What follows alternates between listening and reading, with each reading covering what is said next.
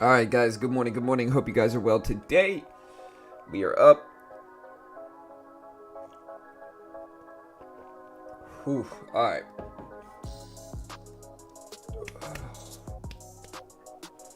We're trying to wake up. We got BBIG moving up a little bit. We got PALT, USEG, NAKD. We got a bunch of stuff gapping up today. Let me go ahead and get everything ready here. Hold on one second.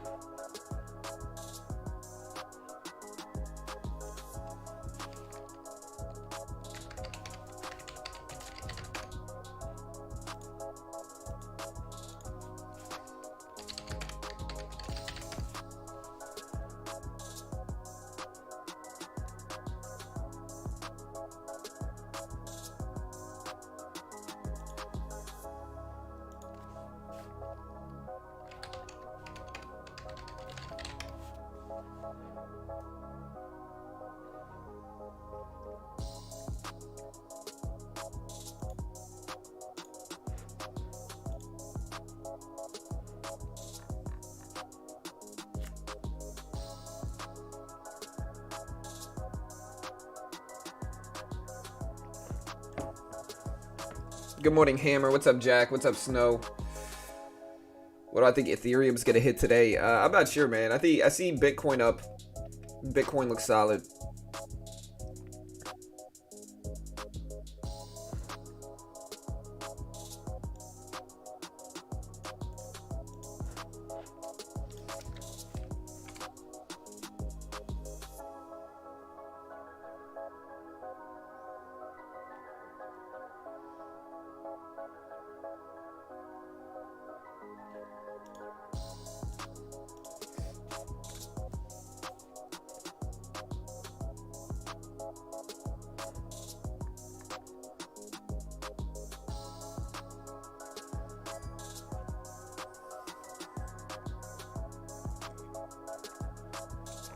All right, guys. I'm up, drinking my coffee, waking up some. But yeah, we got BBIG making really big moves. We also have Bitcoin moving up here. Let me throw Bitcoin on the chart. Bitcoin looks interesting for sure.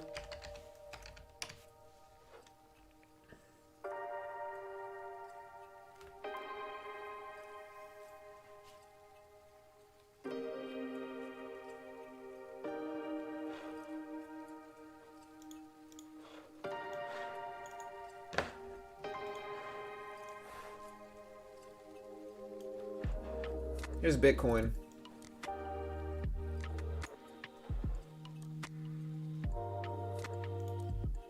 Bitcoin finally rebounded back from about 40,000. It hit 40,000 on the 21st about a week ago. Dropped pretty substantially last week, specifically on Friday. Bitcoin dropped all the way down to, roughly 41,000.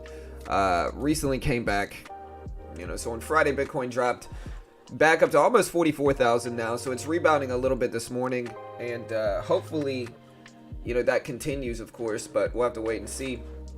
But you can see Bitcoin here.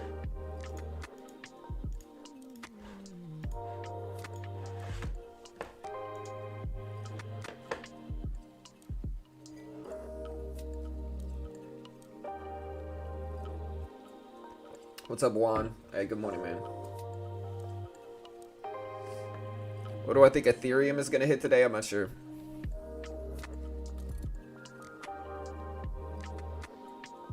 Yeah, a few things are moving a little bit. Here's Bitcoin.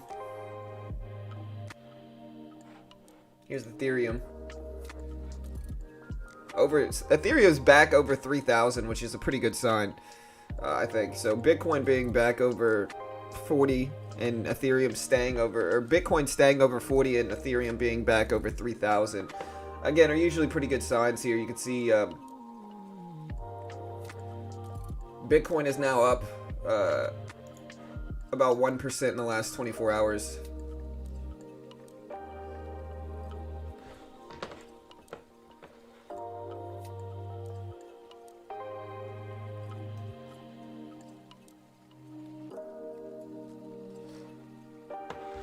We also have, as you can see, BBIG going absolutely crazy right now.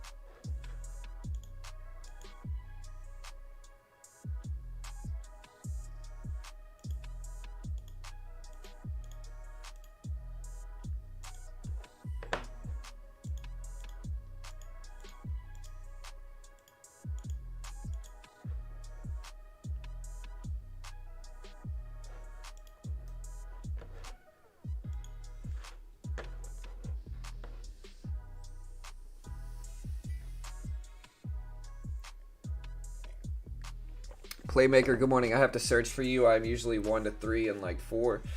Yeah, I don't know what YouTube's been kind of weird, to be honest. Like, I had to sit on last night. I had to sit on customer service with YouTube for like an hour because YouTube. I can't start my live stream. Like, usually I can schedule my live stream, and it wouldn't let me schedule it today. I mean, it'll let me schedule it, but I can't ultimately start the live stream. I'm waiting to hear back from YouTube support.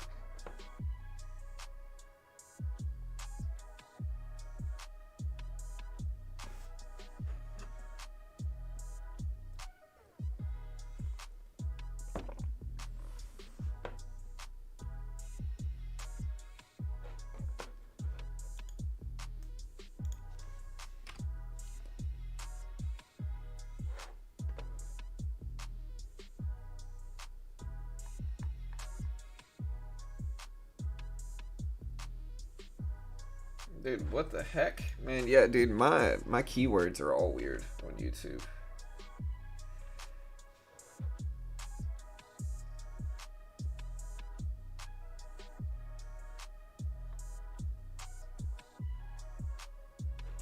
What?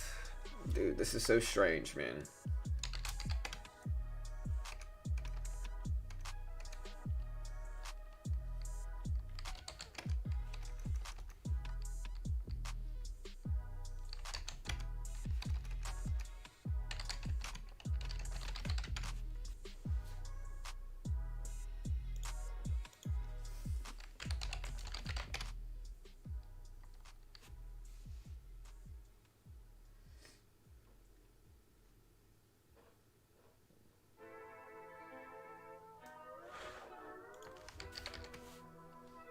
And then here's ATER, pulled the U-shaped breakout pattern we talked about already. Here's PALT gapping up some as well. We'll have to talk about that one too. We got Zevo on the move, but Zevo looks pretty dull at this point.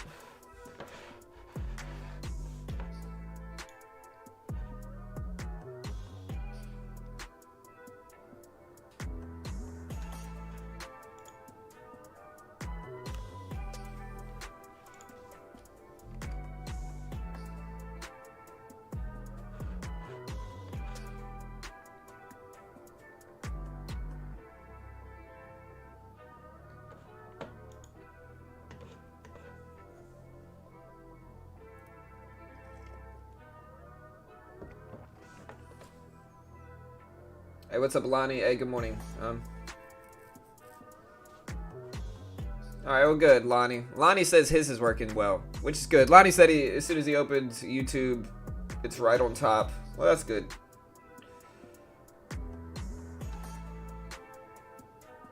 Yeah, it's weird.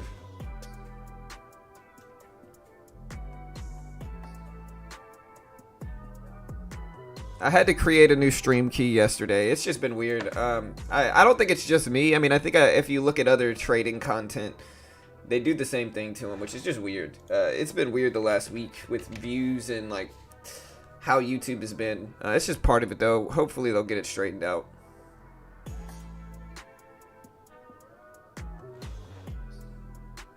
Hey, what's up, Camille?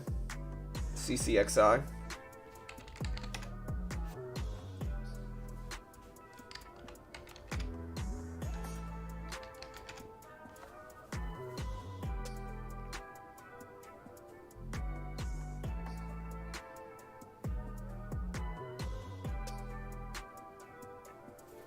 Yeah, PALT looks good. We're watching that. BBIG, pretty strong. And then, of course, Bitcoin on the move back up. Over 44,000 right now, I'm showing. So it's at 44,040.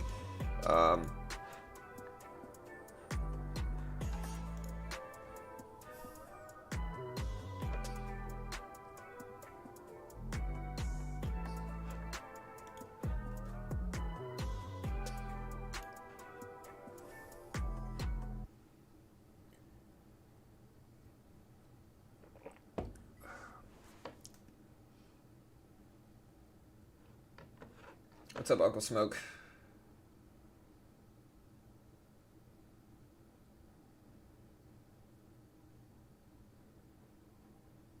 Yeah, at least Louisiana football did well yesterday. We had it was a good weekend for Louisiana football.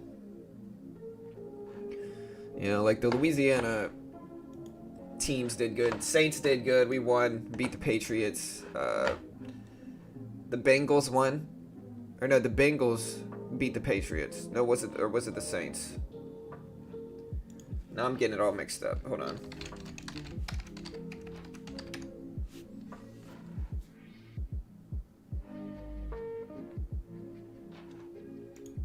We played the Panthers and beat the Panthers. Or no, we lost to the Panthers. We played the Patriots, okay, and then the Bengals played the Steelers and beat the Steelers. Yeah, that's what it was. But look at Bitcoin. Bitcoin back up to 44K, guys. What do y'all think? Yeah, Jameis, he needed a game, man. He was about to get booted, and I'll give him credit. He looked okay. You know, he was a little sloppy, I thought, but I thought overall he looked good. I think overall he looked good. Yeah. What's up, Uncle Smoke?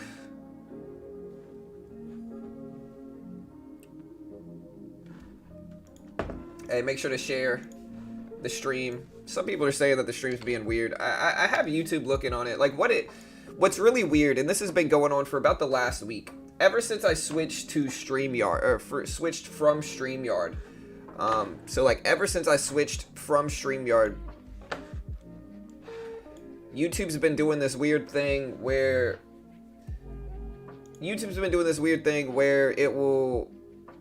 I can't start the stream if I schedule it. Like, there's two options when you schedule a stream. You can either schedule the stream, or you can just stream now.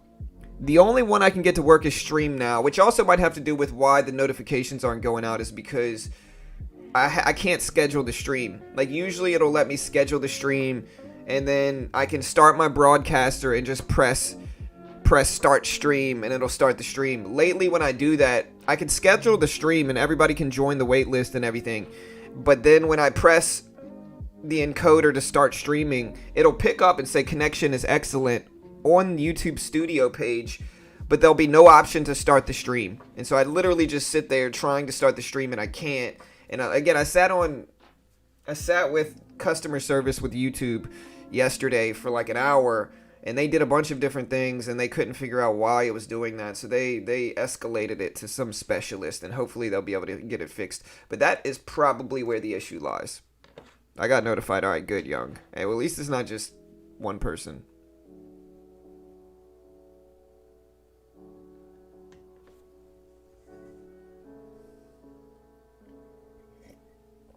Yeah, I watched the Nick Diaz fight, and I gotta say, if I'm honest, and listen, I'm a huge Diaz Brothers fan. I really am. I'm a huge Diaz Brothers fan.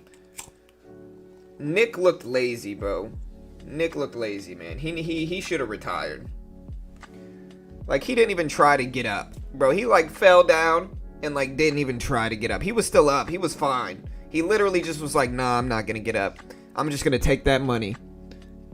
And so, like, Nick Diaz should retire. He looks sloppy. I get it that we have some, like, super fans in the UFC for Nick Diaz who are just going to defend him no matter what, but I thought he looked sloppy. You know?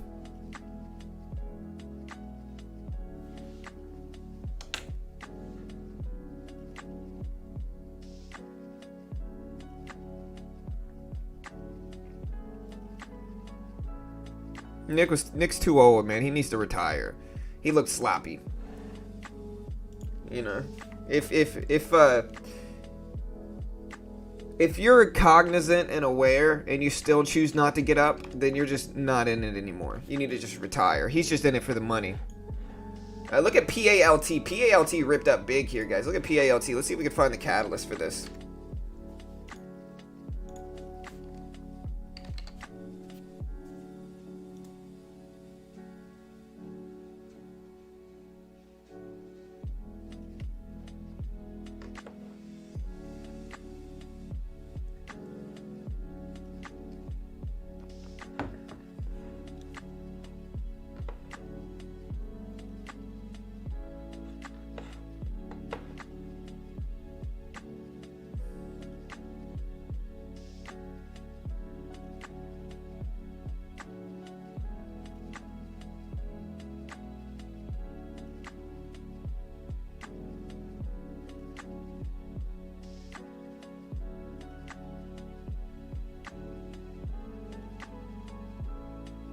Any news on PALT? I can't find anything. I'm looking it up now. Way above average volume. It's at 3,146% of its average volume over the last 100 days. The market value of their outstanding shares is 30 million roughly, but I don't see a reason PALT is up. I see what the float is. The float is 4.5 million. And so small float, 4.5 million in the float. But I'm still not sure why this one's up. Very small float stock, worth watching, I think. We also got BBIG, which is probably my favorite stock this morning, in all honesty. BBIG is looking pretty solid.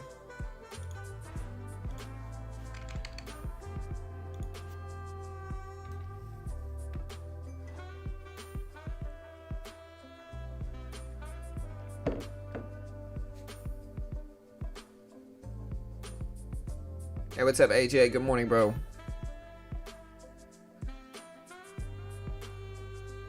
Yeah, Lauren Murphy looked good, especially for her age. You know, she's older, and so she did good.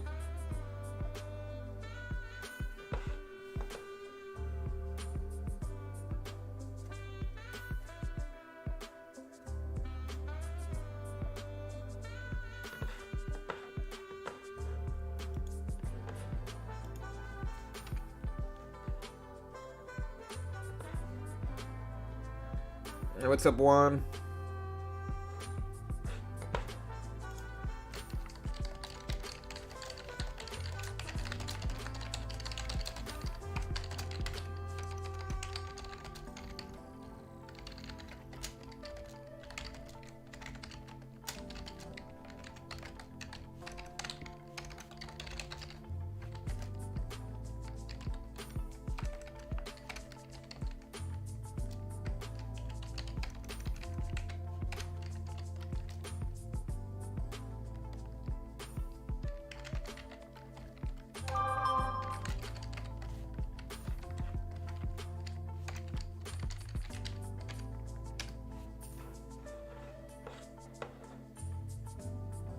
Good morning, John. What's up with YouTube that doesn't notify me about your stream? I don't know, man.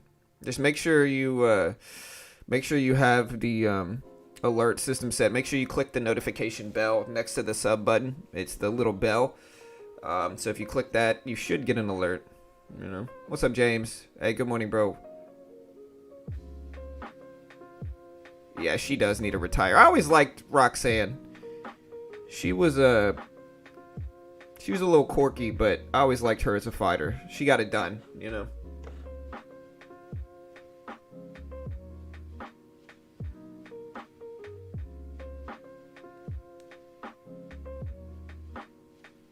Oh, here, Tiny. Sorry, I gotta talk with you about coming on stream this week, Tiny. I don't know what day we talked about. Did we talk about it? Oh, yeah, you're supposed to come on stream today, Tiny. Forgot about that.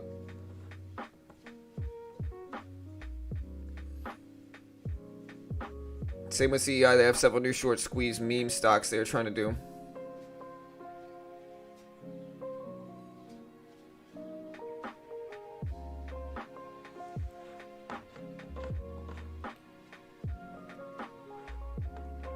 But yeah, we got BBIG.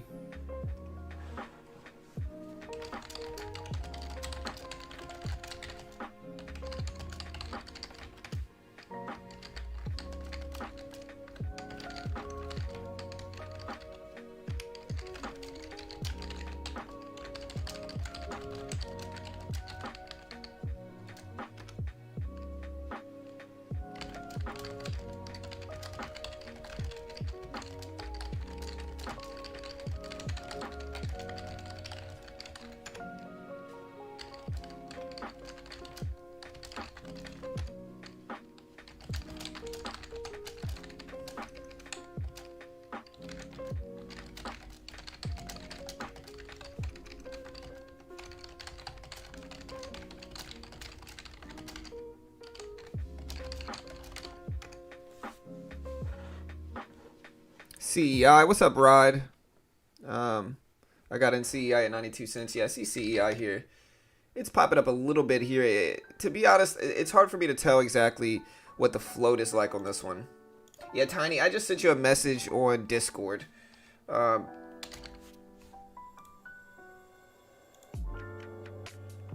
it's just a rough day, guys. Honestly, both of my kids are home from school today. Both of them.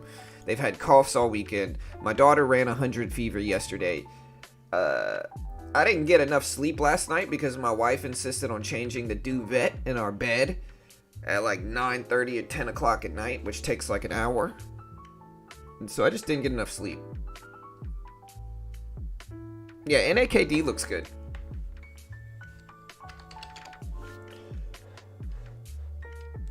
NAKD looks super interesting. Naked Brands here.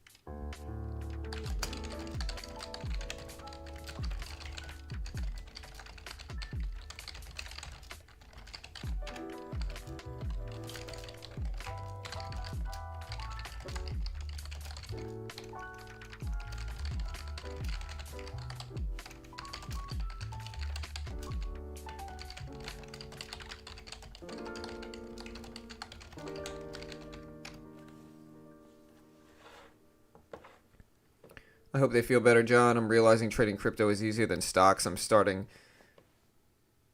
to dog it. Yeah, man. I mean, listen, bro. We talk about it. We got a video that's dropping today too, but it's like people got to understand, man. I see so many people, and I don't know why people are like this, but I see so many people that just badmouth crypto. They just talk smack about crypto, right? They'll trade the stock market, which is incredibly manipulated. Just sketchy in a lot of its ways. But then when it comes to, but they'll defend it when it comes to crypto. They'll be like, oh, crypto's just made up money out of nowhere. No, it's not. It's not just made up money out of nowhere. Crypto is just technologies. And when you invest in these tokens, you're just funding those technologies. So like you got to find technologies you believe are interesting, which there's a ton of them. Like VeChain is supply chain management. It tracks the entire history of supply so that they can curb counterfeit items and ultimately, have more trust in their products, because people know when they buy a product that is tracked using VeChain tokens through the entire supply chain, they know it's not counterfeit, they know it's a real product, and that gives them, confidence in what they're buying. And so that's the VeChain token. VeChain, the token for that is VET. And again, when you invest in cryptocurrencies, you're investing in technologies. That's all you're doing. It's just a decentralized form of the stock market. Think of every crypto token like its own stock, right? And they're not all mineable. The big argument nowadays is proof of work, which is mining, versus proof of stake. A lot of tokens and currencies are honestly moving more towards a proof of stake model, which means they don't mine them. That instead is built more like a conventional company where, the heads of the company, devote a certain amount of the profits they get from the tokens towards increasing their name brand and building up their technologies. And so it's kind of more like a decentralized form of a stock market than people really know.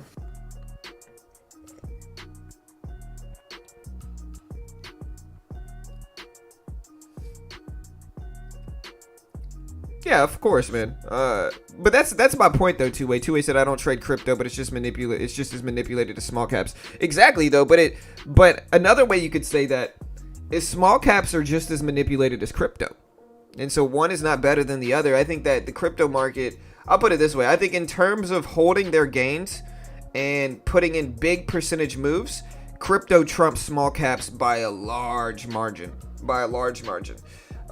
So like in terms of like the potential that they've been putting in, crypto is far larger than penny stocks. Obviously far larger than penny stocks. Yeah, my biggest percentage gains have mostly been crypto as well. Dogecoin, made a pretty big gains from that as well. I think people just have to change their mentality and how they look at it, because again, a lot of people look at it like, oh, this is just made up money, when really it's not. Like, you're just funding technologies. You invest in cryptocurrencies, you're funding different blockchain technologies. And there's a lot of different technologies that are useful, that are going to be huge in the future. And again, it's kind of one of those things, like, you can kind of relate it to the internet boom in the early 2000s and the late 90s. A lot of people looked at the internet back then like it was just a fad, like it wasn't this big thing, that they were going to stay with brick and retail stores because that is what's been shown to make money, and they didn't trust the online market.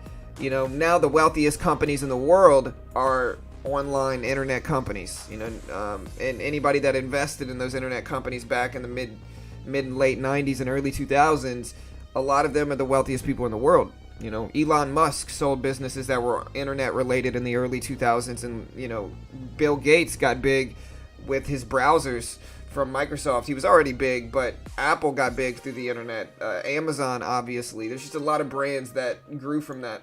And so I think, again, I think the wealthiest people in 20 years are going to be people that get in early in some of these blockchain technologies that end up being huge.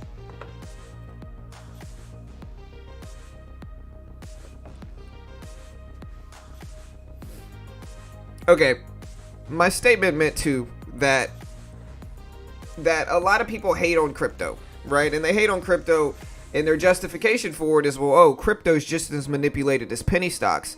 But they'll still trade penny stocks, but they won't trade crypto. You know what I mean? And I'm not talking about you two. Like, in the end, you know me, man.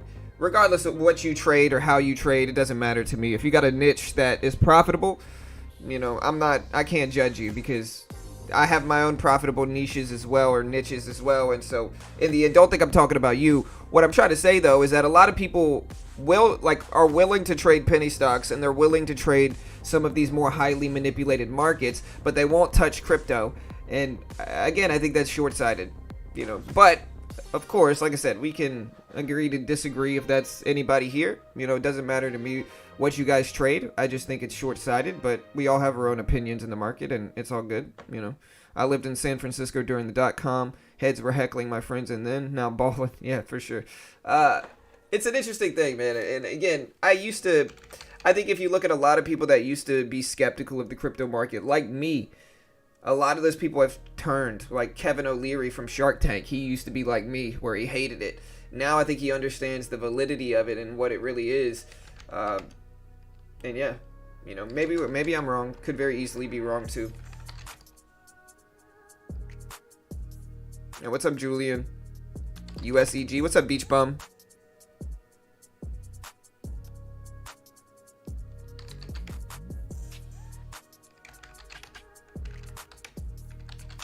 I'll put it this way. The richest people in today's world, some of the richest people in today's world are the people that got in early on crypto 10, 15 years ago. Or not 15, about 11 years ago. The people that got early on it, some of them are billionaires, you know, now. And so, I think it's going to be something where it's like the wealthiest people in 20 years are some of these people that got in really early on some of these blockchain technologies and funded them. John, what do you think the market will do in October? Probability of a crash, and what will it do to AMC GameStop? I don't know. I think AMC has kind of found a base here around $40. You know, we'll see what it does now, but I think AMC has kind of found a little base here, and yeah.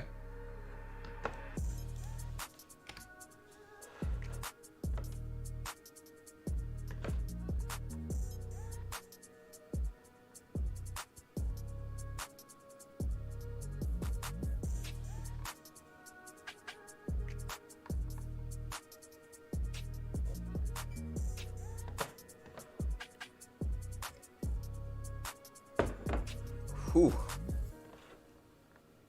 Yeah, BBIG going absolutely nuts. Over the weekend, it's easy to... Yeah, Joel had a video that showed exactly when Bitcoin drops. Bitcoin usually drops Friday, Saturday, runs on Monday. So Friday, Saturday, Bitcoin on average drops. And then if you look at come Monday morning, early Monday morning, usually Bitcoin makes a push. And that's exactly what we got over this weekend as well. You know, look at, here is the 27th, so Bitcoin has been running up this morning, and so it's very predictable as well, and I think that's one of the keys. Thoughts on ATNF and Root?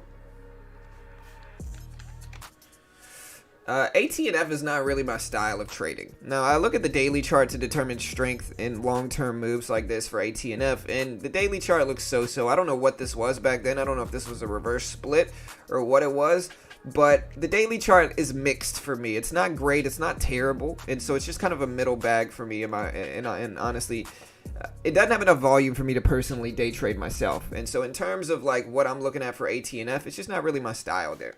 Also, we have Root. Root is a little bit more my style. It's more of one of those stocks that everybody's talking about. You know, short squeeze play, I'm pretty sure, for Root. Rough looking long-term trend. But in terms of like, if I would usually trade this one, if it starts to run, I'd watch it.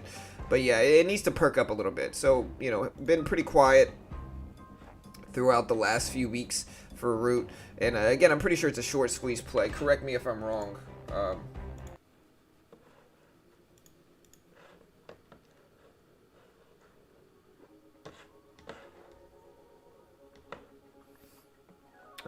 Hey, nice, man. Yeah, the World Series of Day Trading is coming up. Honestly, I'm super pumped about it.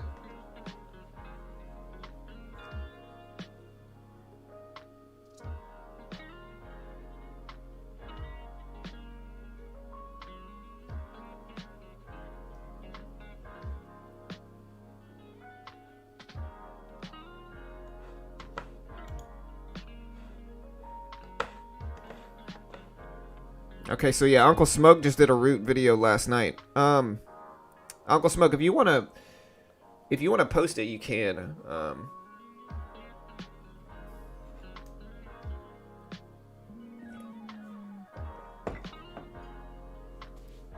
don't know. The market's still looking okay. We also have like NNVC on the move here. Again, the big one is BBIG.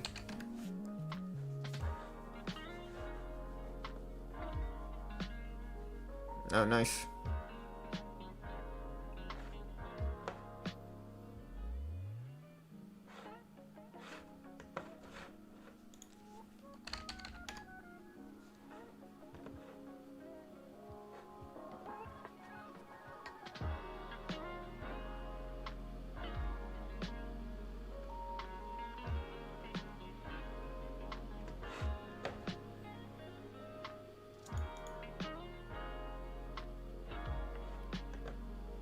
Yeah, UFC 266 was great.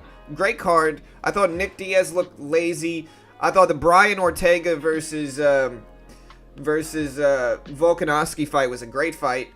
You know, honestly, I don't think Brian Ortega is as good as people make him out to be. I think he's got really good submissions, but I think that historically jiu-jitsu fighters have had a very tough go at being champs. You know, of course, the first UFC champ was a jiu-jitsu fighter, but I just think that BJJ fighters, I feel like if they win, I feel like if a fight goes to a decision, the BJJ fighter is almost always losing. You know, and so it's like if the opponent can find a way to not get tapped out, then they win. And I think Ortega's got some of the best subs in the game, but I think that he still lacks striking.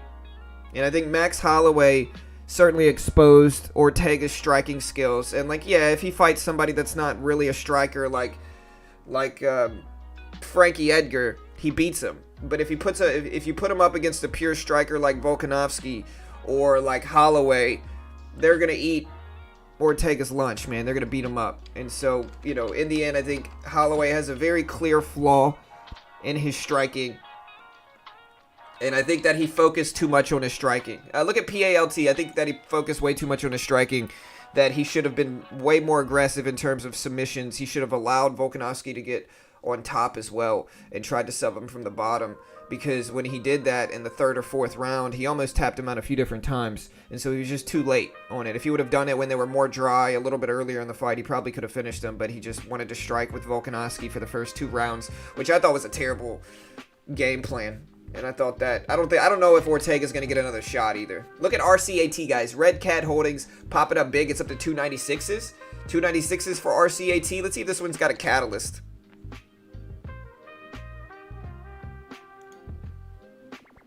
SS Brutal, if you want to join my team, I got you, bro. Here's the link.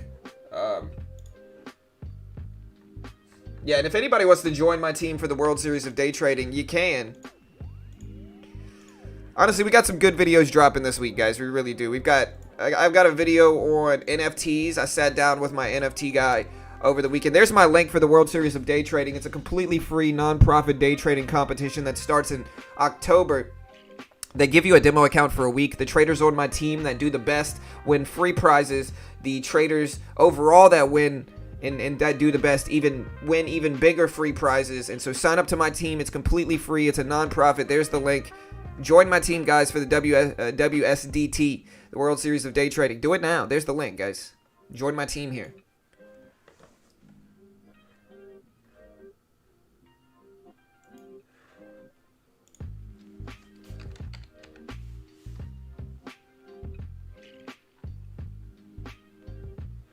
And you can join if you're in the U.S. too. You can be on my team if you're in the U.S.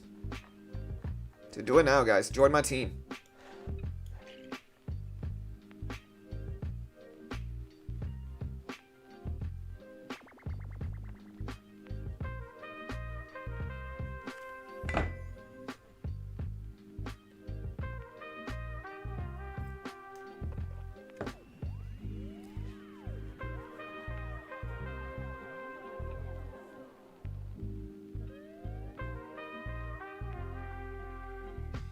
Like I said, if you want to join my team, here's my bio for the World Series of Day Trading. I started trading after watching The Big Short movie in 2016. As is almost always true, I lost lots of money in the beginning. I eventually developed my own style and system. I've now turned to be a profitable one, consistent trader. Still, I don't claim to be an expert, don't charge a penny for my content, and created the BT channel as a free resource and community for traders. My strategies involve scalping and VWAP trend trading, and they work very well with my own style and personality. So, hey, join my team. It's free. Do it now. Look at BBIG, guys. We also have PALT popping up a little bit. Here's PALT. I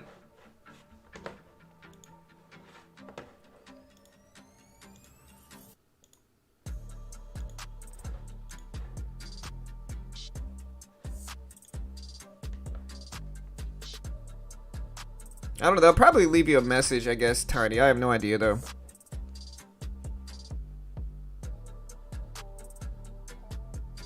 Joined your using gonna call yesterday to complete registration, and they need the team name. The team name is Beginner Trading. We're Beginner Trading. John London, Beginner Trading is the name. Hey, thank you, Larry. That's the team name right there. Yeah, but look, PALT popping back over VWAP. It's at 620s right now.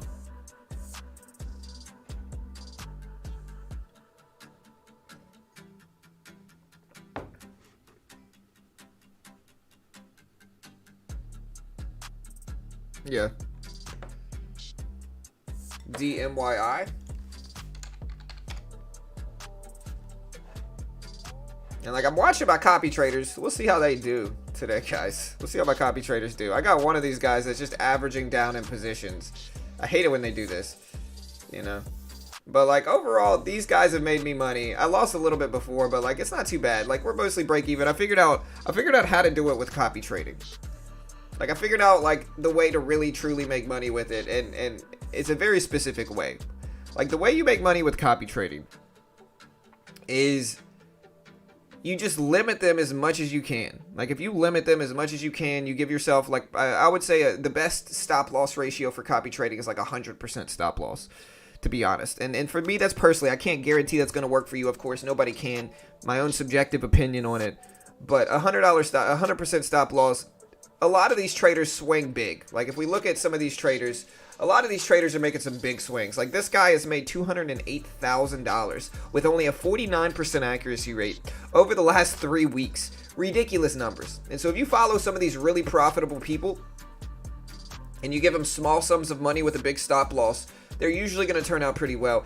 I can't guarantee they will, of course. Nobody can. But they're usually going to turn out pretty well. And then, of course, I've had a lot of people asking me how to put money into BitGet. Number one, if you want to just paper trade so you can be a copy trader yourself and earn 10%, you can. Here's paper trading, simulation Bitcoin trading. But if you want to add money to BitGet, it's super easy. You go to buy crypto in the top right. You say, hey, yo, I want to buy $300 worth of Bitcoin using a Visa card. or using all, whatever it is.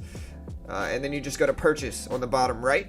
It'll tell you exactly how much you're going to get, how much time it's going to take, and you just go to purchase and it'll bring you through the different steps to do that on BitGet.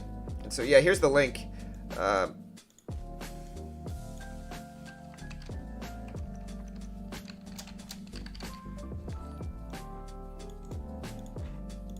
Hey, thank you, AJ, for becoming a member, brother. Shout out to AJ for becoming a member. Hey, that adds $5 to the count first thing this morning, early this morning. So thank you, sir. I appreciate that. Welcome, AJ. Thank you for being here, bro. There's the BitGet link if anybody wants to check it out. How will the trading go in the World Series of Day Trading? Like, what sort of broker layout? I'm pretty sure they use Colmex, if I remember correctly. I'm pretty sure they use Colmex. It's pretty standard. It's going to be similar. It's going to look kind of like this. I've used it before. At least I haven't taken it in the year. I haven't been a part of the WSDT in a year. But yeah, thank you, AJ, my man. Appreciate that, bro. But no, I haven't been part of it in about a year, but usually, yeah, look at RCAT, man. This thing is flying here. Again, I'm trying to look up the catalyst for this.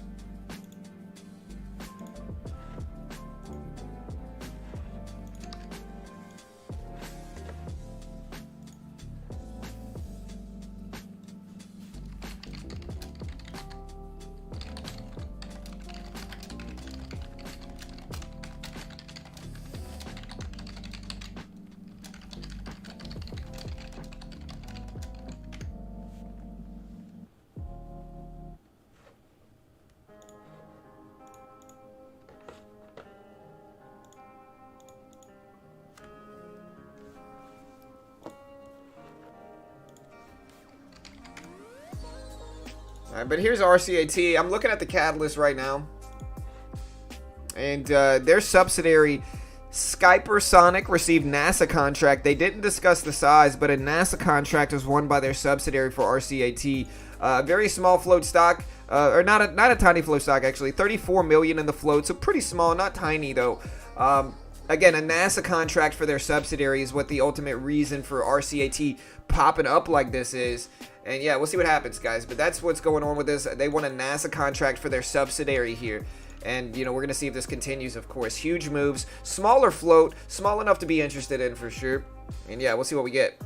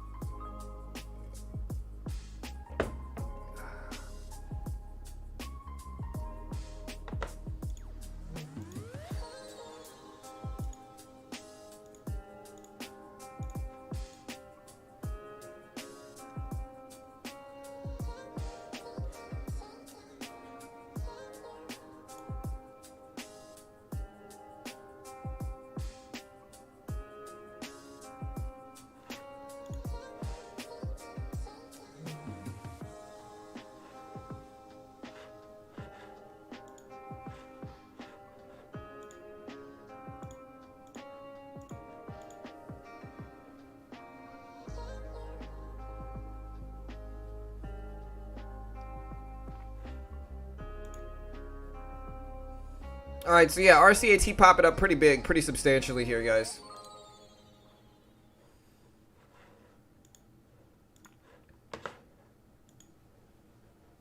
Hey, thank you, Daniel. So basically, for RNAZ here, this is Red Cat Holdings. It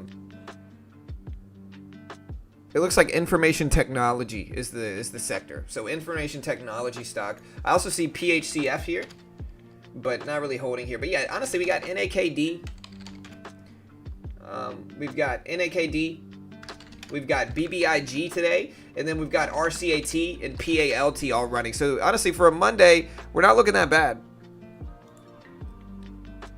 I have some calls on Facebook and Snap for this week. Is that dumb? I wouldn't call it anything's dumb. I don't know. Nobody knows what Snap and Facebook are going to do. And so I have no idea. I don't think it's dumb. I just think it might be a gamble. Who knows? Are any of you all classified as professional traders? No. Boss, I have a question. Can you trade a penny stock during pre-market? Yeah. Yeah, you can trade it. I mean, certain channels have, or certain brokerages have time restraints on that. Like TD Ameritrade, I can't trade anything until 7 a.m. So about 12 minutes ago was when they allowed pre-market trading. I know Webull has some certain things like that as well. Here's BBIG though. BBIG just ripped underneath the VWAP here. Let's see what happens.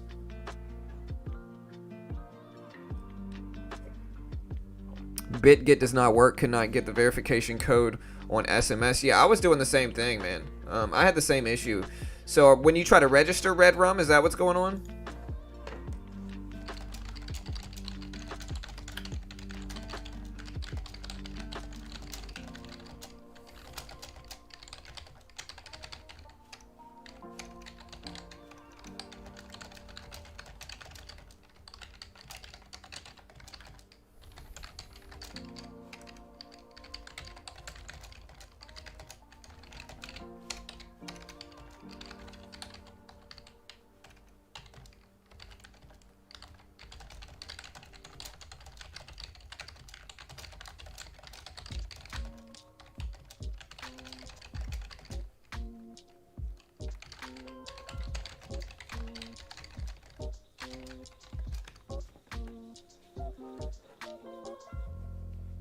Yeah.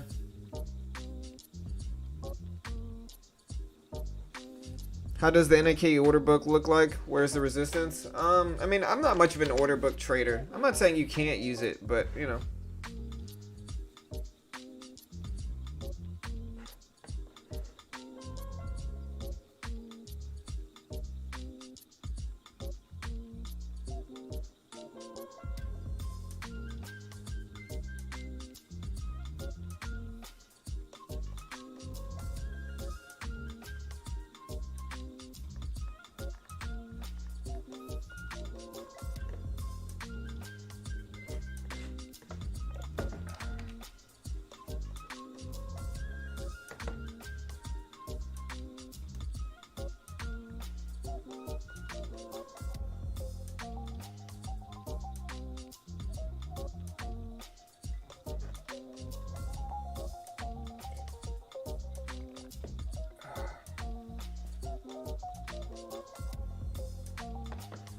Hey, what's up, Slade? Alright, guys, but yeah, NIKD popping up big. The order book's right here. But the order book is highly manipulated. It's something that you can't rely solely on usually in trading.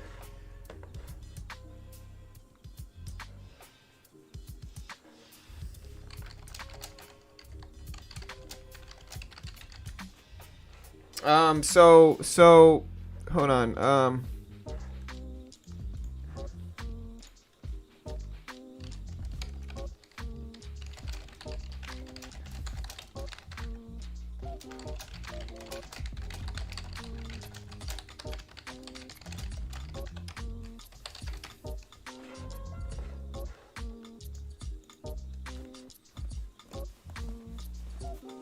Alright, so RedRum, I'm reaching out to my connect with BitGet. Do you want to email me your UID number so they can check for it? If you want to email me, it's beginnertrading@gmail.com. I just have one of my managers with BitGet looking into it for us, trying to figure out why some people aren't getting SMS messages. And so if you have it, will you send it to me? Again, my email is beginnertrading@gmail.com. It's completely up to you, but just giving you a heads up there, you know, that they can look into it for us. Honestly, I had the same problem when I tried to withdraw my money from them, and I still process it, so don't think that you can't, because when I withdraw money every day from them, and it works fine. But when I try to withdraw my money this weekend, I have like 4-step verification. So they send me a code to like multiple different, like they send it to my email, they send it through text message. I have Google Authenticator set up, and so, but when I tried to send it in, every time it said it sent me my text message, I never got it. And so I literally had to press it 3 different times. I had to press it 3 different times just to get the text message that I was supposed to get. So I had to wait like 5 minutes and then resend and then wait and then resend. And so that did happen over the weekend.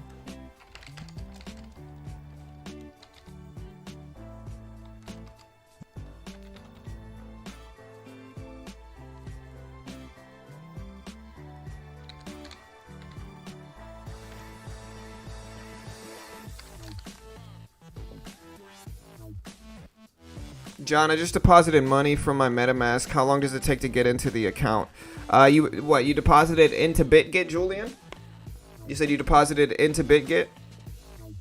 I had to turn off the Google Authenticator for it to work. Yeah.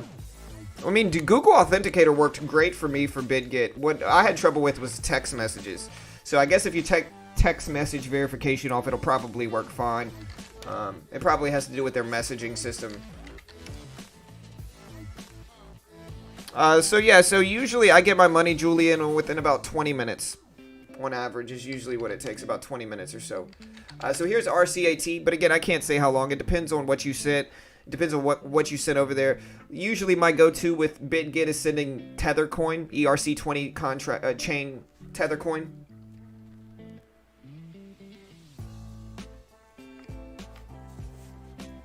Yeah, but physical cash is just a note from your bank saying, hey, we owe you this much money. You know? I'll put it this way. If you try to transfer money through your bank, if you try to wire money, it's usually going to take at least 8 hours for you to get that money anywhere. If you ACH transfer, it's going to take days for you to get that money anywhere. But with crypto, I can transfer money and in 20 minutes it'll be in my other account incredibly fast, you know? And so that is the endearing part of crypto. You know, that's what people don't realize.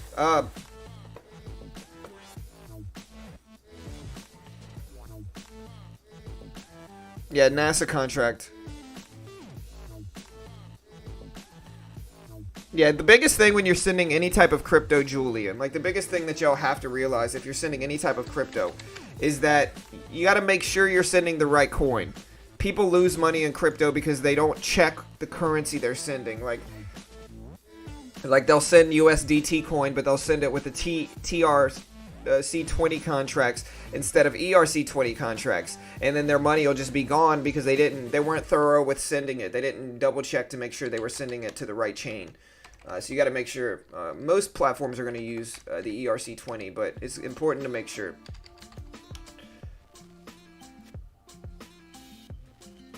Hey, what's up, Tony? Good morning, bro.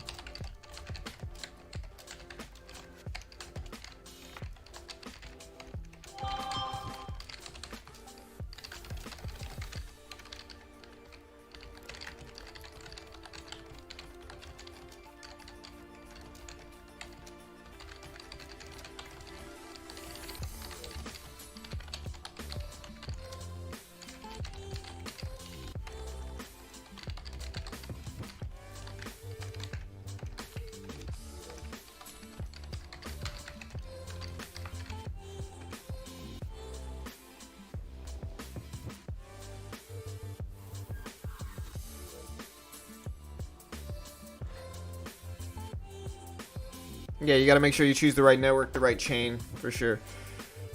Yeah, RCAT making huge rips here, guys. Look at RCAT. It's up to 340s. Big move. And again, let me know if you guys have anything specific y'all want me to look at today.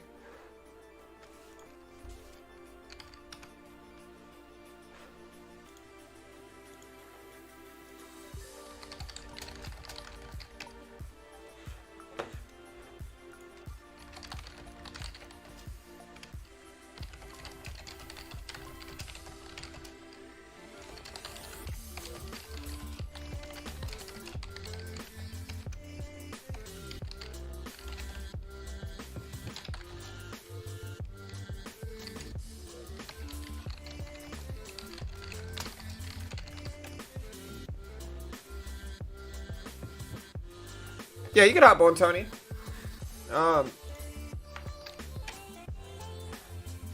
Yeah, let me get everything squared away.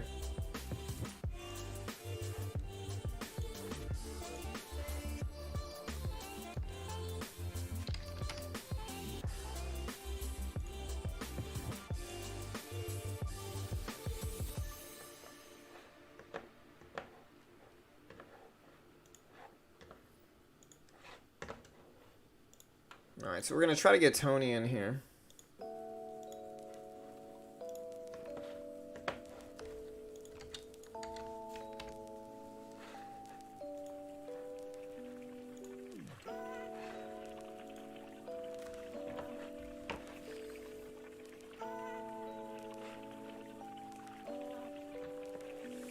What's up, Robert? Yeah, so RCAT, huge move this morning in pre. We got BBIG, which pulled back some, but I still think it's fine. I think we're looking at $7 here for BBIG. We got Capper that ran Friday. It didn't actually hold, but a lot of people are watching like Zevo and Capper too, just to see if they continue. RCAT, biggest move with PALT this morning.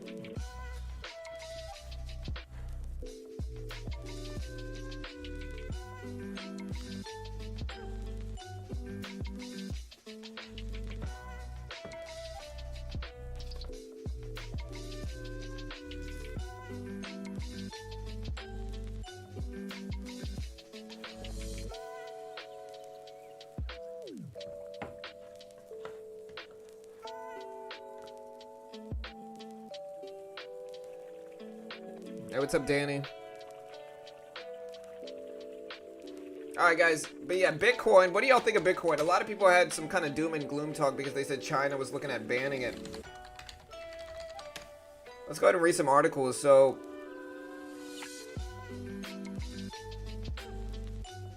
yeah, so I'm seeing an article by Yahoo Finance. It's titled, Bitcoin and Ethereum Rally as China Crypto Ban Fails to Deter Investors. So yeah, cryptocurrencies did rally, but again, we got a video dropping after today's stream, and it talks a lot about when the best days to buy the dip in Bitcoin are. And one of the best days is typically Monday morning early, so it's already past that time. But usually early Monday morning, historically, Bitcoin rips, and it's very predictable. And so, you know, Monday is usually a day when Bitcoin rips. Friday, Saturday, and Sunday are usually historically days when Bitcoin drops.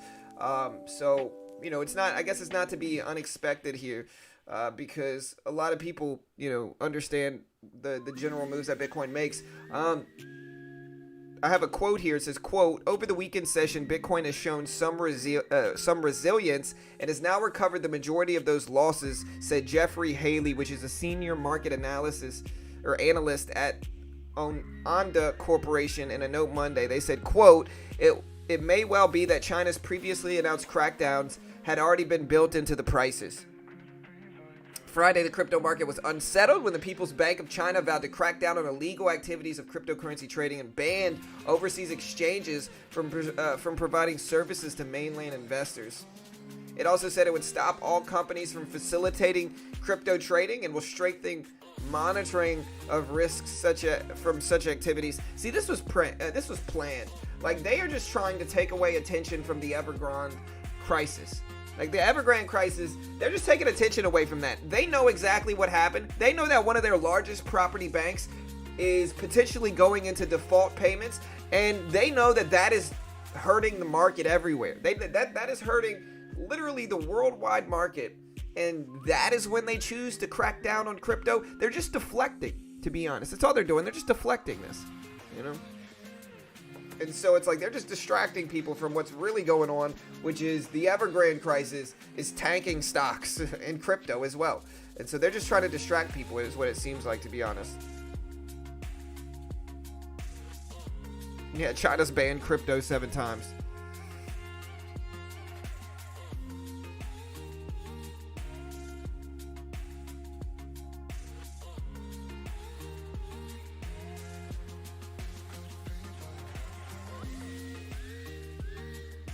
All right.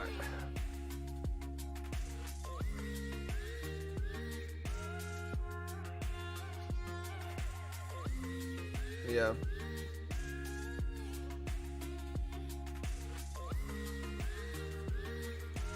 Now we got Tony in here.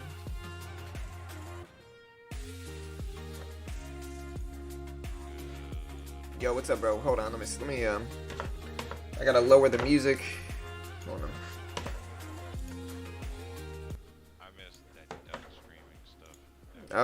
Oh, StreamYard? Yeah, StreamYard was nice. Yeah, I talked to Joel about it. I can't put anybody's face in here. That's the biggest thing. Is that like, yeah, that's the only thing is that I can't put people's face in here. Let's do a sound check, guys. See if Tony's sound's coming in clear. Should be good. Checking 1 2 live coming at you.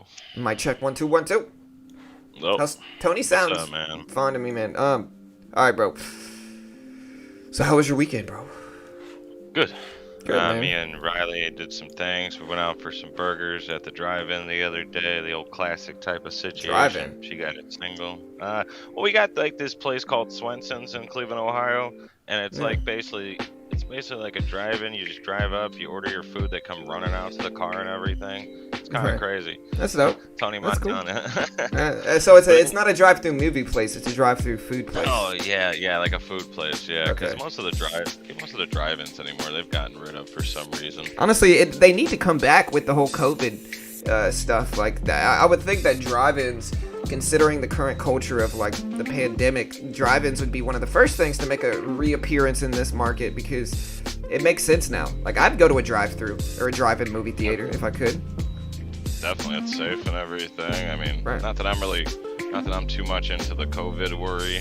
I mean, but still, yeah. I mean, it would be a lot safer for everybody, and then that way you still get your movie catch and everything Right. like that. But then again, we're all streaming it at home. So Yeah. hey, I wanted to say something about Bitcoin. Hey, so I was doing a little bit of research. Do you know that every time that China has actually, over the past months and basically years, every time they put an implication on Bitcoin, it's actually gone up? Yeah, I believe that. I mean, look at it. Bitcoin. I mean, I think that, again, I think it's just a deflection from them. I think they're just distracting people because I think that the Evergrande crisis is making China look pretty bad now. And, you know, I think that they're just trying to distract people from that. And so oh, we're banning crypto. Yeah, sure you are. You know, I think they're just trying to distract people because I think that they understand the implications that one of their major property giants defaulting on its loan is dragging the entire world market down. You know? Yeah, definitely. I mean, that's just, I mean, 'cause every time whenever they shut it down or they put an implication on the miners or something like that, I mean, it's like every time China has a bad view on Bitcoin, it goes up. Yeah. So Yeah. it's kind of like, I don't know if we're cutting China out or what's going on. Sorry about the noise, people. Oh, no, you're But good. yeah, that's what I was just seeing the other day, and I was just like, huh. Because Yeah. if I was trading Bitcoin all the time, I would see that. But that's a Right. good observation there. Yeah, you know how it goes. Honestly, we got a video dropping today right after the stream, and one of the things that Joel talked about, I did a video with Joel, who's like my crypto expert guy, and he always talked about how the fact that like Monday morning, Bitcoin almost always goes up Monday morning, and like we can even like look at that here. So here's this morning on the 27th, Bitcoin is up. If we look back, when was last Monday? Last Monday was on the 20th. If we go back in time and look at the 20th, okay, maybe last Monday was not. Oh, wait. Okay, so here's the 20th. Yeah, last Monday was not the case. But on average, Bitcoin goes up on Mondays. And so Monday here, we're going up. I hope it's good. I want to see Bitcoin do well. You know, I've been paying attention to the Bitcoin market a lot closer lately. And like I said, I just want to see Bitcoin do well. I want to see the crypto market do well. You know, it's weird. You got a lot of people that are like, oh, you know, big government bad. Like a lot of conservative people or a lot of libertarian people that are like, yeah, big government is bad.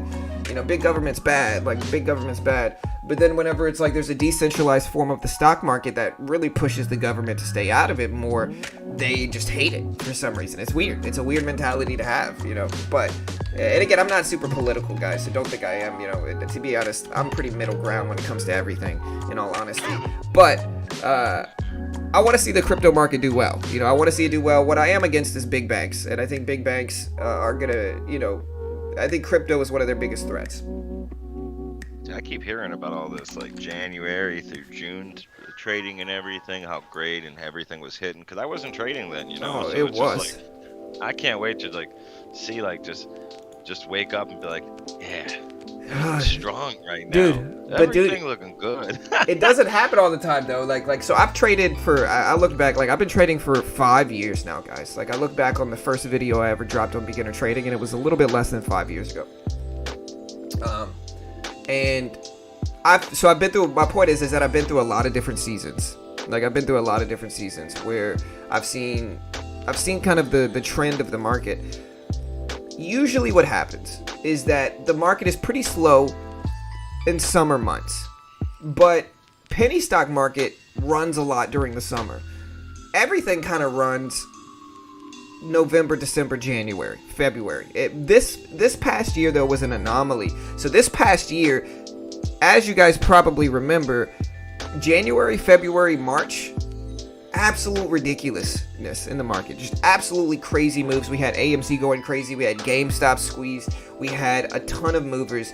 Like I said, January, February, March, April, May, June. Like those 5 or 6 months but that is not usually the case. Usually June is pretty slow. Usually June is pretty slow. The historically the 3 best months in the stock market are November, December, January. And the reason for that, there's a lot of reasons. Number one is that Christmas break, people are off work, there's more volume in the market. But it's also the winter time, so it's kind of ideal trading. January, kind of same thing. It's cold outside, everybody's inside trading stocks. And it's also that holidays boost the economy. So like when holidays roll around, whether it's Halloween, Thanksgiving, Christmas, whatever it is, those holidays usually boost the economy, make people spend more, and make stocks run a little bit more. And so, yeah, it's usually those are going to be the best months, but not always the case. I've seen some years where the summer months were more volatile than anything, where the summer months everything ripped and then the winter was slow. So it's not always. I guess my point is it's not always the same. I was always just, everybody kept telling me, hey man, we gotta make it through August. We gotta make it through August. They are kept saying, out of nowhere. They are true.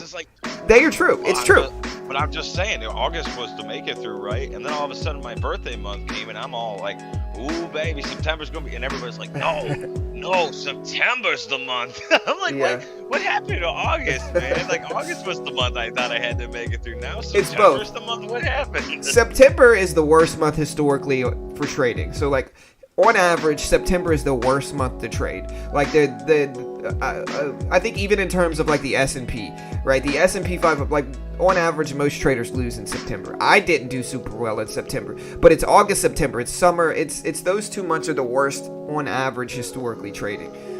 It starts to heat up a little bit better in October. It's not great. It's not going to be the best. It's not usually super volatile, but it starts to heat up a little bit more, and especially like small caps. Small caps specifically start to heat up more during October, November, December, January. And so that's what they're really saying. But yeah, it's a little bit.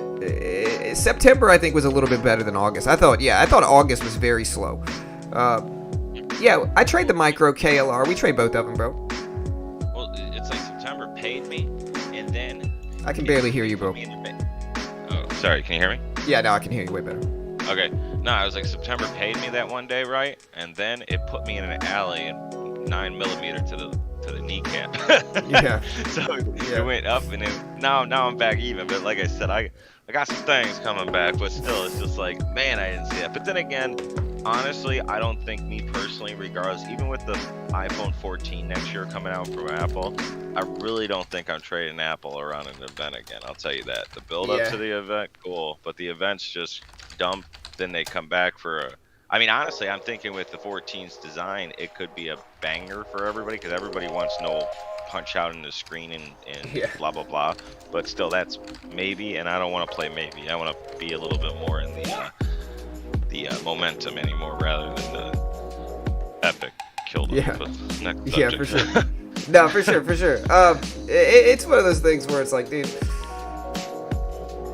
with options, I'm sure it's both. Like usually, earnings season is the best time to play options because there's just so much volatility. And so earnings season, let me see when the exact months. So earnings season is typically January, April, July, and I can't see what the last month is. But those months, like it kind of makes sense why January is super volatile. So it's their fiscal quarters. I feel that. So yeah, January, April, July, and October. So it generally lasts for about 6 weeks, at which point the number of earnings reports being released return to non-earning season levels. And so, yeah, it's Basically January, April, July, and October. Earnings are so like hit or miss anymore. Like it's just like you can have amazing earnings until it still gets slapped in this market. Oh, like for for sure. instance, right, for retail, anything retail that was in like a couple weeks ago, right? Boom, to the moon. Watch it go. Yeah. It's amazing, right? Dude, Apple, right? They came back with earnings that were over half of what they originally projected, over half additionally of what they still didn't do and then anything. it did no, it didn't do it. It dipped Yeah. like crazy during that week. I remember that because I was just like, oh, these earnings are gonna be crazy. You're still a right? little low. I'm playing You're still a little low. I don't know if it's There this you thing. go, It much might be better. the. Okay, sorry about that. It keeps No, you're pulling good. away a little bit. Anyway, Yeah, no. yeah, it's just with earnings, and then just like Nike, I knew was gonna have an implication because of their supply chains that they got going on right now. Since I do a lot of shoe vending, Yeah. and yeah, I knew that was coming up. But then again, anything Nike produces sells out immediately, so I don't know really what they're worried about inside of earnings still. Nice. Yeah, it's, it's hit or miss. I think, especially the last month, Apple has just dropped with the market. So it's like the market is tanked, and then Apple has kind of followed suit. I struggled a lot last week, to be honest. Like, we did not have a good time trading last week. It's one of the first months, and since I started trading this system, that I'm pretty close to break even. I'm not losing, but I'm pretty close to break even. I'm slightly green from what I remember, but it certainly hasn't been a great few months. Actually, the last few months are fine. It certainly hasn't been a good few weeks for my trading, and one of the stocks I generally trade is like Apple, AMD, the SPY itself. It's just been a tough time. It's been a tough market. I don't know why I've run into so many troubles trading these, but I have, and I think this is really the problem. Like, I think Friday we lost money again, but I think the problem is, like, look how choppy and sideways everything was Friday. So, like, if we look at everything, I'm just hoping we get some volatility here. Here's Apple, for instance. And Apple for the entire first, for the entire first 3 hours of the day, Apple didn't respect any direction at all. It was just completely sideways. Same thing, I think AMD actually broke down. No, AMD as well on Friday. So these are the times, guys, where it's just not favorable markets, and you just need to be careful. Because, again, I mean, if we look at this, tough market, just a tough market. And, it's, if I push too hard in these markets, I end up losing money usually. But to be honest, today's market's not that bad. We got NAKD moving up. We've got BBIG on the move here. I see some other ones with like RCAT going absolutely crazy this morning. We'll see if it actually holds the VWAP here. But there's been a lot of volatility. It's a good Monday. It's not terrible. I'll put it that way. What do you think BBIG is gonna do today? I have no idea, bro. I hope it runs, because usually... It's up 14%. It closed at what? Hold on, let's see. It closed at 622.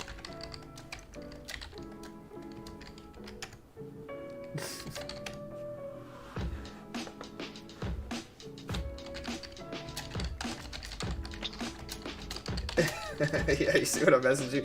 Look, you're good. Don't worry about it. Like I said, don't ever think I'm like attacking you. Like, to be honest, everybody I ever worked with. I realized I said that. Yeah, but I'm just joking about it. But everybody I've ever worked with, they're like, I'm way overprotective of everything, But you're good. So don't think I'm attacking you. I'm just I might kind of micromanage it. Sorry about my extra words, people. Yeah, no, you're but good, you're anyways, good. let's go on to the next one. We also But, got PALT, which I believe this is the one that had the deal with, or no, maybe it was RCAT. RCAT had the deal with NASA. So RCAT had its subsidiary hit a 5-year contract with NASA. It didn't discuss the terms, and so who knows how big the deal is. But RCAT is moving on that, and it's pulling back to the VWAP. Again, what the VWAP will ultimately show you guys is the short-term intraday trend. And so you can see RCAT's been maintaining a really nice trend. Every time it pulls back to the VWAP, it bounces directly off of it. And so this is a stock basically saying, yo, I'm in an upward trend.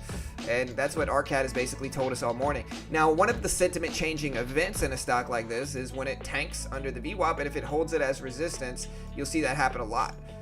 Where a stock will just tank under the VWAP. A lot of traders see that see the weakness roll in there. And so, when we're looking at a stock, that's the first thing we're looking for is it changing trends. So far, so good, though. It's holding over the VWAP. We also got like BBIG. BBIG at 740s. And so this one, this one kind of the same thing. This one broke underneath the VWAP, and you can see the sentiment change even on like the, even if we're looking at the TTM squeeze indicator, you can see when it breaks under the VWAP, the sentiment starts to change. I was talking about this, Tony. If I were you, bro, and I know you said you were more focused on day trading, I would day trade this specific pattern. Hey, thank you, Joel. Y'all be like Joel. Hit the sub button. You'll see my man Joel's over there hitting the subscribe button, being his supportive self. Thank you, Joel, for the sub. Y'all be like him. Hit the subscribe button. You know you want to. Try it now. Do it now. But no. Yeah, if I was you, Joel, or Tony, if I was you, Tony, I would be trading this specific pattern. You know, I would be trading crosses over and under the VWAP in options. I think I talked to Austin about it before. I think there's ways that you can be profitable with it. Again, it's something that I might want to try, but what I usually wait for, Tony, if you see my screen, is like a stock to trend in a specific direction, a big break over or under the VWAP. It can be in both directions, and then a hold of support. Yeah. Once it does that, it's usually going to trend in a specific direction for at least 10 to 15 minutes. And so if you buy a contract, once this breaks here over the VWAP and holds, you know, I think you could scalp those options trades pretty easily. It's something that I might want to try doing in the future as well. You can even see it on the downside too. Like, let's just look at the S&P 500, for instance. The S&P 500, same exact thing. You know, here's one on the SPY itself, where the SPY was maintaining over the VWAP, where it broke underneath the VWAP here, and then held that level as resistance. Again, usually when that happens, it's going to trend in a specific direction for at least 10 to 15 minutes, and you can see, you know, the SPY did that as well. So once we rejected under the VWAP, it did trend. And I mean, I think you're going to lose sometimes, of course. Sometimes these are not going to continue. But I think the accuracy rate in these and the risk reward in options trading seems plausible. You know, these are the strategies that I use in regular stock trading, and they work. And so using them in the options game makes sense too. You know what I'm noticing as well? Like, well, trading options for everybody. And John, can you hear me good? Yeah, I can hear you.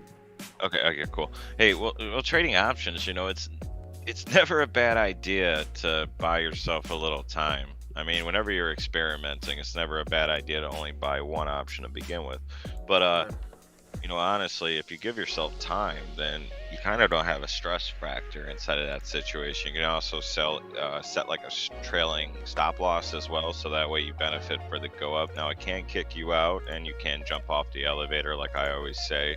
But it's kind of like, it's giving you a little bit more room, because sometimes, like, what I'm noticing also, John, is that anything that's like penny wise, like smaller cap, it's usually month to month. So they usually have like a midpoint for the actual expiration date. So kind of like October 15th, you know, November 15th, they kind of rotate every month to month like that with bigger ones. So that's why SPRT and BBIG are such interesting plays, because there's there's only so much really in those to begin with, and the cost of them were so cheap, and that's why they continue to be cheap, because their contracts are so long that it was amazing that you could buy a contract for a month out for only 5 cents. I mean, even though it wasn't worth anything, it was worth dog change, but I mean, still, it was just an interesting thing. So always look for those farther ones out, so you're buying. So in other words, if it's this week, always go for the next week.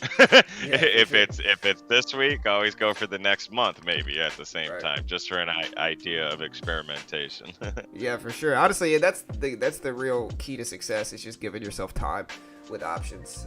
If the short-term options are usually the ones that are almost always going to expire worthless, you know, the risk reward might be good with short-term, because if they do go your direction, you're going to be raking in money. But yeah, it's still one of those things where it's like, anytime I trade options, my sweet spot, if I'm not day trading on option, my sweet spot when it comes to like buying it, like in options for swing trading, is like month-long options. Like, all the options I've ever played were month-long options for the most part. Like, I remember I bought an MGM month-long option after COVID tanked everything, and made some pretty good money on that. And so month-long options are kind of my sweet spot, where it's like, if they move up in the next week, I can still profit, take some profit off of them. But if not, we still got time to see if they continue. Yeah, definitely. Yeah, look at RCAT. RCAT still holding VWAP, Yeah, bounced directly off yeah. of 350. What did it come from? What was it? What was that takeoff point at the bottom down there? What was that price down there? 240. Yeah. Wow. Right at 240. Oh, it's only up to 3. Okay, I thought Yeah. that does some of these charts make it look like it went up to like 10. Well, no, it's big. I mean, this is a good move for early and pre-market. I mean, it's up from 240 to 360s, so it's up over $1 a share, which is over 30%. It's like 40%. So it's up pretty big. Right now, just in pre-market, it's up. It's up pretty nice. It's probably up like 60% right now. It's a pretty solid It'd be move. nice just to wake up 51%. to that. Go to bed Friday with like dreams. Wake up Monday morning with nightmares. Now expectations. I hope no nightmares for everybody. I thought you didn't buy options, John. You have in the past, but don't like getting into them. I mean, I buy them. It's just not something I commonly do. Again, I'm not claiming to be an expert in options, obviously. All I'm saying is that when I do play options, I'm a big believer in what Tony said, which is just give yourself room. Give yourself room. If it's too short term, the risks are very high. So that's the best advice I can give for options. But you guys know me, I'm not an expert. Is 3 to 12 months out for 20 to 40% realistic? I mean, it depends on what you're talking about, Ali. So like for options, probably, because options you're looking for ultimately larger percentage gains, because every option contract expires worthless or a lot of options contracts expire worthless, so you literally lose 100% of your investment. And so when you're making money with options, you want to shoot for larger percentage gains in them, because when you lose, you're going to lose, big percentages. And then also, Ali, I mean, if you're going that far out, reality is, man, you kind of believe in that company to a point. So, I mean, how much of a gain are you really seeking? If that thing moves about $5 and you're only $1 in the money, then I mean that's still a big value on your contract there, especially with that time lingering there. The time's the most important aspect. It gives the people the right but not the the right but not the obligation to exercise those contracts in between now and then. So it's just the time that's really available to the people to make that choice. Yeah, for sure. RCAT, what's PHCF? PHCF is gapping up a little bit. It doesn't look that great, to be honest, for me. Like, it looks okay, but it's not incredible looking or anything like that for me. This is some type of wealth and investment firm, but I don't see a catalyst actually here, so I'm assuming this is up just on sympathy. We got RCA. Yeah, RCAT is probably my favorite. We got somebody here asking about LSU. Yeah, and I also saw Two-Way mention that he's skeptical of RCAT. He said they recently uplisted from OTCBB, so Pink Sheets primarily funded its operation through offerings. No details on the NASA deal. I don't trust it. Yeah, for sure. Most of these penny stocks are just super sketchy. But yeah, so I see somebody else asking me about LSU. I think LSU had a very tough first game with UCLA. I think that the SEC having its primary location in Birmingham, Alabama, where Bama is located, the biggest rival we have, I think that they always give us a pretty tough schedule. They always give Bama, a pretty easy schedule. But I don't think it's a coincidence that the SEC is located in Birmingham, and Bama, the Birmingham-based school, it usually performs the best. I think they obviously give them preferential treatment. And I think LSU has a decent team this year. I don't think they're a bad team. I just think we had a really rough first game, a really hard first game when, we've been off all year with all this stuff going on. I think that playing a highly ranked team like UCLA for a first game was just a rough scheduling point. But anyways. Yeah, RCAT. Yeah. Yeah, one. And it's unfortunate. It's unfortunate. Dude, if I get this new position, it won't start till what is it, 2 or 3 p.m. Eastern time. So so I'm just thinking, I was like, I don't know, man. You guys are giving me too much time to trade if I get this different one. Yeah. Yeah, I feel you. I mean, I don't know. It's dangerous. Yeah.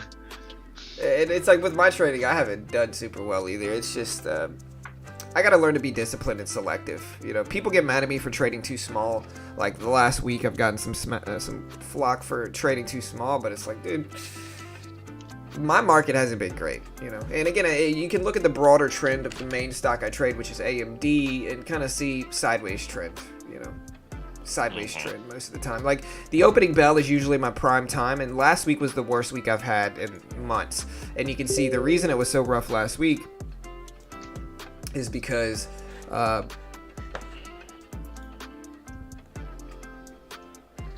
reason it's been so rough this week is because if you look at AMD in that first like 3 hours of every market day, you know, some days it's good, like favorable day, you know, favorable day for the most part. But the 2 days that I did the worst, Friday, terrible day, sideways trend, very neutral sideways, no respect of the VWAP. And so if we look at that, no respect of the VWAP, no respect of the VWAP here too. And so it's like if a majority of days we're opening up and we're not really maintaining in a specific direction over and under the VWAP, usually it's going to be a harder day for me to end green on, you know. Understood. I mean, some days they're just with us as well. Some other days they're not. I mean, Yeah. it's, you know, charts can go one way and then news can come in a different way. And then the reality is, like, I'm a very big component still of the volume train because the volume are going to make my moves, but catalysts sure. are beautiful. Yeah, I'm more of a technical trader. Catalysts don't mean too much for me. Like, I'll look at catalysts and that's fine. You know, like whatever catalyst they have is cool, you know, but like more so I'm just looking at, I'm like you, I'm looking at volume. Like volume is what's ultimately going to help me make my decision and whether I trade it or not. Like the catalyst is just kind of like an influential thing to add to it, to kind of my thesis on what's going to happen. Like, okay, well, I like the move and it had a good catalyst, but I'm not going to, like most of my moves are purely technical and I'm scalping. So like regardless of anything else, like as a scalper myself, right? The catalyst doesn't mean much, you know. Even, you know, like I know Two-Way is a short trader, so he's focusing a lot on options. But for me as a scalper, you know, even with offerings don't mean that much for me as a scalper either. You know, like because if I'm holding a position for 30 seconds, what the overall like way the company makes money is insignificant. You know, offering doesn't mean much unless I get really unlucky and get stuck in them. Offering doesn't mean too much. Now for Two, as a shorter, I get why he watches them because he's shorting them, and so of course you're gonna watch. You know, when a company has bad health, you know, you're gonna pay attention to it. But for a scalper like me, I'm just in and out so quick that I haven't found that to really influence my decision making much with my trading. You know, and I've had pretty good results. Like I've had pretty solid results over the last like 3 or 4 months. I've ended green every month without fail. You know, on average, I'm making about $800 to $1,200 a month on my $30,000 account, which is a decent percentage gain. So like we're doing well. The only difference in my trading the last few months is really I've been trading larger cap stocks anyway. You know. I forgot who said it. I think it might have been Martin, but I remember they said $200 a day is $50,000 a year, and I was like, keeps the job like away. Yeah, Yeah. you know. The common saying is $100 a day keeps the real job away, you know. But I need at least $200 a day. God bless you. Yeah, I need at least 200, bro. I need at least 200. You know. Yeah, the Saints looked good yesterday. Not to go back to baseball, but yeah, they're like the Pats. You know, it's time for them to get their, you know, I mean, in the end, you got to give Bama's credit to Nick Saban. You know, best college football coach ever. And Hey, as much all as I'm saying, sorry, Go man, ahead. all I'm saying is let's go Brownies, okay? yeah, I mean, Brownie's looking good, man. Baker over there, he's doing things. You know, I like. Yo, I didn't see how they did yesterday. I was watching Red Zone, but I fell asleep. 26-6. I was They like, won? Yeah, Baker's doing good, man. 26-6. Yeah, Baker's doing solid. I remember I thought he would do well in the pros. I think most. Go ahead. Go ahead. No, I was just gonna say, you know, Baker Mayfield. I work for Progressive Insurance, and he's actually one of our spokespersons. So the one day, right, we're like, they're like, it was like 2 years ago, before COVID and everything. They're like, we're having an event So we go outside. Dude, they got these limo buses, right? Not like normal buses, like, those fancy limo party buses and everything. So they got like 20 of them for us, right? So they take us over to our other lot where they got this giant tent. Baker Mayfield comes out, dude. It was just a big party and like just a hype fest and everything, and where they were all throwing stuff out and everything. It was crazy because I was just like, who is this guy? Yeah, for sure. But like I said, once we met him, it was like a big event. Once we finally figured it out, it was like a surprise to all of us. And I was like, is he a nice guy? Oh, dude, he's cool. Yeah, his Yeah, wife's that's cool. his wife's beautiful. Let's be respectful. Yeah, of But course. yeah, definitely. But yeah, like I said, it was a great event, and honestly, it's cool that he's with us still. I mean, he makes funny commercials more because it's just like it's like the Brown Stadium is his house, and that's what he's just walking around switching out stuff, and it's just goofy commercials. But that's what we are for our commercials. So Yeah, I mean, it's insurance commercials. It's got to be a little sleazy, it's kind of how it is, you gotta love insurance companies, man.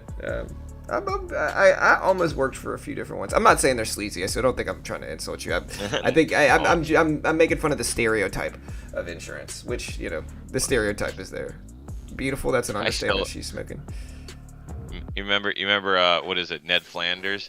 Oh, dude, watch out for that step. It's a doozy. What is that from, man? What is that from?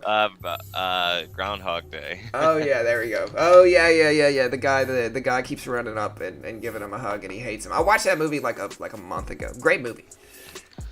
And then he eventually just starts like punching him and stuff. Yeah, RCAT might be a spot. 9 EMA and VWAP converging there. I don't know, man.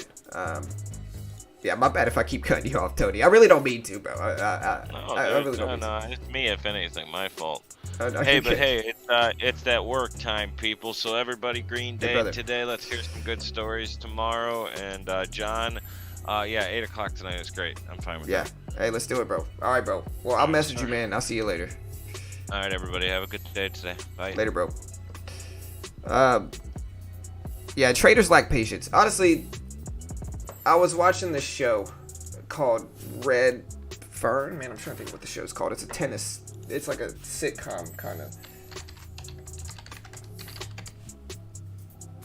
What is the show called, man? It was called Red.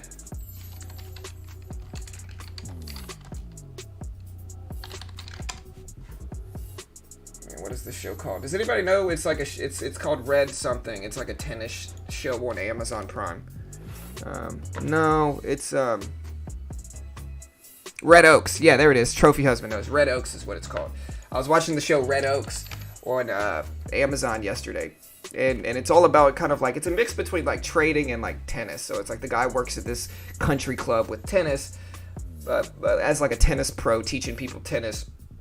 And he's like a kid right out of high school. He's like 20 years old, and like he starts to be like he starts to get like a mentor in this older like trading hedge fund guy, and even on the show, the hedge fund guy is like, yeah, well, the name of the game is patience, and so it's all about staying patient and disciplined. The number one skill you can have in trading is just being patient,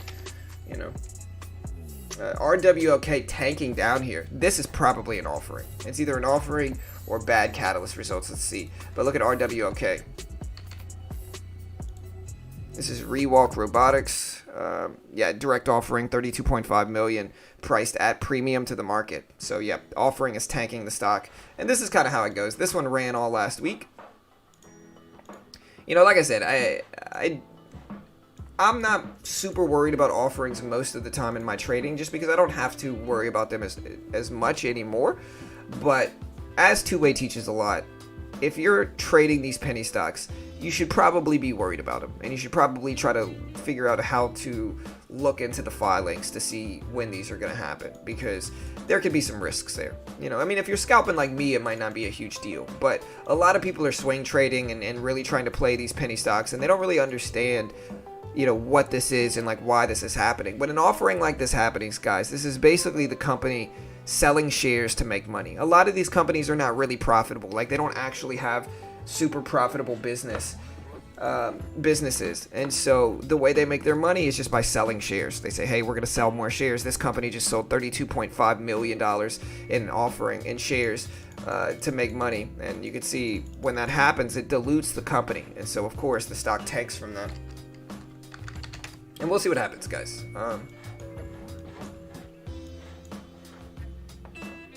At the 8 a.m. scrum too, yeah, so here it goes.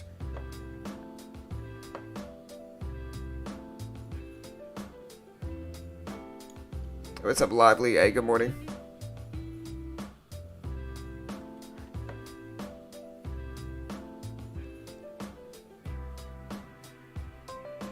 Yeah, there's not many tax advantages to day trading at all, you know?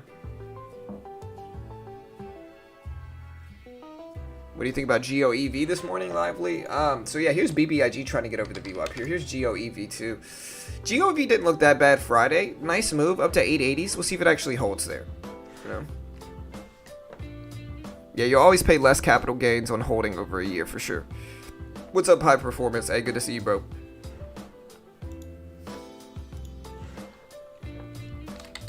Yeah, with trading, I think it's just a tough market, man. I think there's so much misdirection in trading. There's a lot of people, and in the end, I think that day trading, I think day trading has a predatory culture where it's like people just prey on other people with a lot of different things, selling courses, selling services.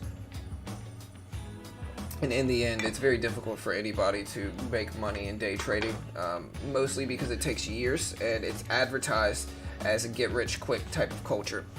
To where it's like, if you look at day trading, it's advertised as like, hey, let's get rich quick. Look at my mansion. Look at my fancy car. Look at how much money I make.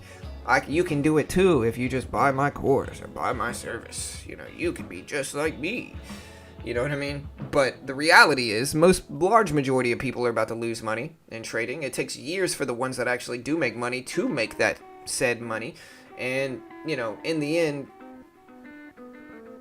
it's just, you can mostly learn for free, I think. You know, I don't think you necessarily need a course. I mean, I did. You know, I didn't take anybody else's course per se. I didn't spend a huge sum of money on a course. But you can. I mean, there's some good courses. But there's a lot of predatory ones, you know. Hey, what's up, Fishing? It's my greatest weakness so far, but I'm getting better every time I sit in front of the charts. Yeah, for sure. And it just takes conditioning. It just takes time. So here's PALT. Hey, let me put the music back up now that Tony rolled out. Let me see.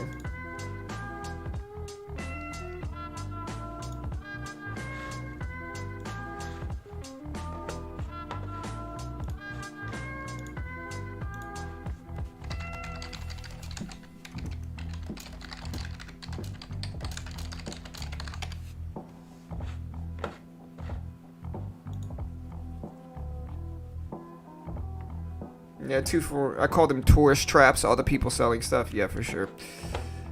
The problem is that a lot of people get into trading with the sole intention of selling a course or a service, right? So a lot of people get into trading and it entices them to get involved because they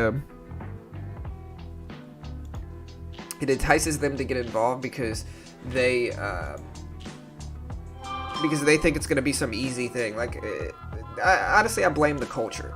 It's like, this will change your life, you know, oh, you're gonna make so much money. Like, it's just nonsense, man. Like, just be honest with people and tell them the truth. Like, I don't mind people selling courses, just be honest with people about it. Like, tell them, look, you're probably gonna lose money for years doing this, you know, but if you stick with it and you stay disciplined and selective and you trade small and you do everything right, then you could potentially make money. You know, but you'll probably lose money. And just be honest with people. You know, don't act like if you buy somebody's course that you're just all of a sudden going to be profitable, because 99% of times that's not true. You know, and they might market it like that, but like everybody knows, that's not really how it goes. You know. All right, so we got BBIG trying to get back over 740s. Let's see if it holds.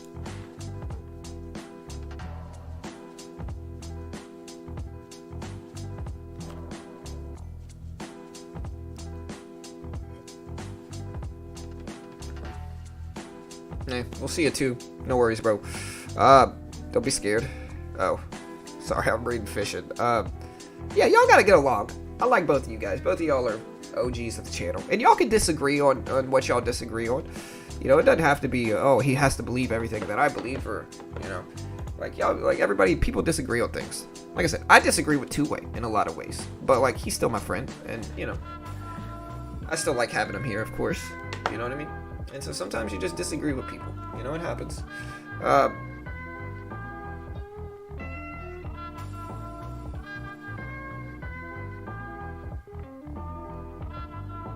Yeah.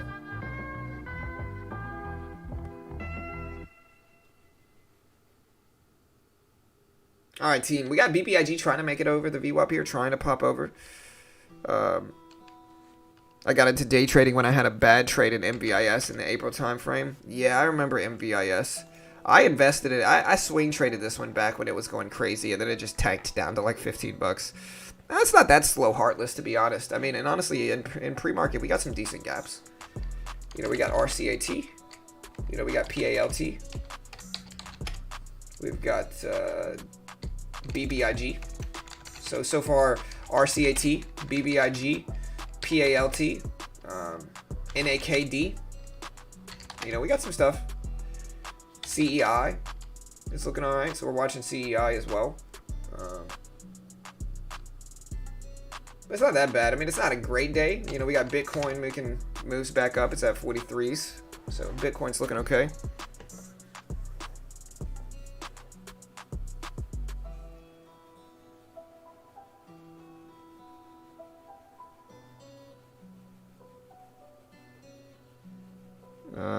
Oh, please hold. BBIG picked up 650 calls end of the week. Let's go. Hey, good luck, Kelly.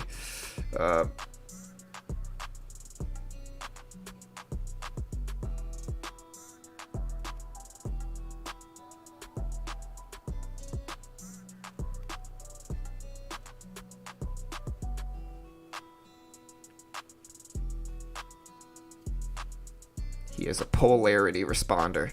Whatever I say or you say, he usually takes the opposite side. Yeah, I've noticed that. With our ability to collect information on anything on the fly, new traders are either becoming overly confident or taking that information, compiling that into a course and selling that. Yeah, for sure. When people get that get rich mentality, they will pay for those courses out of desperation. Exactly. Like, that's exactly what it is that they're so desperate to not be in their current situation that it kind of blinds them in terms of, like, they have kind of like the equivalent of beer goggles in trading. You know, they have guru goggles. Even though, like, everything that they're seeing, they understand the red flags that are involved with it, that they just can't help it because they're so desperate to get out of their current situation that they just kind of blindly go into obvious red flag things that end up hurting them and just wasting money, you know.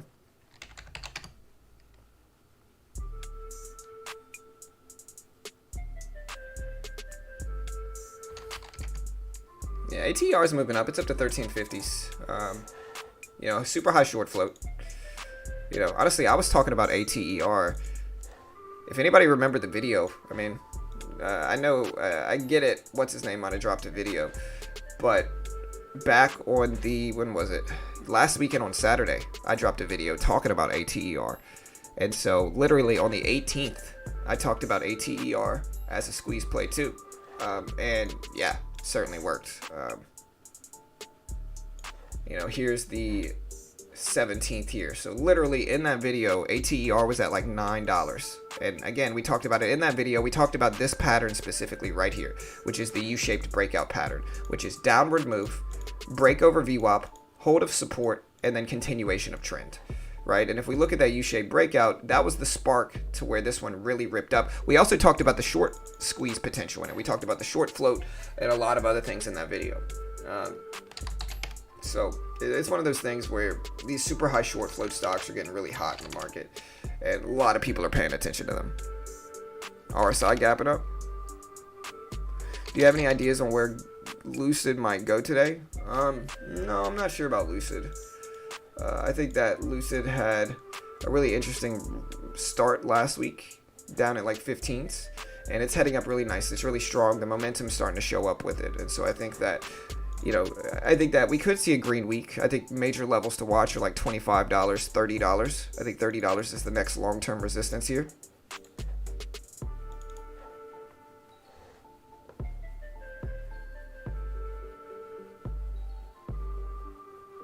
Yeah, no worries, Specula. Hey, good morning, bro. And again, here's AMC. We're looking at AMC. AMC's up to over 40 still. Break it under. Oh, no, it's not. AMC is not over 40 anymore, so AMC's down to 39.80s. Do you think it's going to hold? What do you guys think is going to happen with this?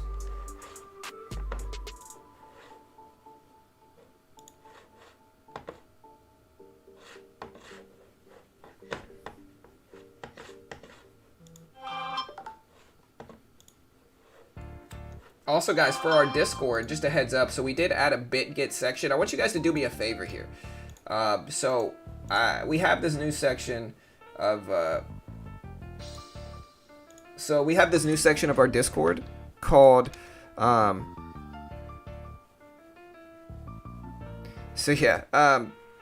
nice pawn. But yeah, so I want you guys to join our Discord and let us know who your favorite copy traders are. So we built a copy trading section of our Discord. So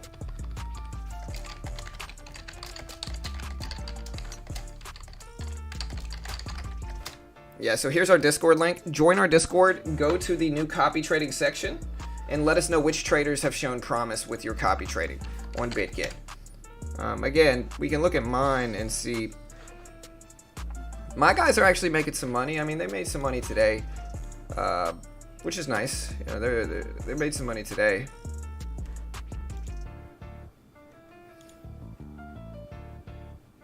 But these are my traders so far.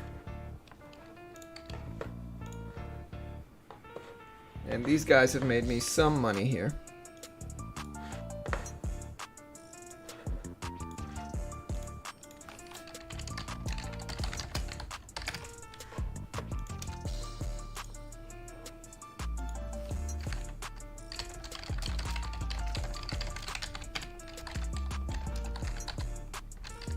Dude, I can never spell guarantee, bro. It's literally my kryptonite.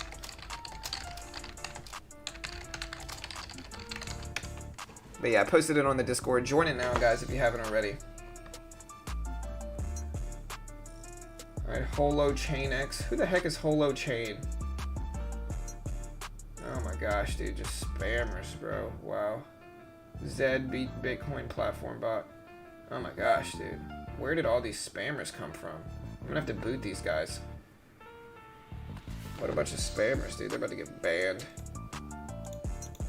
Alright, give me a second, guys. This is gonna take like an hour.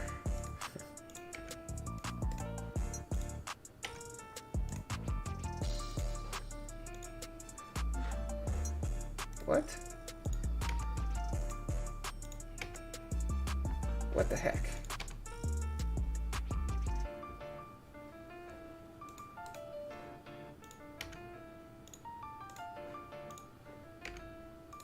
I wish Discord let me group ban stuff. What the freak, man?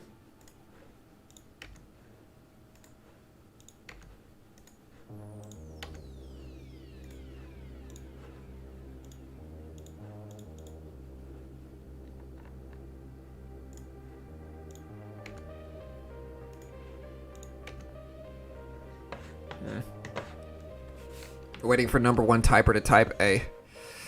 We'll see. AEHR and GOV are holding their gains. Yeah, I know AEHR was the big move last week. It is holding its gains, and so it's super interesting to me as well. And so we'll see if it actually holds. Yeah, these are DM spammers, AI in my Discord. I see you guys. I see you guys join. So we got a few people join. We got Tobago, Eovo, Yasin, and I did post my my copy trader results in Bangarang. Hey, what's up, Richard? Hey, good morning, bro. Yeah, for sure, Jim. Yeah, GOEV, AEHR holding its gains. GOEV holding for the most part as well. I mean, I'm looking at like 875 right here. I want to see it hold this 875 level right there. If it can hold 875 and then make a test of 9, then it's looking interesting. Hey, what's up, Emmanuel? Hey, yes, sir. ATER is popping up. Yeah, I saw ATR running up this morning too. So ATR is at 1350s now. So making moves for sure. Looking good.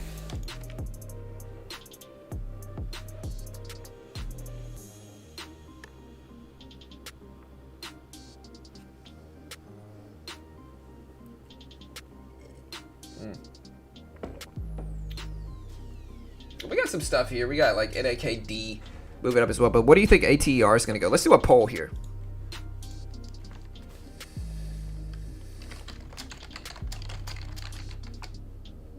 The first poll we're going to ask is, do you think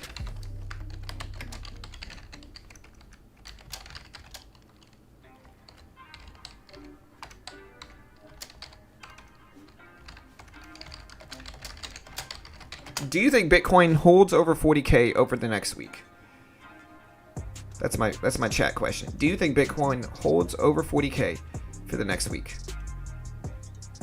Let us know. Vote now, guys. Vote now. We just got the poll out. Vote now. People saying yes. Any thoughts on Riot? What's up, Giovanni? Yeah, RCAT. After this one, we're going to do a poll. So hurry up and vote on this one, guys, because after this one, we're going to do a poll on what your favorite penny stock is today. And you could let us know.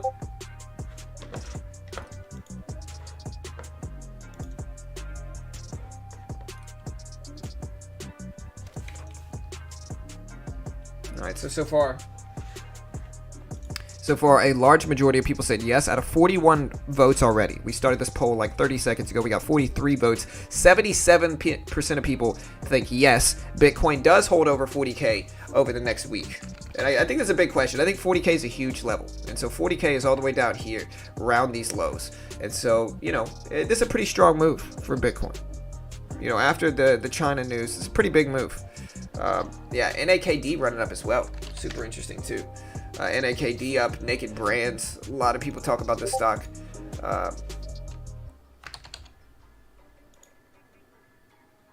You know, nobody ever listens to me. I have my sister-in-law. Y'all might remember her. Her name is Markel. And cool.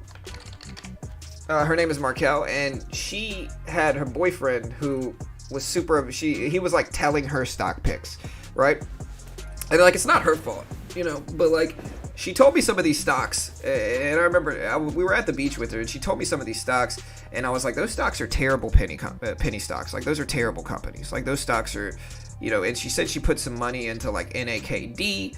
It was like a few different ones, and I was like, those are terrible. Those are terrible companies.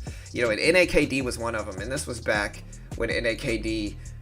This was back in like June and July, back when NAKD was at like $1.50, $2 a share, if I remember correctly. It was back here, you know, where she got in. And I tried to tell her, I was like, look, there's a lot of people, like her boyfriend at the time apparently was telling her that they were like super strong. And it's like, dude, some of these companies are just terrible. Like if you read some of the catalysts, you'll think that these are like curing cancer. But they're not. A lot of these penny stocks are just garbage, terrible companies that get artificially pumped up, and you get bag holders, like people that are just holding these companies like long term because they got stuck in them a long time ago. They're over here giving people advice. Not my sister-in-law, you know, but I think her boyfriend at the time gave her some bad advice, is what I'm trying to say. I went NAKD, and there was a lot of stocks like this, guys. So just be careful. You should never bag hold any penny stock. The reason for that is because some of these are just never going to come back. So like bag holding might work if you're trading Apple or Facebook or something like that. Holding stocks like this over the long haul are usually just going to lose you a bunch of money. Yeah, he was on YouTube looking up stock picks. Yeah, that's basically it.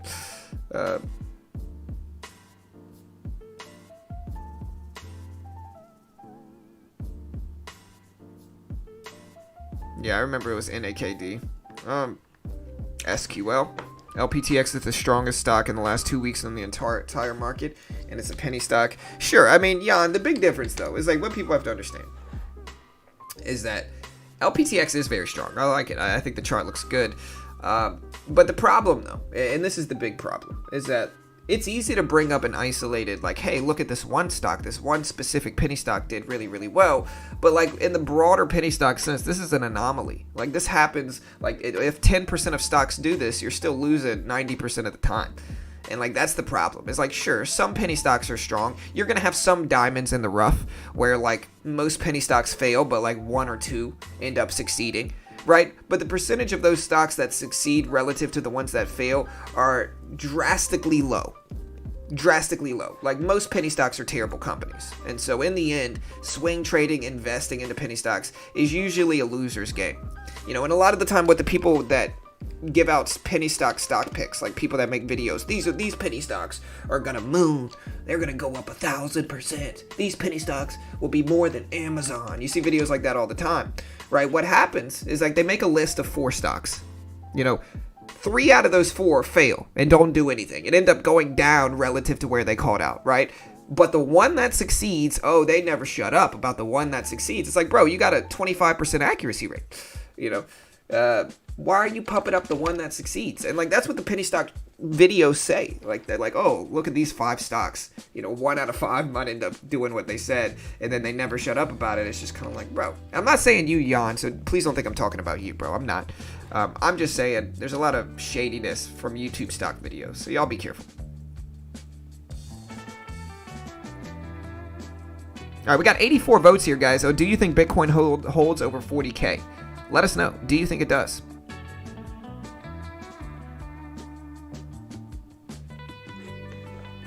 CBDL? That's terrible penny stock, man.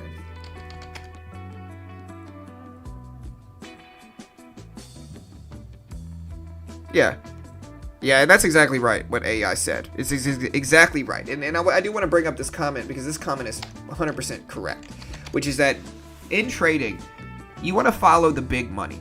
Big money is not investing into penny stocks. Like, that's for people that don't have that much money, to be honest. Like, people that don't have money are the ones investing in penny stocks because they don't have the money to invest in blue chip healthy companies. And so what do? They invest in penny stocks and on average, penny stocks perform way worse. But exactly what AI said. Why would a rich man risk his money where people without money are versus him investing where other rich people are that have lower risks in blue chip stocks? Exactly. GTE bag hold? Yeah, I mean, GTE's not too bad. I remember when this one ran too. So yeah, I think there's some people bag holding this one too.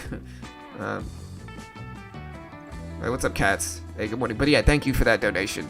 High performance. I appreciate you, brother. Thank you, man. Thank you, sir. And listen, I'm not trying to hate. Don't think I'm trying to hate. Like, a lot of times people in trading, they get really weird and like they get like clicked up in trading where it's like if they trade penny stocks, anybody that doesn't like trading penny stocks, they just hate them.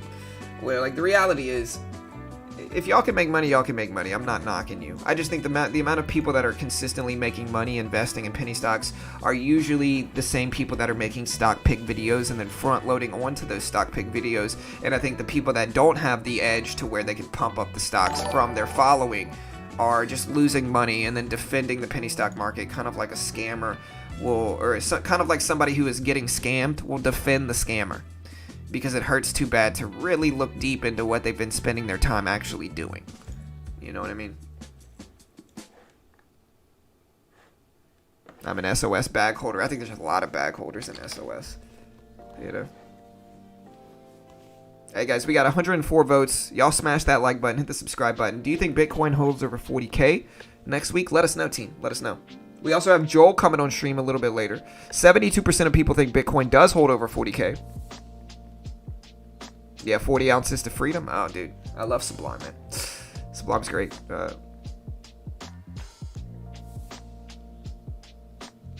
Yeah, sure. But like I said, Jan, that's an anomaly, brother. Like, that's an anomaly, man. Like, a large majority of people that trade penny stocks are just losing money, And I think objectively speaking, and people probably know that's the truth. Now, again, I'm not saying that it's... y'all do whatever y'all want. To me, it doesn't matter. This is my own subjective opinion. And, maybe I'm wrong. I could be wrong. But I think if you're looking at the broader picture, big money's not trading penny stocks. Big money's not investing into penny stocks unless they have insider info. And I think that big money understands, like, penny stocks are just way more random, way less consistent, way more difficult to trade. And so big money doesn't put their money into penny stocks because they understand that risk.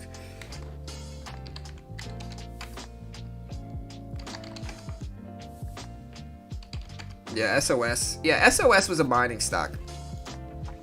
And it's weird, man. Like, I had some people get super mad. Like, I tried to save somebody back at the time.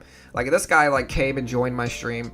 But back when SOS had these bad results, right? Like, SOS had one of those hedge funds come out with an article basically saying that they were fraudulent, right? When that article dropped, it absolutely tanked SOS back here. And when I was covering that news about that company that touched on SOS that thought that they were fraudulent, I was covering that story.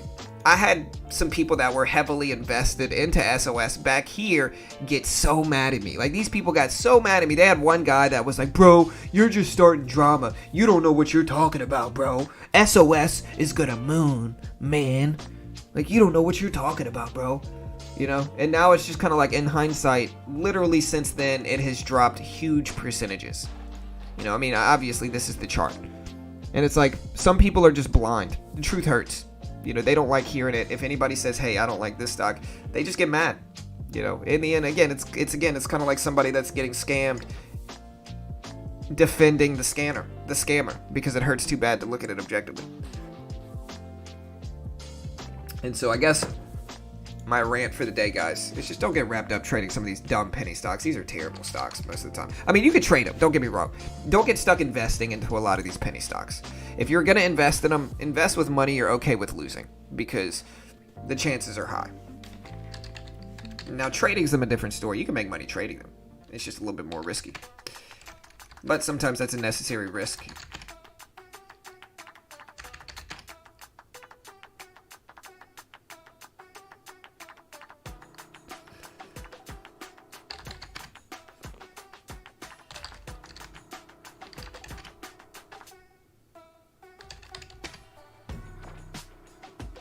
Yeah, for sure.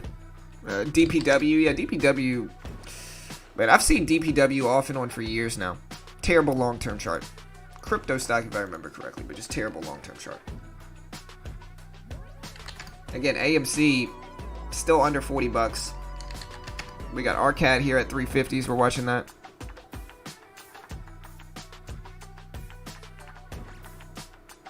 I got called on the UPC.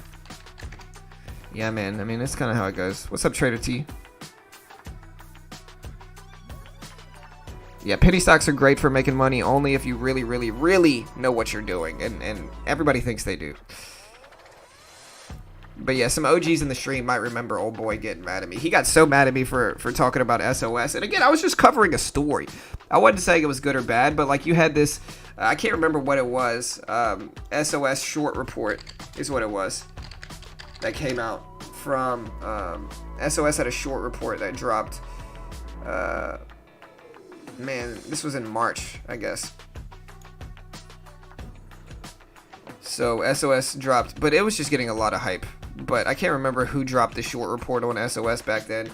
But yeah, I just covered it. Basically, the report said that SOS lied about their location. And that, you know, there was just a lot of drama with SOS, and they lied about their location, and it was Hindenburg short report, and they were speculating that SOS was basically a fraudulent company that was made up. It was basically just a company that was made up solely for public. They had a lot of bots going around promoting them, and you got a lot of people that got wrapped up in it. You know, again, even if you ask the person back then who was attacking me for just covering a news story on SOS, I bet you even if you ask that person now who was right, me or them, they're still going to say they were, that they just got unlucky, or that, you know, this move wasn't because SOS is a bad company, that it was something else, you know. A lot of times people are really delusional in that sense, but, you know, it's one of the reasons I'm super highly skeptical into these penny stocks to begin with. Hey, thank you, JM. Y'all be like him. Hit the subscribe button, guys. You know you want to. Try it now.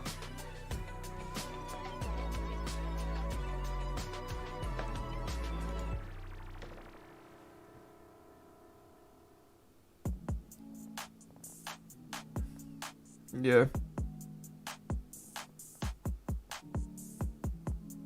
Make $8 does not support cup. Hey. Dude, $8 was definitely support. Look at this. This is how you know $8 was support for BBIG. Because look at exactly where it rejects here. Look at that. Support is also resistance. And look at this. Down to the very cent of $8. Oh, we're making that cup, bro. That cup is coming soon. Hey, thank you, Tristan, my man. Thank you, Tristan. Shout out to my man, Tristan, for becoming a sponsor. I appreciate you, sir. Thank you, sir. Y'all can be like Tristan. I mean, to be honest, you don't get any exclusive content because everything we do here is completely free. But you get these coveted emojis. There's John. There's Carol. You know, you get your own coveted emojis. Look at this, man. Best looking stock trader YouTube in the world right now, for sure. You know, at least top 2.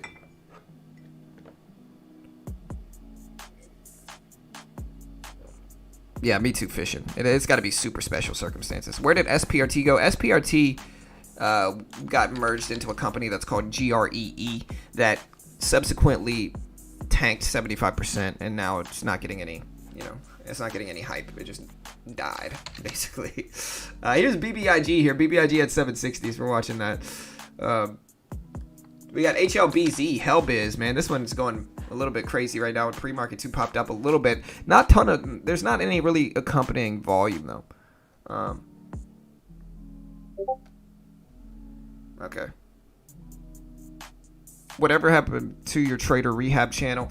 I think Two-Way and I just got busy doing our own thing, and so we didn't really have time to finish it, and so I didn't want to leave like a half-done podcast up there, and so we just privated it for now. Maybe in the future we'll work on it again, but for now we're just keeping it private, and we'll add to the library and figure out how we want to do that, but for now it's just privated.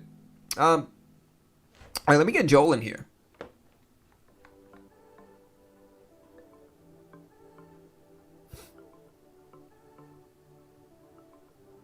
Yeah, but look at this BBIG $8 support level.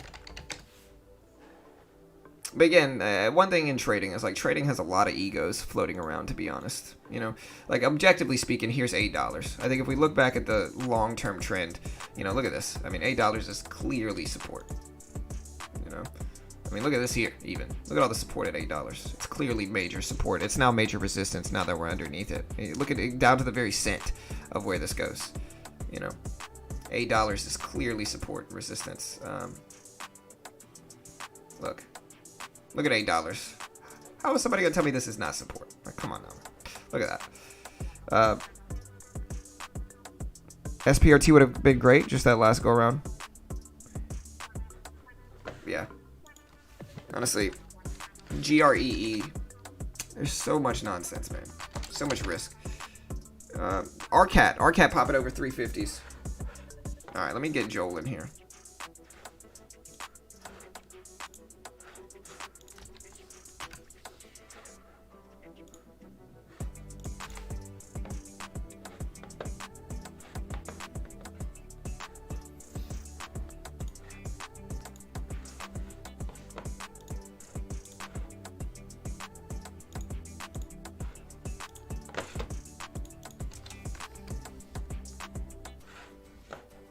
Oh, wait,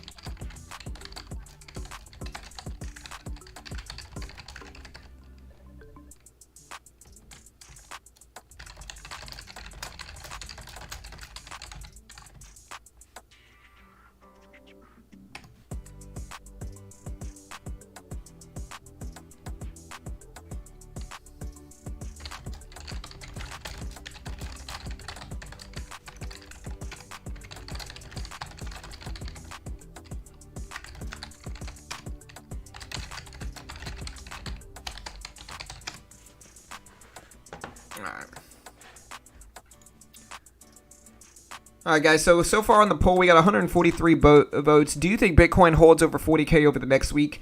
Let us know, guys. Let us know. 69% of people said yes. 31% of people said no. AMD today? I'm not sure. I hope AMD's volatile. We got RCAT. That's probably my favorite.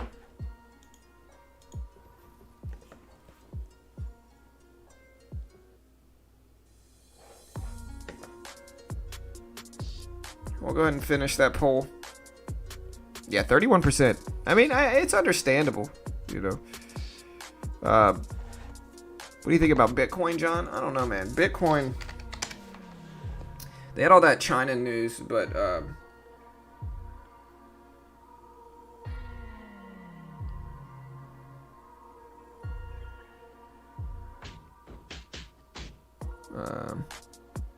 hey, nice, Kelly. All right, guys. So yeah, here's AMC breaking down. We got BBIG on the move here, and then we also have ATER. Both of these are over the VWAP. Here's BBIG, and it looks solid. It's at 758. Let me get Joel in here. Hey, what's up, Joel? Let me make sure the audio is sitting right. There we go. We should be good, I think. The audio should be clear.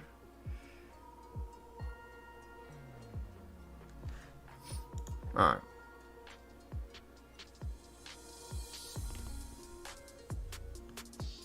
BNGO, nice move. Yeah, I see BBIG stacking up this morning. BNGO is okay of a move.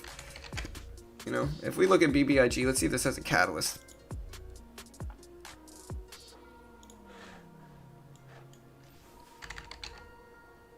Alright, so this is Vinco Ventures. I don't see any reason this is up this morning, though. You know, a lot of people are saying that this is the next short squeeze and that this is a short squeeze play. If we look at the Ortex data for this here, you know, if we're looking at Ortex data, I'm pretty sure that BBIG has a pretty high short float still. So looking at the short float for BBIG, it's over VWAP, it's over 750s. I do have half the mind to buy this thing. Again, I'm not saying you should. I have no idea. But I do have half the mind to buy this thing. Trying to look up short information for BBIG here. Let me pull this up. There it is. Alright, so BBIG, 28.3% estimated short percentage of free float. So short float is almost 30%. Okay. Alright, cool. Alright, Joel. You're in. Hey, yeah, that's right. Y'all hit that like button, guys. Everybody's doing it. Just try it one time. Alright, you're in. Test. There you are. Yeah, we can hear you. What's up, dude? Oh, okay. It's weird what applications work with your mute button and what applications don't work with your mute button. Yeah, for It's sure. the weirdest thing. Yeah, man. Yeah, bro. I might have to hold you down. I gotta finish. We're dropping a video today, guys, and so I'm almost finishing editing it. But I might have to have Joel hold it down while I kind of edit some on stream. But yeah, man. I would do StreamYard, bro, but you know, a lot of people didn't like StreamYard because the screen was too small, and so we're trying to do the green screen again. And I like doing the green screen. It's certainly a little bit more work, but you know, I think it's more engaged. There's more engagement for sure when we do it the green screen way. And look at SEEL, guys. Look at SEEL. It's popping up. SEEL. So John said it. Or go ahead. No, you go ahead. Oh, I was gonna say is that John says I think it's circulating a rumor that BBIG has a 260% short interest, but it's not confirmed. Yeah, that seems a little crazy. You know, if it had 260% short float, then it would be any slight move up would just be a parabolic squeeze. You know, GameStop only had 120% short float, and so over 100% more of a short float would just be a ridiculously huge short squeeze. So I seriously doubt that, John, to be honest. Well, if it did, wouldn't that information show up on Ortex? Probably. You know, right now I'm showing 30%, 28.5% is what I'm showing in regards to the short float for BBIG. And so, certainly not. I think there's this culture nowadays where people are so desperate to influence positions that they're holding that they're just putting out ridiculous things. You know, they're putting out ridiculous things. You know, they're putting out AMC's gonna squeeze to 1,000. You know, freaking BBIG's got 100. You know, got 260% short float, stuff like that. You know what I mean? For sure. And I think that, you know, I think Wall Street Bets, as much good as they've done for the trading niche and all these different things, I also think that Wall Street Bets has also fueled a lot of that sort of speculation and sort of that not just the speculation, but sort of that culture to push that Right. type of narrative. Yeah, but the And, the problem is that they got a bunch of traders that are running around that don't understand fundamentals, right? So you got a bunch of traders that are running around that don't understand why going to a chat room and trying to influence a stock that's got 500 million in the float doesn't make any sense. So you got a bunch of people running around that don't understand fundamentals in trading whatsoever. And so they think that you can just pump up every stock or any stock, and that's not the case. You need a very specific condition to pump up a stock, guys. It needs to be very specific. And that those specific conditions are high short float and low regular float. You know, without those two things, you are not going to be able to really influence a stock at all. You know, because if it doesn't have a small float, it's just a drop in the bucket. They don't care what you're doing. You know, even if everybody, absolutely. like even if everybody in here bought AMC at once, we wouldn't influence AMC in any significant way. Same thing with a lot of these stocks. Like I see people in here trying to pump up Apple and AMD, you know, and it's just kind of like, bro, y'all go home, dude. Like y'all go do y'all's homework, bro. Like seriously, you know. Hey, what's up, Wonton Cookie? What do you mean by Joel Mutiny? I was just curious. But yeah. I was like, Joel Mutiny? Yeah. What- Hey. what- If you want to do me a favor, though, I'm going to mute myself and just kind of get the last little bits of this video done. If you want to just kind of hold the stream down. Yeah, for sure. Definitely. So, all right, guys. I am jumping in a little bit late for being me on Pacific time. I'm over here at like 5:45 in the morning and calling myself late to the party. But that's just how it goes here on the West Coast. I know there's quite a few people in the chat who can understand that perspective. But some of the stuff that I'm watching, like John mentioned, RCAT. I'm looking this here. Just starting to hit right around the VWAP area. This is starting to look a little bit interesting to me at this level if it holds this VWAP. But I also want to take a look at what is going on in the crypto world today. Looks like we just had Bitcoin's drop for the day. So I'll be looking for that to bounce. We're sitting right around the 43.5 mark on Bitcoin right now, and I'd like to see it, like, even if it drops down to about 42, 41, I think that we'll still see this one rebound. Let's see what else we got moving in the crypto world. Ethereum's up, Ripple's up, but a couple other things are down. Let me jump over here to CoinMarketCap and see what we got going on as well. One of the reasons why I like to cover crypto at this time of the day is just because this is, you know, when crypto starts moving a lot. You know, crypto starts moving for me over here on the West Coast around 2 o'clock, 3 o'clock in the morning. We start seeing a big move in crypto. And so it's really a great time to play those crypto trades between now and up until sort of the market open. It really does tend to get a lot of volume and volatility at this time, which is, you know, volatility is good for trades. Right. So, Yeah, for sure, man. I was talking about it earlier, bro, about how you know, in the video we're dropping after the stream, you talked about how a lot of the time crypto bounces on Mondays on average. They bounce early Monday morning, and that's exactly, you know, that's precisely what we got today, which is, you know, a bounce. We did get a bounce. So, you know, you're certainly correct there. And, you know, yeah.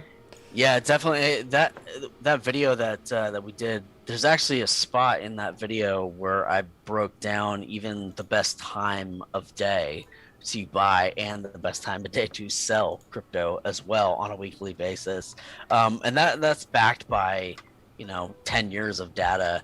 And you can look that same data up. You might come to a, you know, mildly different conclusion, but ultimately those conclusions are going to be pretty similar. You know, and I'm just looking at 10 years of data on Bitcoin and 10 years of data on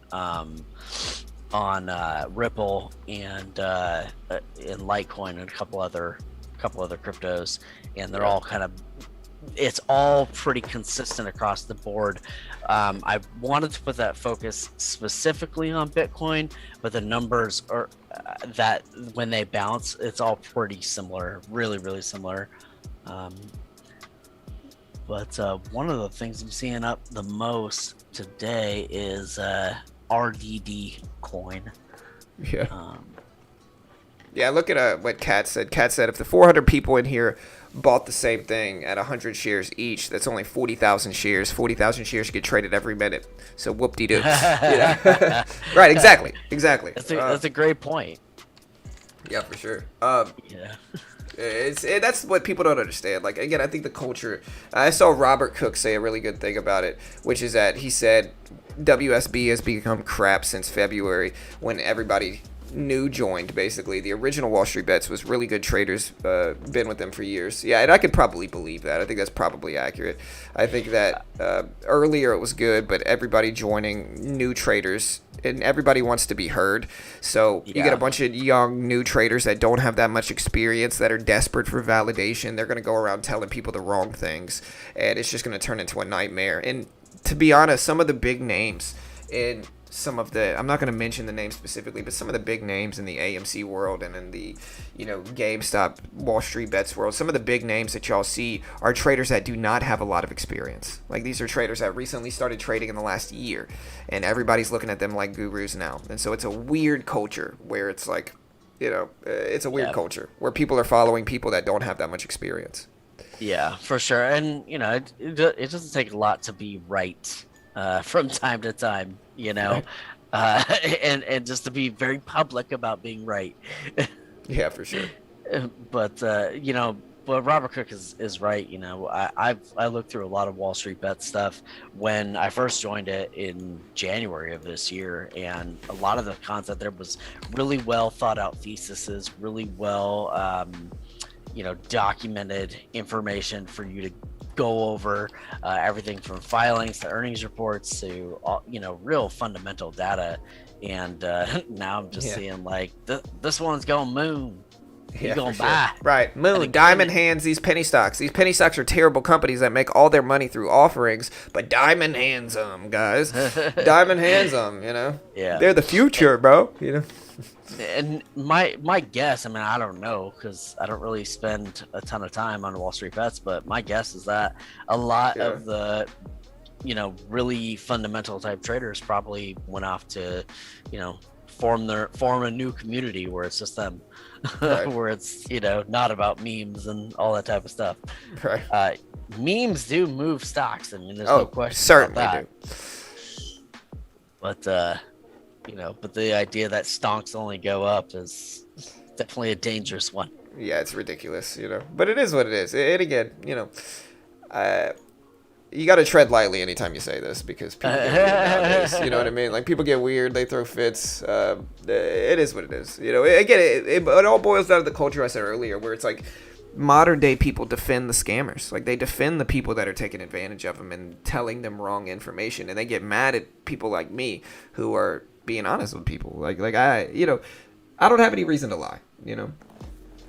But it's like it's part of that culture nowadays where it's like, I gotta preface everything with like, hey, look, I'm not hating, I'm just being honest.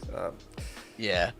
No, I'm always reminded of Rick and Morty, where Rick says to Morty, I'll never understand why you young people decide to die on what hills you decide to die on. Right, for sure.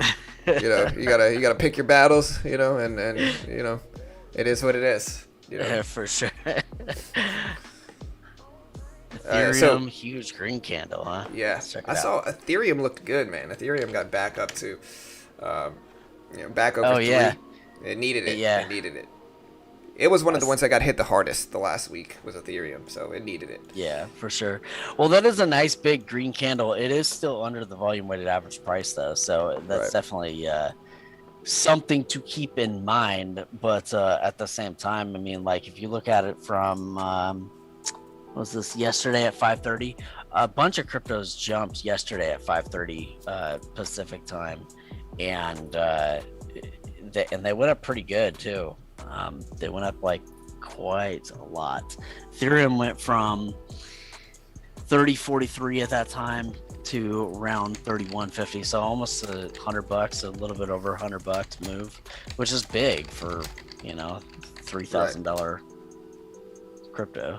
Right, for sure. Yeah, it was, and it's good to see it back. Do you think the Cardano conference had anything to do with that? Like, people are, I know, like we're going to talk about in the video, we're dropping some of the news with Cardano, but do you think that, I saw Cardano dropped, didn't it? Let me check it out.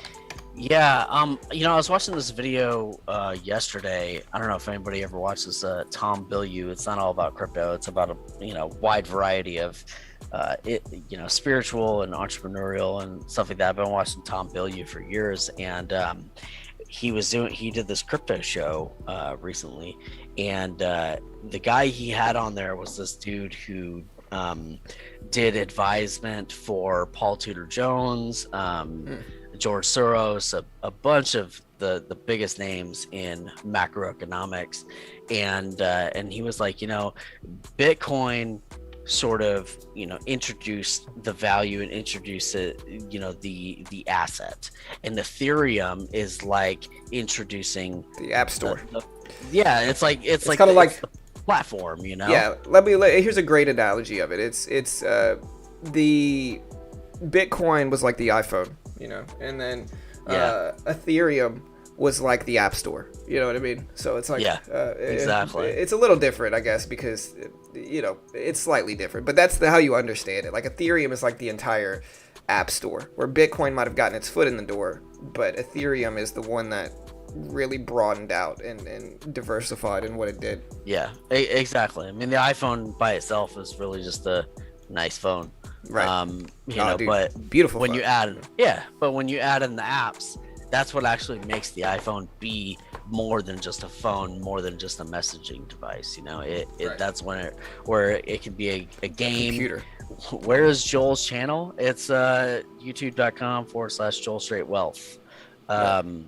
So that it's under development. There's no content there. I had that channel a long time ago, but y'all can go there and check it out. There is content coming out for it, but it's all in development now. So y'all go check it out. But yeah, so I see somebody. We got some content coming from Joel's channel too. We got a great video from Joel on crypto that him and I did on some of the biggest things to talk about in the market that we're going to be dropping after today's show. So we'll talk about it a little bit more later. But yeah, y'all stick around. We got some good content coming. Yeah, I really think that, like, if you're looking at the crypto market, like, I think it's easy to look at it and get FOMO as is right Super now. easy. And the reality is that I think that the crypto market is still in its infancy. And when I look at it, we see maybe 150 to 200 million users right now in the crypto market. And over the next 5 to 10 years, I truly believe that's going to go to 1 billion users or more. Like, getting into crypto right now is kind of like getting into Facebook in like 2010. Right. Where it still grew a huge amount. It might have already been established, but it still has huge upside potential, Exactly. And so, I just think that if you're still on the fence about it, I believe personally that cryptocurrency is the biggest opportunity that is available to our generation right now, and probably the biggest opportunity for our generation that will exist within our lifetime. And if you look at cryptocurrency, it is the fastest adoption rate of any technology ever in the history of humankind. The internet grew at an average of 63% adoption rate annually. Cryptocurrency is growing at 113% adoption rate annually, and there's just nothing out there that's ever existed that has been adopted this quickly. Cryptocurrency is up 2 million% since its inception. You know, Yeah, the crazy big. It's huge percentages, like larger percentages than anything in the stock market, and that's what people don't understand. Like everybody's all up in arms about AMC. Wow, look at AMC make these huge 1,000% moves. Like a cryptocurrency does that every day, or every week. You Yeah. know what I mean? You get at least one crazy move in the crypto world every week, and so it's like, again. I used to be a crypto hater. I used to be super skeptical. I used to just not want to get involved. Once I really started investing in crypto is really when the tide changed. Like once I started putting money up and making money from it, and as a brand new investor, like I got in Cardano super early because Mo mentioned it. I got into a lot of different things, and they all made me money. I was up like 300% in 3 or 4 months. And so it's like there's potential if you can stay on top of these technologies and really learn which ones are going to be big and research and do your due diligence. There's ridiculously huge potential in the crypto market in a lot of different facets of opportunity too, whether it's short-term, long-term trading. You can do it all in the crypto market, and in some ways the emotional moves are more pronounced. You can see them easier because it's a newer market. Yeah, absolutely. One of the things you mentioned there is something really important for you guys to keep in mind is to do due diligence. My recommendation, I've been in crypto now for 8 years. My recommendation is to stay away from this is not investment advice to be completely don't sue us. Don't sue us. But me personally, I'm not going to jump into meme coins or things that are getting pumped in any sort of chat or forum of any kind, and that is because I've seen literally hundreds, possibly even thousands of coins that have gone up to the moon and then crashed down and never came back, and often were delisted and just you never heard from them again.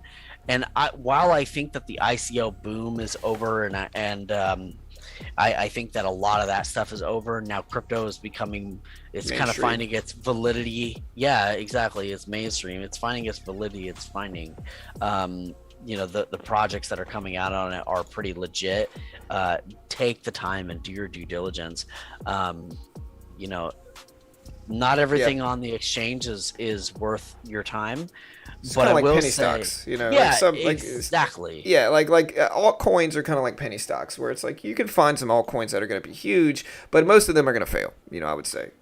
Yeah, but every now and then you're going to find that Mara, you're going to find that Riot. Exactly. Where I traded Mara a year and a half ago for $3. Yeah, And I was stoked when it went to 5. I was like, oh, I remember my that gosh. too. I remember when Mara ripped up. It was what we called the crypto boom in the stock market. It was at 2017, and Mara was cheap. Like if we look back, really less than a year ago, Mara was 35 cents a share. It's currently sitting at $36 a share. But I remember trading Mara back during the crypto boom, which was back where it went to 150s. This thing went to 150s back in 2017. Back in 2017, this was the move I remember. Back in October, where Mara shot up from 5s to 40 and then back down to 5. But eventually miners got big. It grew with the crypto market, basically. Yeah, exactly. Harambe for President is asking for our thoughts on SEAL, Sealos Therapeutics. SEL. Yeah, I'm seeing a 97 million share float on it. Okay, so it's medium sized. Yeah, it's not huge, but I mean, like it could still put in some moves. Right. For something that size. But exactly. Definitely seeing like the 245 as that resistance. I mean, the resistance being the high of the day or high of the pre-market at 244. Which really kind of translates to that 250 resistance area, but it did bounce off a few VWAP, so that's a good start. Yeah, for me personally, for SEAL, I just need more volume. I just need more volume. Like the volume is a little bit light. It honestly, looking at it, it doesn't look bad. I think the stock looks a little bit choppy. The volume's not bad, but it's also, when we have a stock that has 100 million in the float, it's going to have some volume just because there's so many shares out there, But I personally like to see more, just personally, I'd like to see a little bit more volume here, a little bit better movement. And it seems to be okay, though. It doesn't seem bad, by any means. It just seems like it could be better. Yeah. I'm trying to see if there's a catalyst Yeah. for this. Yes. I didn't see one earlier. I think I looked here. Let me see if we can find one. So this is Celos Therapeutics. Okay, so I do see the catalyst. Yeah, if you want to go. Yeah, it's an activist investor catalyst. Basically, who is this? Somebody raised the price target from neutral to buy. They raised it from $2.50 up to $8. Capital Partners upgraded Celos Therapeutics from $2.50 to up to $8. So that's the catalyst on this. Is moving on a activist investor type. Well, not really, because that would mean somebody actually invested in it. This is moving on a price target analysis from capital partners here. So that's why this one's moving. And sometimes that can make things put in really big moves. But like you said, I'd like to see a lot more volume with this. Right. I probably would want to see closer to like 100,000 shares a minute. Yeah, for sure. Especially with a large float stock like this. Like, I just need to see a little bit better volume. It doesn't look bad. Like, don't get me wrong. I'm not saying it's going to fail or anything. It's just for me personally, in penny stocks, again, like we said earlier, penny stocks can get risky. And so if I'm going to personally trade penny stocks, I just want to see, I'm going to trade the ones that everybody else is watching. Like, I want to see at least, after the opening bell, I want to see at least 200,000 to 300,000 shares traded per minute. And, with this one, I might want a little bit more than that, too. It just depends. But, volume would certainly help it in my eyes. Yeah, for sure. What coin sponsored you? Danny, I'm sponsored by Joel Coin. Yeah. Joel Straight Coin. Yeah. For sure. Yeah. Yeah. All right, but yeah, we got CO ripping up. We got RCAT up to 360s. We've got BBIG on the move. We're looking at penny stocks. We got about 30 minutes into the open, so let's see what happens here. Ultimately, we're going to watch a lot of these big movers, and if we see the SPY itself, the SPY is slightly down today. So it was green. It is a slower day. I'm not going to say it's super slow because we do have stuff like RCAT moving up. We've got stuff like PALT on the rise. We've got stuff like BBIG moving up. And we got some volatility, but it is a little bit slower. It's certainly not a crazy volatile day. Recently, I see like CEI pop up. CEI's at 217s, and so we're looking at that. But like I said, we'll wait and see what happens. In the end, time will tell. Yeah, definitely. It seems a little bit low volume in the market right now. Just across the stocks and across crypto. I mean, volume's kind of low on the crypto side of things right now too. It is. It's been like that for the last week or so, really. Yeah, but it makes sense. I mean, like crypto traditionally at this particular time gets a little bit slower and starts picking up in October or so. Right. Exactly. Let me see. So yeah, I'm just trying to finish this video. There we go. All right. So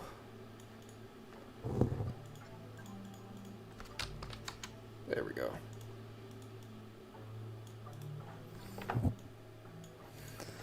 All right, what do you think for the video, Joel? You think I should put music on it, bro, or no? Oh, for sure, man. Okay, well, I mean, if it's not too much hassle. But, no, it's fine. I love music on things. Yeah. I mean, I can't listen to it really, but I know some good songs that we could throw up there.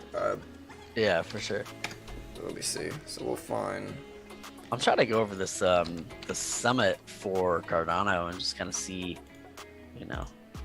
some additional information. I know we covered a lot of information on Cardano, but just trying to see if there's some stuff that some additional things I may be able to add, additional nuggets of wisdom, as they say. Yeah.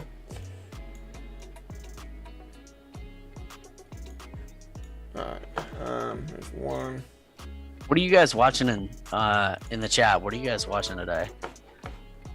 Can I explain FTM? Can you explain what FTM stands for? Because acronyms, there's just so many different acronyms that are the same letter combinations. So can throw out FTM and then I'll try to explain it if I can. If I don't know, I'll say I don't know. What is FTM? FCM? Fox Charlie Molotov. Let's find out. I see future commission merchant Yeah. definition. That's on Investopedia actually. FCM, future commission merchant. So I guess that would be like a top step or something.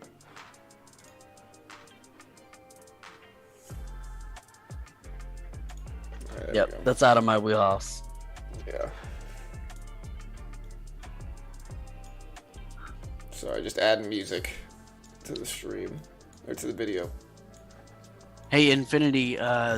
So these are all the cryptos you're watching for the day. You got Matic, ANKR, Algo, Atom. I'm definitely watching Atom. Atom is so big on my bullish list right now. And that's just because Atom practically doubled in value this week. Yeah, it went crazy. Over last week. Yeah, it went nuts, man. So ATOM, and I'm holding Atom too. I'm holding Atom from the like $18 range. So that was definitely nice on my portfolio. Yeah, it's looking pretty right now. Yeah, right. Just picked up eCore. So yeah, in penny stocks, Kenny, COR. We got BTBT. We got EZFL.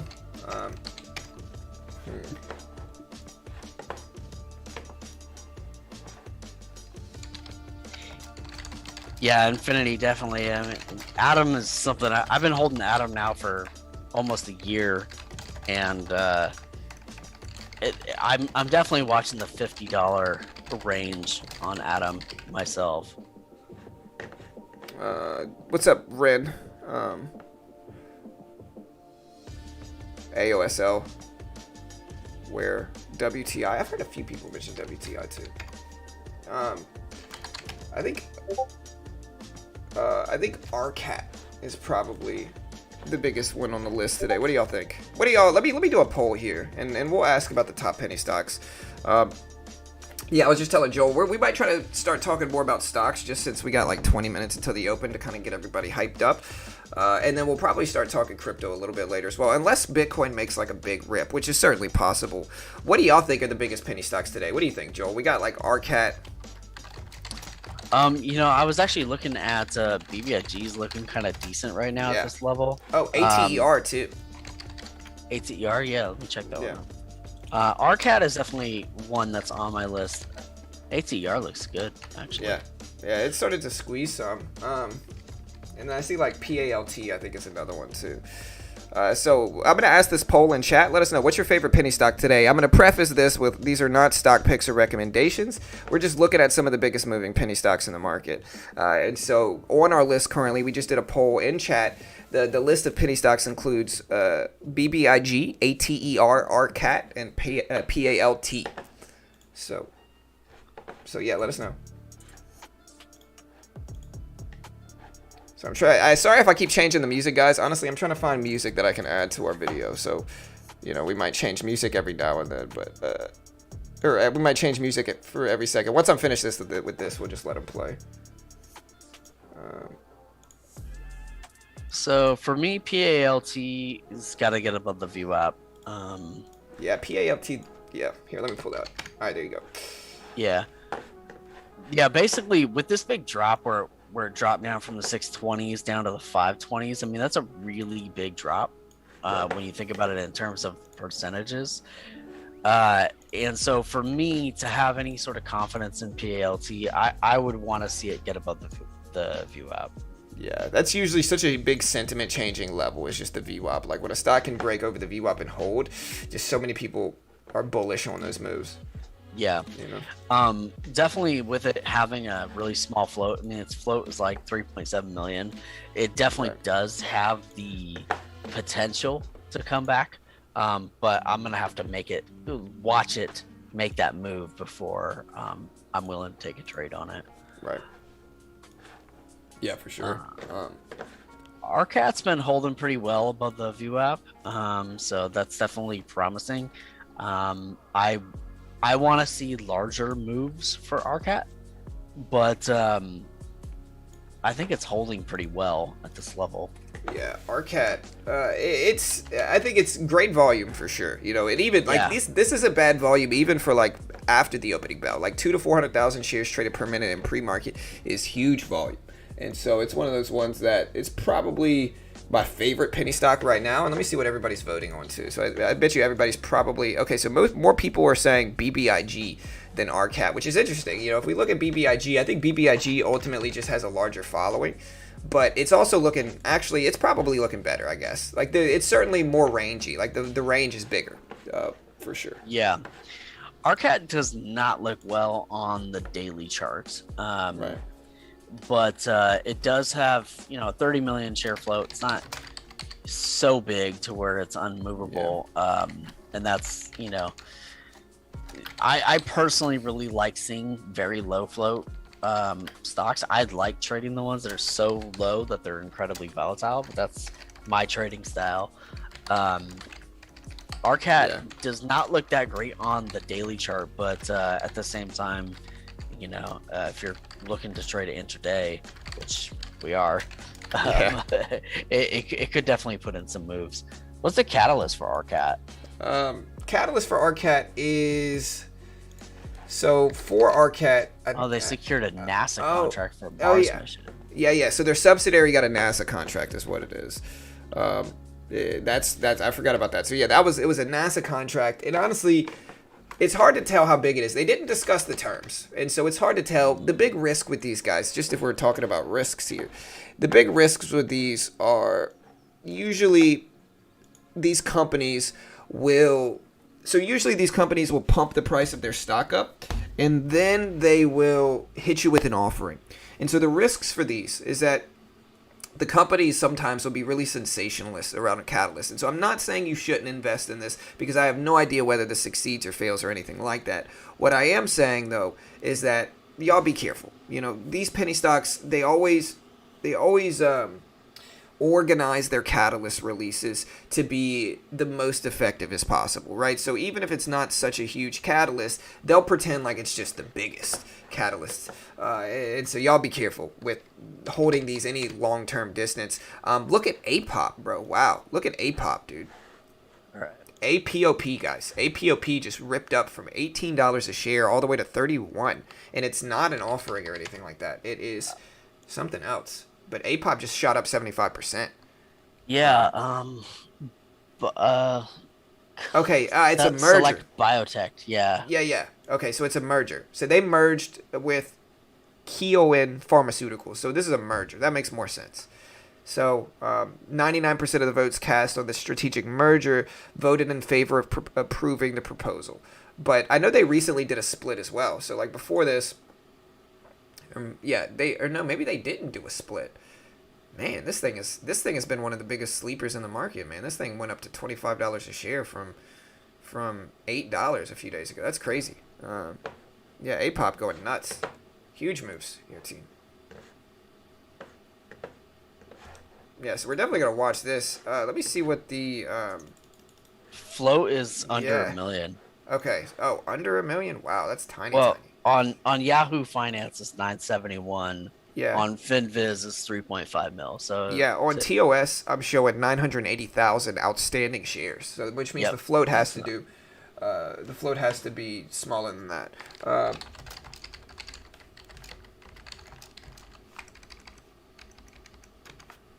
But yeah, so interesting. No, they did a reverse split and a merger. Okay, well that makes a little bit more sense. Honestly, the chart doesn't look like it, unless they were like 30 cents a share prior to that, which I guess is possible.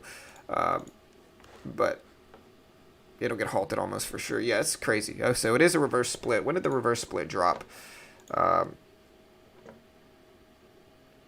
Second quarter results on the 3rd. When was the reverse split? Does anybody remember? We should see some type of catalyst about this. But yeah, here it is. Okay, so this was on Friday. Okay. So where were they before the split? Is the question. Like where were they before that split?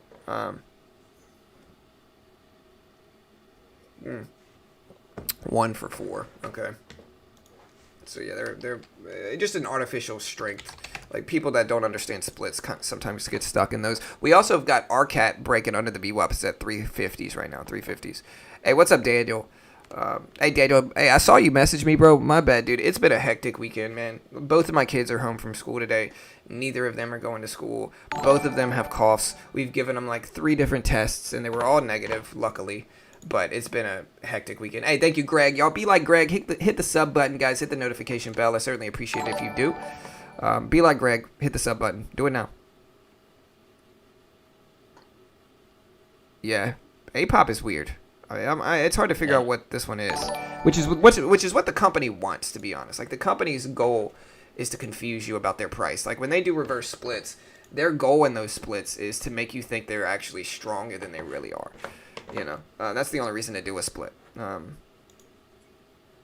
Yeah, that one is a little sketch for me. And I was looking back on my trades on that one. Looks like the last time I took a trade was September 3rd, and it was a loser. So, so I'm definitely going to be a bit sketchy on that one. Yeah, I don't remember the last time I ever traded A-pop, bro. Like I said, it's hard for me to figure out where it was before.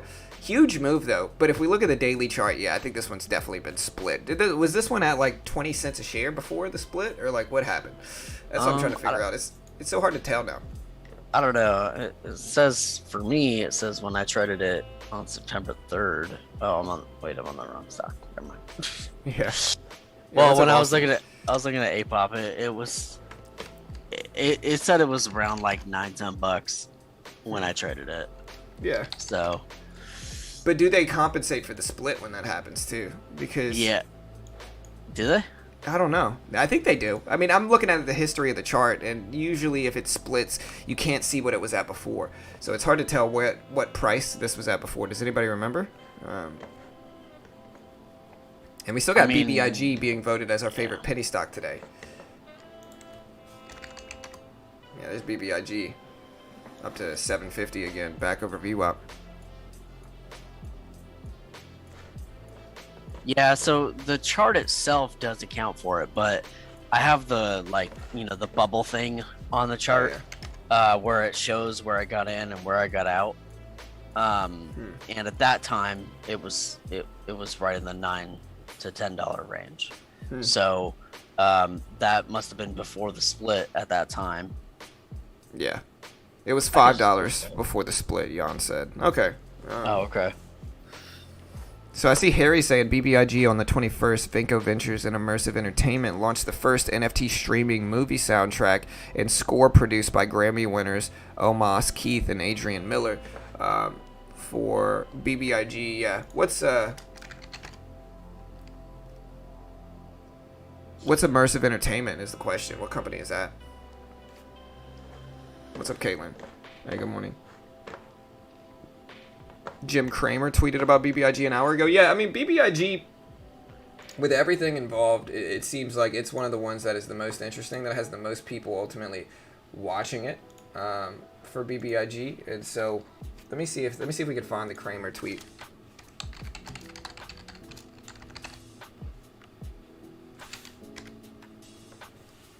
All right, so okay, so Kramer said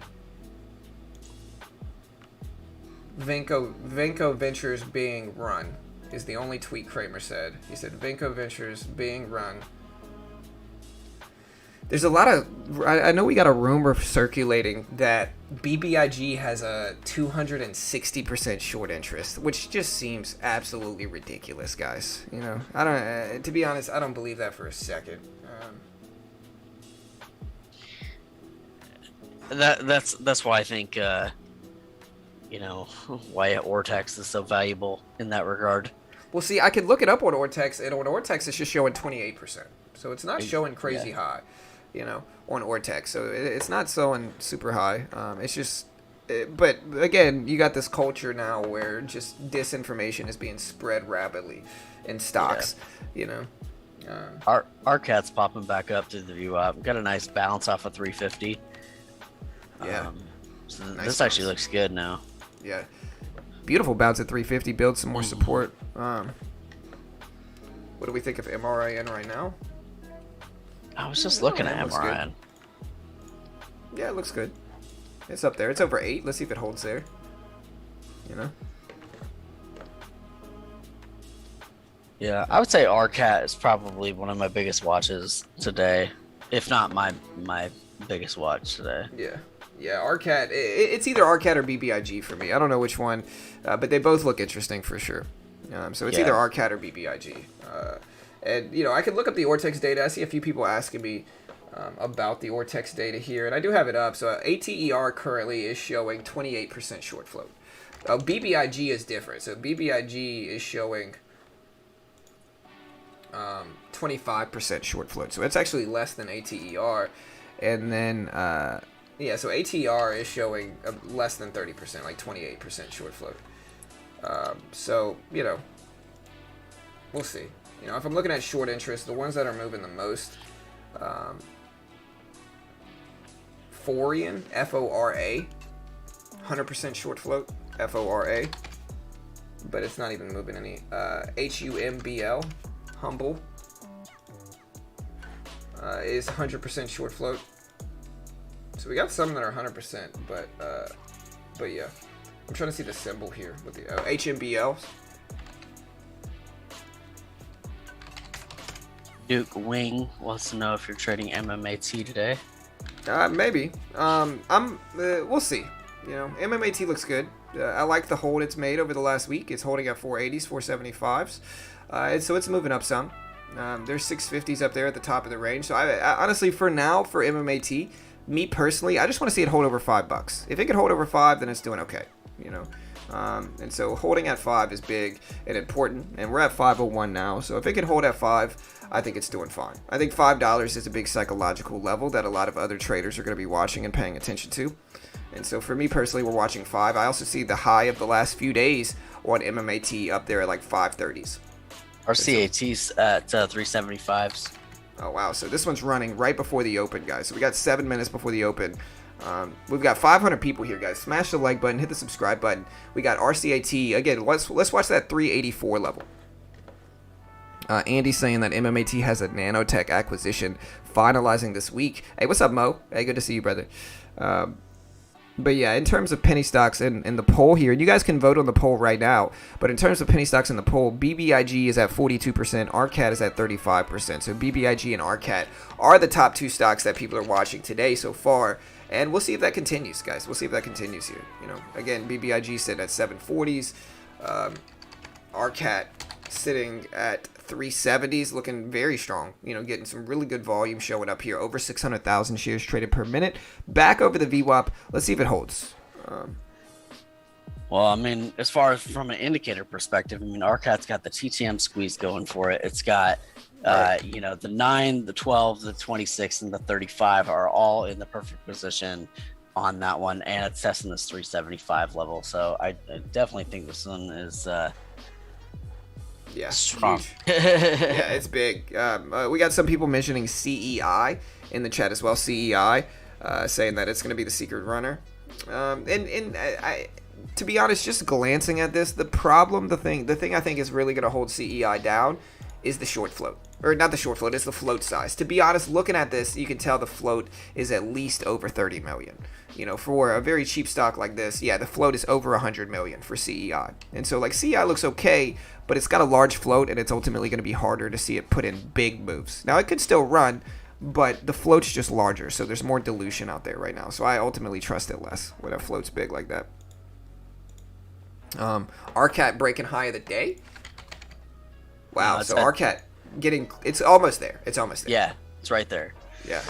So, hey, so somebody's asking me for the TMC data. I'm showing 20% short float on TMC. But yeah, guys, good luck.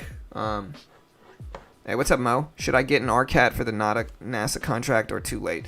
Personally, I'm not getting in. I'm a scalper, Mo. You know me, bro. I'm not gonna, you know, one thing I certainly don't do is chase these penny stocks. You know, so I can't specify what it's gonna do after the opening bell, whether it goes up or down. I can't say for sure. But for my own style of trading, I'm not gonna mess with it until we get some at least consolidation. You know, it's pulling back some now. Let's see if we bounce, you know, this previous high up here, like 370 is a bounce level, you know, so let's see if we bounce here. Previous resistance level, previous support. And so let's see if we bounce at 370, which we might. There's 372s. CEI is up 42% for the last 5 days.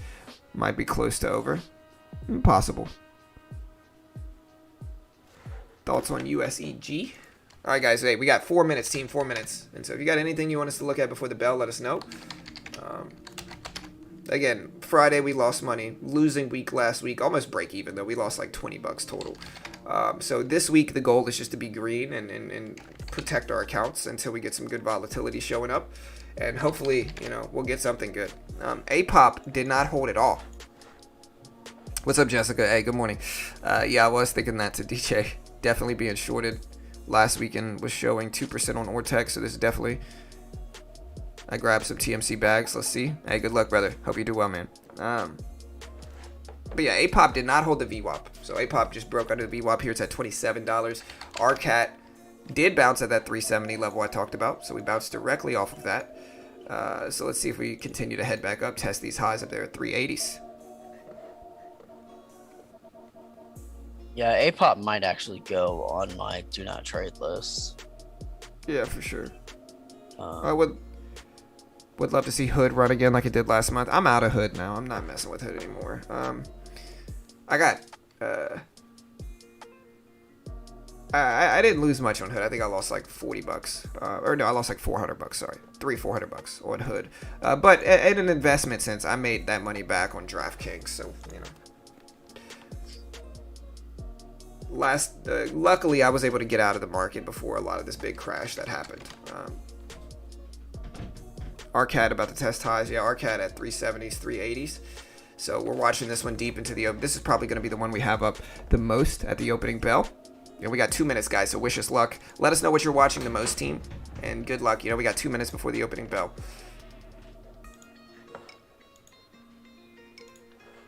Jack? Here, what are you doing in here, dude? Here, buddy. No, I gotta work right now, buddy. It's Reddit. What? Okay, fine. Here, just... Son's over here trying to ask for things when I'm not paying attention. All right. 1 minute. Yeah, 1 minute, guys. Hey, let's do this. We'll do the countdown. We'll do a 20-second countdown when we get there. And yeah, good luck.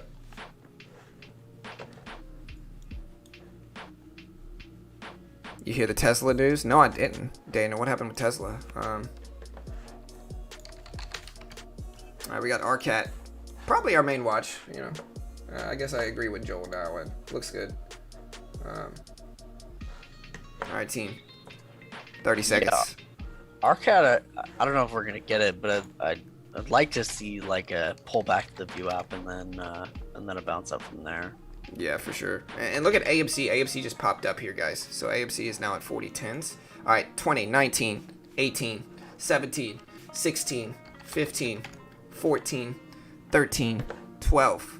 11, 10, 9, 8, 7, 6, 5, 4, 3, 2, 1.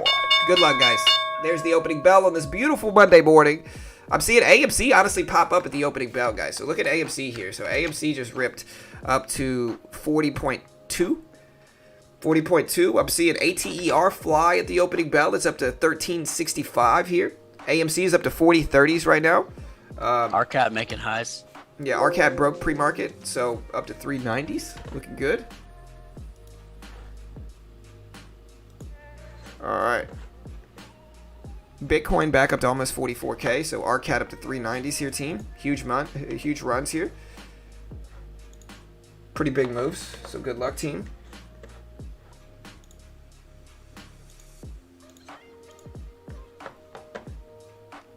GOEV. Big sell-off on BBIG at the open. Yeah, look at ATER. ATER just flew up to 1370s for ATER. Which Oh, one is wow. the rumor with the short float? I've heard it was both ATR and BBIG. Which one is it? Is it BBIG or ATR with the It short was float rumor? BBIG. The 260% was Yeah. BBIG. Okay. ATR, I've traded before plenty of times and been profitable on it pretty much every time. But Yeah. it's a fast moving stock. Right. Yeah, for sure. It moves quick. It reverses quick. Yeah. And with that said, it's back down to 1360s now. So, Yeah. here's BBIG pulling a red to green move. Break over VWAP. This is usually a very strong move here. So, usually a very strong okay. move. Usually when a stock breaks over VWAP and then pulls back to it, usually a very strong move. So let's see if we hold this move now that we got this big rip up, guys. AMC also is flying. It's up to 40s. Again, I can't confirm ATR is going to do anything or BBIG is going to do anything. Always trade at your own risk. Trade responsibly. These are not stock picks or recommendations. Don't copy me. Please don't buy BBIG just because I said that. I'm not buying it personally myself, so I have no idea what it's going to do. But usually it's a strong move when we pull back to the VWAP and hold there. So NAKD is back over VWAP as well. So NAKD is flying. Here, let me put the scanners up now. CEI is heading up too. So here's Yeah, NAKD. I got a pretty nice rip. And yeah, there goes BBIG. Like I said, that cross over the VWAP, usually a pretty strong move.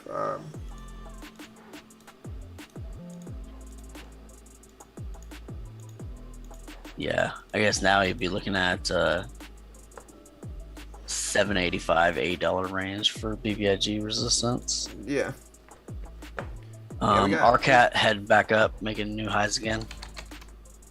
Yeah, so RCAT holding nicely there at that pre-market high. Testing 4 now. So penny stocks look good today. Yeah, guess I should have bought that pull back. Yeah. Yeah, me too.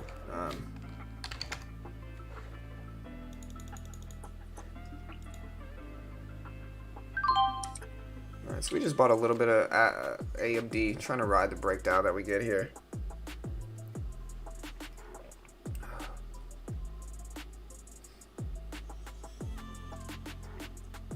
Ride the breakdown.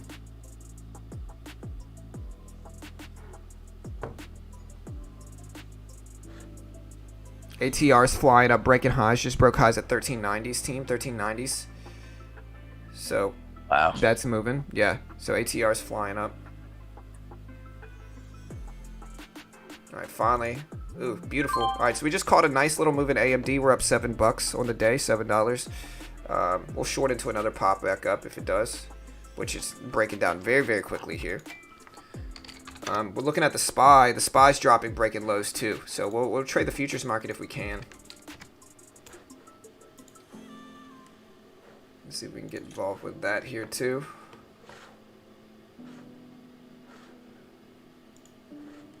Alright, SPY's crashing down. BBIG just dumped big on the downside. RCAT's still consolidating over the pre-market high here. So it's not looking that bad. Alright, we jumped in a little bit more of AMD. We're now shorting into this little bounce back up here. Trying to be patient on this move. Maybe we'll add to it. But big range, to be honest, so far here. So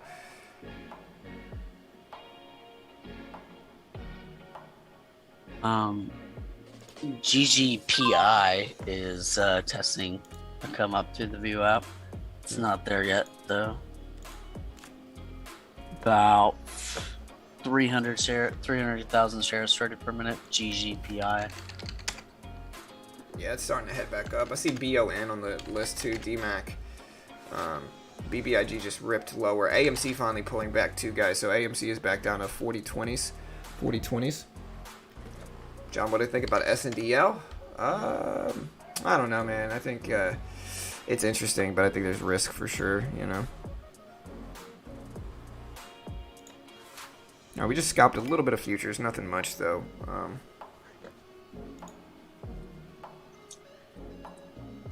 Watching BBIG break lows here. ATER just dumped on the downside too. ATR just ripped on the downside, just dropped very fast. RCAT's dropping quick right now. back down to the view up. Nice. Dropped from 404 down to 365s, but it's still dropping. Excuse me, still dropping. Man. Yeah, we got APOP here. I see BBIG, Seal. Yeah, what's Everything. Seal end up doing? Dropping? Man, yeah, RCAT just tanked too, man. Huge drop as well. Yeah, but it's down to 370. So I mean, you know, in the pre we kept seeing it drop down to 350. So 350 really for me is kind of the line in the sand of whether or not this thing's Right. done on RCAT. Yeah, it makes sense. You know, as long as it can hold over 350, I think it'll be okay. Yeah. Yeah. So Because watching right now the SPY. even with that drop, we're riding the view up on it. You're watching Yeah. the SPY. Yeah. All right, so we just got out of AMD here. We're up about $11 today. Nothing crazy. Scalping a little bit early this morning. Watching the SPY, see if we can get a breakdown of the SPY maybe that we could take advantage of in the futures market. And we are right now. All right, so we are up 62.50s in futures. There's the futures market. We're up 62.50 on that. We were able to capitalize on the market kind of reversing here quickly. Look at CEI reverse, guys. So we had a lot of people talk about CEI this morning, and Yeah. CEI is moving back up. Yeah, I don't know if you mentioned that, but I was just about to call it out. I was waiting for you to yeah. finish what you were saying about. no, you're good. You're good. Yeah, it's pushing up. You know. Yeah, and it got that really nice bounce off of view up after the open, and so now it's testing as high as 234 high. Yeah. Yeah. Do y'all think that? All right, so we're gonna go ahead and end the poll for BBIG. Do y'all think that AMC bounces here at the VWAP? So AMC ripped up over 40, and then now it's pulling back to the VWAP level. Like, this is a make it or break it moment for AMC, I think. So let us know if y'all think it's gonna bounce, or what do you think AMC is gonna do here, guys? All right, so we just got a beautiful scalp on AMD again. We're up about $17 on the day. Attacking that downward trend with AMD. You know, pretty big downward trend too. I don't know if we're going to attack any more of it. The market just broke lows again, and so we're a little extended on the downside now. I think maybe we'll start to see a little pop back up or something like that. But who knows? You know, as always, you never really know. RCAT still trying to hold here, right around the VWAP, battling the VWAP over and over again, I think. And then here's BBIG, which is starting to head back up some, but certainly still risk there, guys. So this is interesting on the daily chart on CEI. It's so in the past it's come up and it's hit resistance right at this 230 235 level, and then failed there for a couple of days before ripping up to 328, and then coming right back down, hitting resistance at that 235 level, and then ultimately failing after that, before working its way back up to where we're at now. So we're seeing what I see is it's matching the historical price data pretty closely. Right. So I did short into AMD just now. I told you guys we were looking for a little bit of a pop, and so we shorted into this pop here, covered it at the bottom. We're up about $25 on the day currently, so not a bad day so far. We certainly need a green day today. I mean, you guys know me. I'm very transparent about my results. Last week was tough. The week before that was tough. AMC did not end up holding. So AMC is kind of breaking down. Sorry if you talked about any of the stuff, Joel. You know how it is. Sometimes when I'm in the heat at the moment with trades, it's hard to pay attention to anything else. But No, I totally understand. Yeah. I haven't actually taken a trade yet. I've just been looking for something that's my setup, you know. yeah, AMC's breaking down. You know, it's testing $40 a share, which I think is a huge psychological level. We got some people mentioning SDC as well, Smile Direct Club, and PALT is starting to head up some. So RCAT bounced off of view up pretty Yeah, well, really. was running into that 384 resistance yeah, that from previous high, Yep. which is a good sign. I think as long as it stays over the VWAP, it's pretty good for it. And you can see Yeah, here in the but- futures market, we're up $62, guys, 62.50, trading on Top Step. I mean, I was gonna say that volume is, you know, reducing in RCAT, but it's still like 1.6 million shares and it's still huge. So Right. SNDX, we got a few people mentioning SNDX here. For me personally, man, this one just doesn't have any volume. And this is something where sometimes it can be a little bit tricky. Like, I'm not saying this one's not going to run. It certainly could run. It could head up. It could break 20s. It could keep going. What I am saying, though, is that sometimes volume can be misleading here to where it's like this chart looks okay, but if you look at the volume, it's got like 10,000 shares traded per minute. And so I'm never going to trade this because the volume is ultimately too low. I'm not going to trade this until it gets over 100,000 per minute, if that ever happens. But again, if you don't pay attention to volume, some of these moves might look good, but there's just no volume here, which means that fake outs are super prevalent.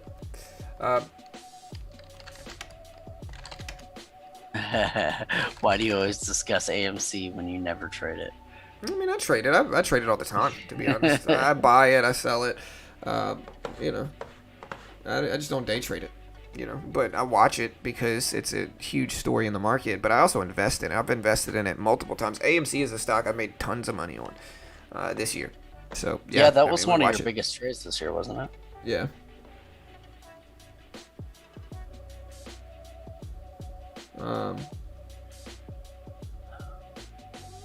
Yeah, just not seeing anything that fits my setup right now. Yeah. Myself. MMAT? People mentioning. Yeah, MMAT's flying this morning. Wow, huge move here. Okay. Up to 540s, 550s, guys, for MMAT. So this one actually looks okay. Again, I'm not saying these are not stock picks. Don't sue me, guys. But what I am saying is that it's moving. How sad is it that that's something that's required to be said? Yeah. MMA Stefan. What a weirdo, bro. Like I always question the people that they don't say anything, but they just wait to criticize. It's like, how dull is your life, bro? Like I couldn't imagine just sitting in somebody's stream waiting for him to say one thing that I can criticize. It's kind of sad, man. No offense, bro. Good day, sir. I mean, you're banned, Curry, but find something else to do with your life, bro. Don't sit here waiting to criticize. People like that never end up succeeding in life. They just cry about everything. Anyways. MMAT is moving pretty well. I'm actually kind of surprised because it's a 225 million share flow, but it's moving pretty quickly. Yeah, well, this one, I am holding a little bit of this one, and this one is one that Uncle Smokey talks a lot about. He talks a huge amount about, and he watches it too. And so he does a lot of good coverage on it as well. Yeah, we did, Robin. It is what it is. Like I said. Some people, they just insecure with their life, and so they just kind of sit around waiting to criticize for no reason. And like I said, you could ask like Robert Cook or anybody. Like, if you disagree, that's fine. But if you're just sitting around waiting to criticize, you're going to get banned eventually. And so if y'all are wondering how to not get banned here, balance yourself. You can say, hey, John sucks at trading, but he's the great looking guy. He's a great looking trader. Then you'll stick around. But, be cool. Yeah. Look at RCAT. Yeah, RCAT's flying up, and holding the VWAP like you said was a great sign. Getting ready to test $4 here, so this is where a breakout could really happen on RCAT. Yeah, definitely. Too. I was actually trying to get in here, looking at maybe like 395 or so. Just want to see if we break over this $4 area. Yeah. Yeah, it's moving. $4 is a big level. That's what a lot of people are paying attention to. Yeah, absolutely.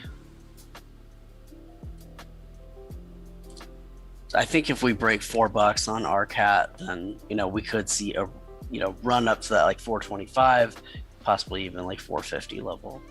Right. I think that's going to be a really big psychological indicator for this one.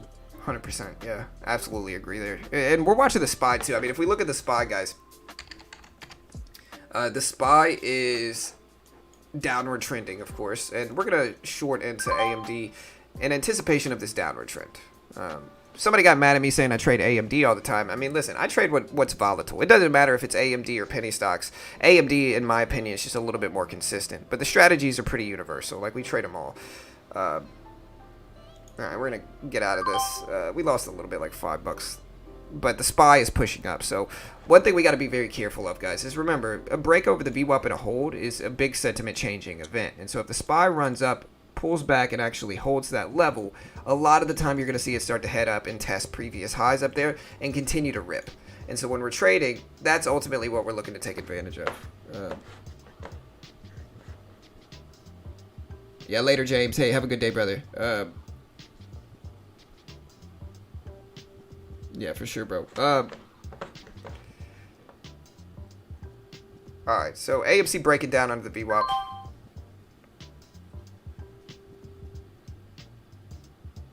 I'm gonna try. Oh wait, the SPY is starting to reverse here. So we are gonna get out of any short position on AMD and cover break even there, and watch the SPY start to head up. If the SPY tests 443s, then we're talking. Yeah, for sure, and that's what I'm saying. Like these stocks, like people can get mad at me for trading or whatever, but like in the end, just figure out what works for you guys. Like we're just a day trading community. Like I don't have to trade exactly what y'all are trading. Nobody does. Nobody's going to. You know, so getting mad at somebody for having their own niche is a ridiculous thing to get mad at somebody about. 560 big wall for MMAT. Yeah, what happened to that? Did it keep ripping? MMAT's flying up there too. Let's see if it holds 550. $50 level.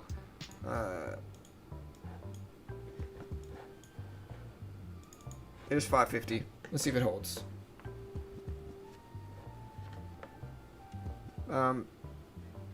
If it doesn't hold 550, it could hold a few cents underneath that. That's where previous support was for MMAT. And so, we'll see what happens there. We're going to watch it. ATR completely dumped down as well. Is anything else running here aside from MMAT? Arcat's testing that $4 again. Oh, it's just kind of like, you know, consolidating this area. I think people are accumulating positions. If I had to think about it. Yeah, I see.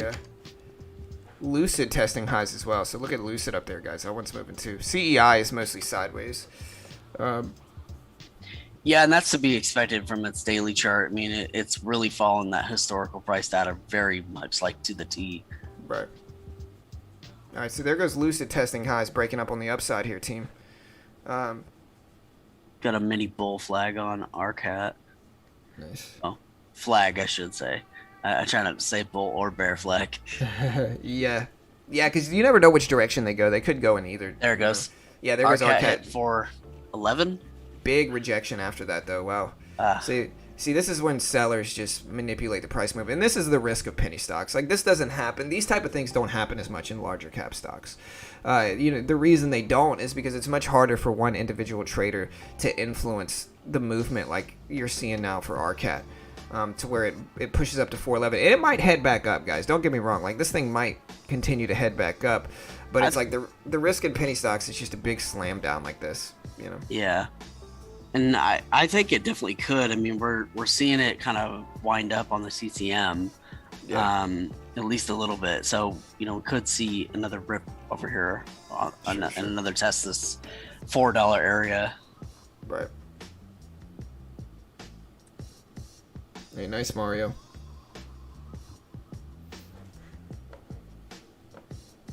Yeah, I'm watching the SPY. The SPY's very sideways. We're green on the day, but I'm halting my trading until we get big momentum rolling through on the SPY. So like SPY being sideways right now. All right, there it goes. So you were right, Joel. So it is heading back up. It's at 405. It's getting ready to test that 411 level. There's 49s, 410s, right. 411s. There's the break. Yep.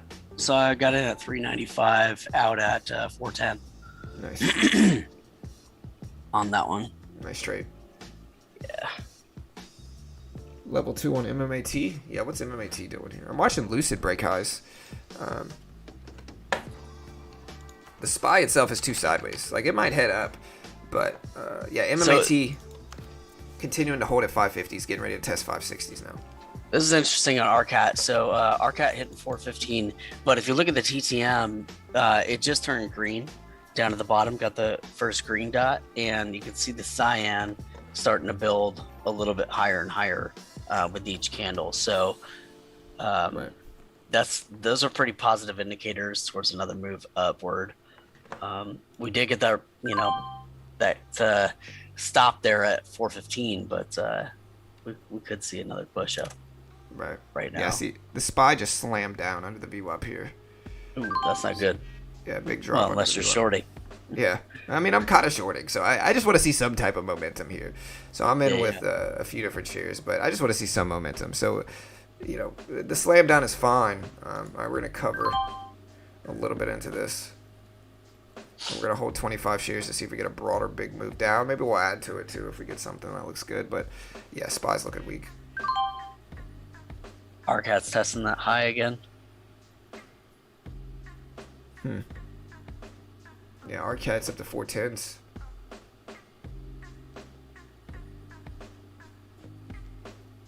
All right, so the SPY is pushing right back up, which is just sideways. All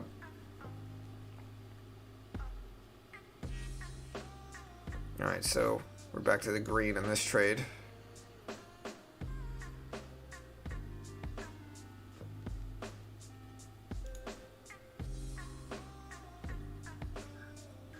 And you can see this little mini flag forming on RCAT yet again. Just another flag. So we had that Right. one bull flag that I called out, and then we get another flag forming.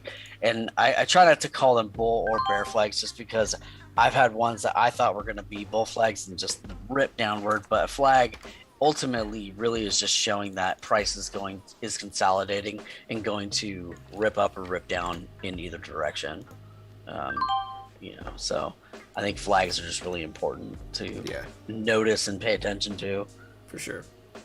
All right, so we're in AMD here. We're riding the short all the way back down. We're up about $24 on the day. We'll go ahead and get out there, up about $23 on the day. So we're able to, like I said, and this is the key to my success lately, guys, with my scalping, is that if I try to play some of these moves, like I have to wait for volatility to show up. And so if I can wait for volatility to show up, like this big drop we got under the VWAP, and then attack these strategies then I usually have pretty good results. But if I get stuck trading these choppy moves, like these slow moves, then I usually lose. So that's what I really got to work on this week. Look at Take RCAT. a look at also take a look at FCEL as well. Shout out to Sub Frequency on that movement. Yeah, wow. Look at FCEL, guys. Yeah, huge move up. Looks really good. So now we're starting to see, we're starting to have a couple things that are holding and some things to be able to watch. RCAT, on the other, RCAT's tested this 415 now 4 times. And so for me, when I start seeing something test that many times, I'm typically going to hold back and wait for some sort of conviction to either side. Right. Yeah, for sure. And that's why the VWAP comes into just huge handy, because it's a huge sentiment judger. Like, you can really effectively judge the sentiment in a stock using the VWAP pretty accurately, Yeah, all right, so definitely. we're gonna add a little bit to AMD here. SPY is rejecting at the VWAP. Maybe we'll front load it a little bit more into this, as long as it keeps dropping in the SPY itself.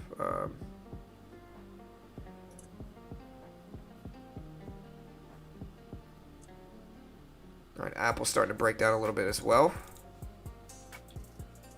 And yeah, FCEL.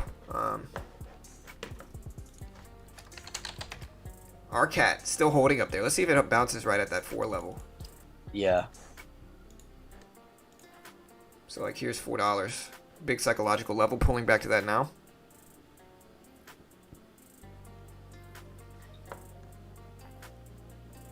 And this is exactly, guys, why I was saying that, after seeing it test that 415 level those 4 times, it's exactly why I'm like, okay, I'm going to hang back a little bit. And then also seeing that doji at the top of the flag, that also to me indicates that, there could be a move down. Now, a lot of times when I see the doji at the bottom, that to me indicates a move up.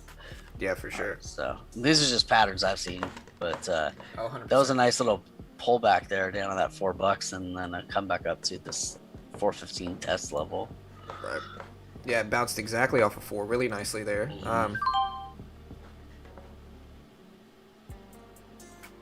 All right, so we're scalping a little bit of AMD, just kind of going back and forth, seeing if the market can break down. Ideally, is what we want to do here. We want to see if the market breaks down and that we can ride it up. We've got a little bit of cushion built on the day as we're scalping, so that's usually a nice little thing that we can swing into and not worry super, stressed about it. But to be honest, we're kind of getting chopped in and out, back and forth. SPY heading back up some, so the last 3 or 4 days it's just been a very choppy inconsistent market. You know, Yeah. sideways movement a ton.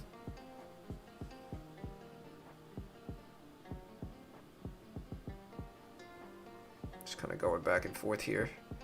We might take a little bit of a swing now. I'm gonna get out of this actually. SPY heading back up, testing VWAP a little bit too much.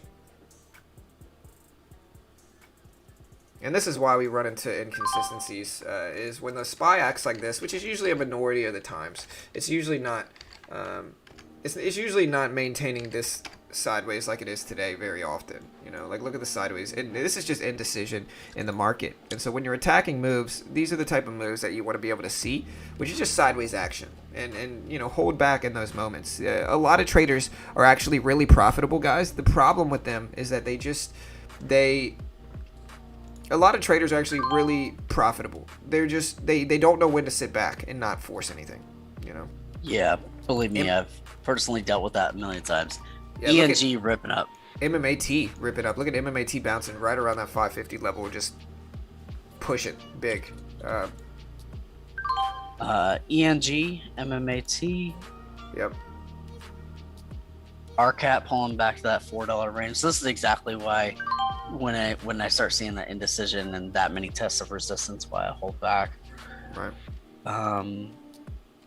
Somebody Lucid? called out RMed. Why is MMAT not looking good? I think MMAT looks great this morning. I mean, I don't think it looks bad at all. You know, I just I think I even said let's see if it bounces at 550, and we bounced pretty close to that level. So I think my analyzation on MMAT has been pretty solid. You know. But I mean, Uncle Smokey is really the guy you want to watch if you want to know more about MMAT.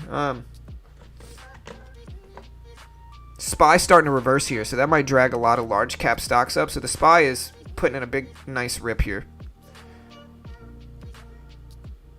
And so the SPY is really starting to test highs, getting ready.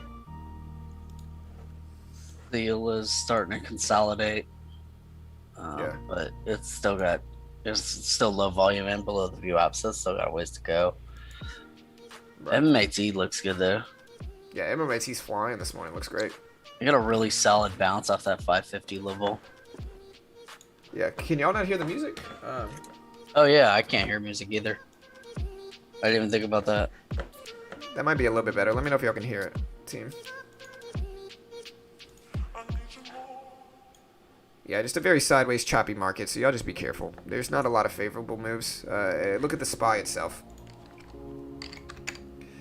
So the SPY itself is just going up and down and up and down and up and down. So low volume, choppiness. So y'all be careful, you know. There's a time to push in large caps and there's a time not to push. For me watching my large caps, it's the time not to push. But penny stocks are honestly looking really good today. There's a lot of volatility in penny stocks to take advantage of. CEI just broke over the highs. It's at 238s now. So CEI pushed. We've also got like MMAT making big moves today at 560. So we've got some good movement there.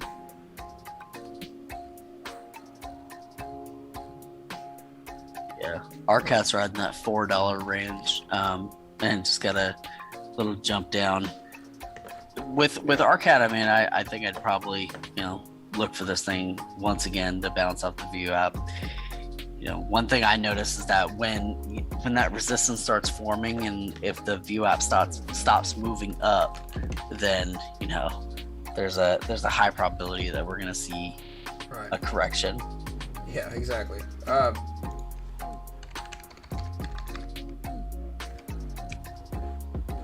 What else is moving? I'm sorry.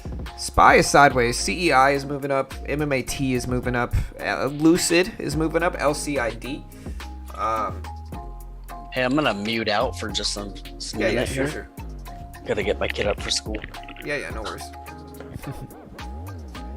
SPY is kind of reversing back down some here, looking weak again. So maybe we'll attack some shorts in AMD or something like that.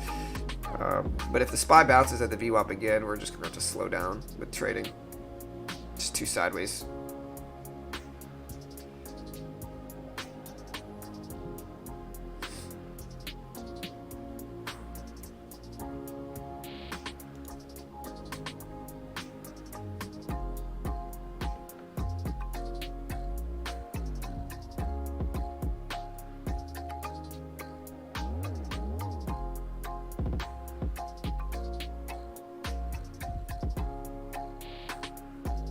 I'm back. Alright. The market go crazy while I was gone. Not really. I mean, the SPY turned around. It dropped, but nothing else is really doing much else. We're just kind of attacking what we can, and Yeah. FCEL still just straight ripping. Is it It's really? putting his first red candle in like 10 minutes. Wow, dude. 15 minutes Yeah, actually. this one's flying. Wow, what a bounce. Bounced off that $7 area all the way up to $7.50. Yeah. Which, I mean, we see all the time in, super petty stocks that have much Right. smaller floats, but, I mean, to move up 50 cents in 15 minutes for F Substantial. Yeah, it's pretty substantial. Yeah, for sure. All right, the SPY is now breaking down, which is hopefully going to be a good sign for me, and I just want to see some volatility, to be honest. So,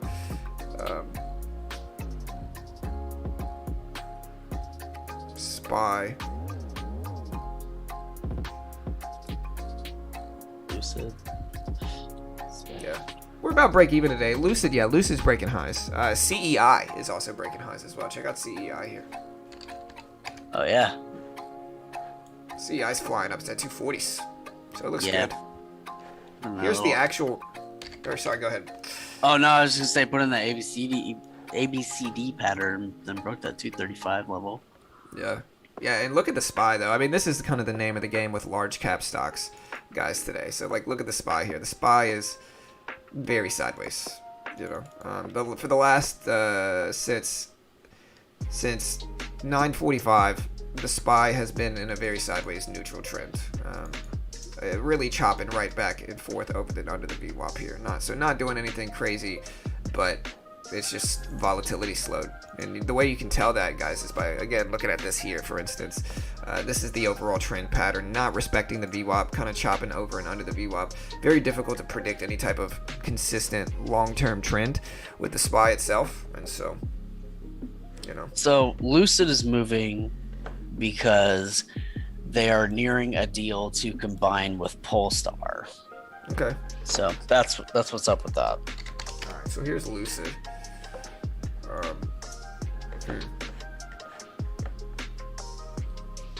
Are you guys gonna trade crypto? Yeah. I mean, we do a little bit of everything every day. Here's crypto- my take on trading crypto personally, just to let you know. I tend to trade crypto, but like really early in the morning, like for me, like 2:30, 3 o'clock in the morning, Right. and that's Which I can 'cause that's understand. that's when I'm seeing the biggest rips. Right. And for crypto, I'm looking for movement that is at least like 1 to 2 to 3% in that movement, because I got to cover the fees. Right. It has to, With crypto, a lot of the time it's the most volatile. A lot of the time people overseas are trading it. And so it's super volatile, like really early our time. The reason they say it works the best is because like early at like 5 a.m., 4 a.m. is like the convergence of both markets. You got US traders and you got overseas traders that are all trading it simultaneously. And so like early in the morning is usually the most effective time to trade it, I think. All right, so we're getting squeezed out of AMD. I just went backwards here. Oh man, I just made a stupid decision. I keep doing the same freaking thing. It's so frustrating, dude. Yeah, John Wind. I hope I'm saying that right, John Wind. Yeah, stock market candles do move a lot faster, and the reality is, for me personally, stocks have actually become easier to trade over the last year and a half than crypto ever was for me. And while I still, trade crypto pretty regularly, I like the very, very quick momentum that I get from trading stocks. And I Right. think a lot of that comes because of the hours that stocks have with it, the trading hours, as opposed to crypto's 24 hours a day. And so you just see these times where it's just like it's moving, but not really. Yeah, for sure. Hey, thank you, High Performance, for 2 months. Thank you, brother. Hey, thank you, man. GTE volume going up. Yeah, I'm watching GTE. AMD just faked me out. The SPY is super sideways again. It's like out of the last 7 trading days in the SPY, it has done these sideways moves. I would say at least half of the time. So here's one where it did it again. Yeah, Friday it had okay movement. Thursday it did as well. Wednesday was not bad. Tuesday was another sideways day. Monday was another sideways day. So I'm just running into issues trading the SPY and AMD again, which is fine. Like, I'm down 30 bucks today, and it is what it is. You know, what I've learned is that I've traded, like I said, I've traded for 5 years now, and something I've learned during my trading is that there's going to be months where it's just not super favorable. And your job as a trader is to limit your trading. I think I'm still green. I know I'm still green over the last month as well. And so if in the middle of September, which is historically the worst month to trade, if I'm still green, then we're doing okay. You know. And so in the end, I just got to limit my trading. And I've said it before today already, but a lot of traders are really profitable. They just don't have the discipline to step back and say, hey, look, now's not the best time. They have days like this on the SPY where I'm losing like 30 bucks, and you know, it's relatively insignificant to me. But they have days like this, and then they just get frustrated, and so they keep pushing, and they keep pushing, and they keep pushing until their account's gone. You know, so your goal as a trader is to remain disciplined enough to not do that, and to look at the long-term bigger picture here. You know, you don't have to end green any specific day. I'm certainly not green today, but that doesn't matter, because what matters the most is your long-term chart, and you guys have seen mine. Like, it's very green. But yeah, I'd be lied if I was saying that it's fun to lose, but you know, I've had one losing week out of like 9 or 10, and so we're doing good. Yeah. Also, I mean, what you're talking about there, this time last year when I was still kind of a noob at trading stocks, I did that very exact thing. I overtraded. I was eager to take trades last year at this time, and you know, I was profitable up until this point, and I thought, hey, I've been trading stocks for like 4 months, and I've been consistently profitable. I know what I'm doing, Right. and you know, just got rid of all of my profits that I'd done over a 4-month period, and then ended up negative too, and had to work my way back through October, Right. and ended up back in the positive, only end up negative on the last day of the month. Yeah, well, no, that's a very common thing, man. I see somebody saying, if you keep pushing until you run out of money, then you are not profitable. Yeah, exactly. That's exactly my point. Again, I've been green over this month. Like, if we look at my stats, I'm up like $400 this month, which is fine. Average month, I'm making like $1,100, you know, $1,200, and I'm trading a $30,000 account. And so me losing $30 today is certainly not me running out of money. I'm trading $30,000 in my account, bro. So it's like, I still got plenty of room, and just in regards to like net profit over the last like 4 months, it drop in the bucket. But again, a lot of traders let their ego and pride get in the way. It's a very common thing, and we've talked about it before, but your job as a trader is to be disciplined enough to not let your pride get in the way. You know, if you trade enough, one of the reasons traders with more experience end up doing better is because they have experienced everything. They've experienced losing, they've experienced winning, and they understand when they have a tough week or a tough few weeks, it doesn't mean they're not profitable. Like I said, I've been roughly break even the last 2 weeks, but if you look back at my whole picture, it's insignificant. It's just a sideways move in my chart. But a lot of traders get their pride and ego in the way, and they just push. They say, oh, I can't have a losing week. I need to just push harder. I need to scale up. I need to trade big. You know, I need to win back my losses. And like, dude, I don't care about a $30 loss. Like, I'll make it back. It's just, you know, the hardest part, if I'm being honest, is the stream, you know. Like streaming while you're doing it.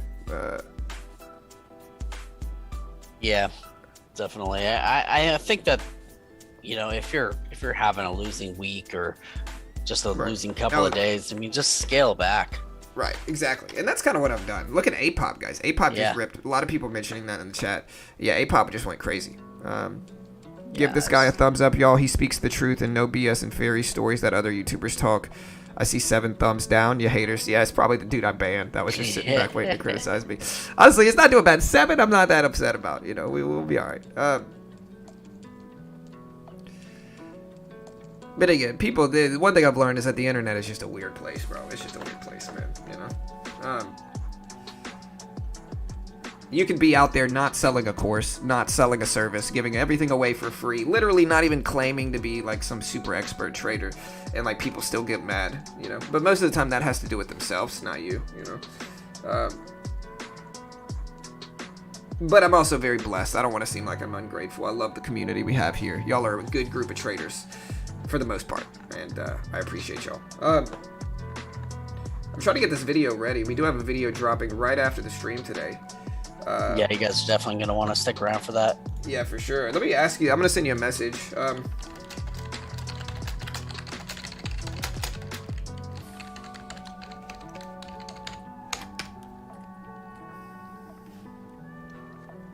so we should be good to go. Let me schedule this.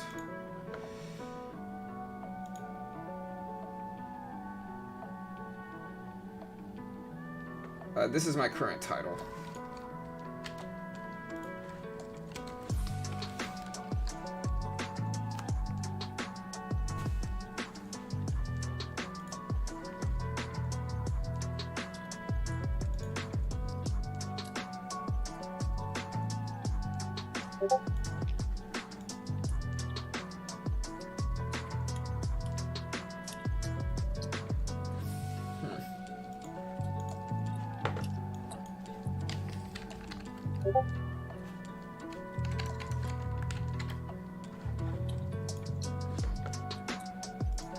Alright, so yeah, the SPY is starting to head back up. Hey, thank you, Wonton. Hey, I appreciate it. You guys know me. RCAT, big drop.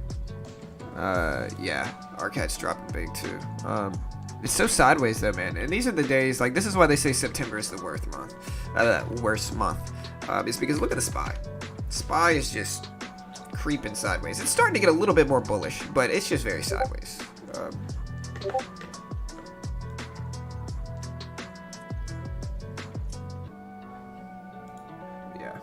Yeah, that's a good one.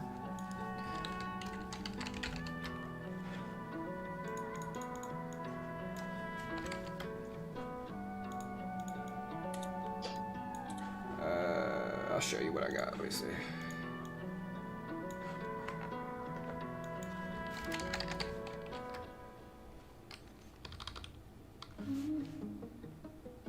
Lucid's dropping.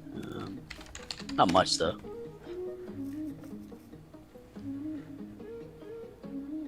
FSL went sideways. Just trying to take a look at these things and see if anything is making any real changes.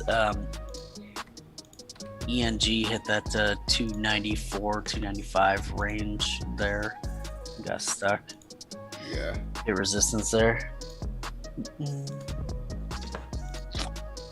MMAT still kind of holding in those gains. It's still around like 560s. Yeah. Yeah, MMAT's still flying up really nicely too.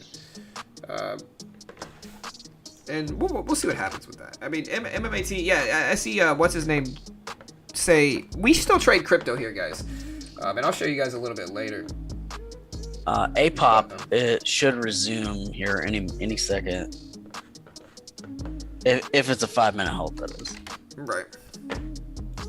Yeah, and that's a big halt too. Who knows? To be honest, there it is. Okay, so APOP's back. I can only think this is getting pumped up, though, to be honest. Like, this seems like a company doing a reverse split, failing, and then all of a sudden getting pumped up to these ridiculous levels. I can only imagine this a pump and dump. But maybe I'm wrong. I could very easily be wrong, guys. Just y'all be careful. You know? Yeah, there's certainly risk with stuff like APOP, just unreliable, to be honest. Unstable. Yeah. For anyone asking about trading crypto, I mean, it definitely is a bit more challenging to trade crypto live in the sense, like at this time of the day. Yeah, it's a tougher day. It's a tougher time of the day. I mean, like crypto volatility is, like you said, early in the morning. Yeah. You know, so it's like there's gonna be some risks. You know. And so for me to like trade crypto at this particular point in time, and it would be more like I'm buying it and then I'm going to be holding it for a couple hours, if not possibly a couple of days, kind of thing. So, you know, when I'm trading crypto, I'm trading it like I'm trading stocks. I'm trying to get in and out in like just a couple of minutes or less. Right.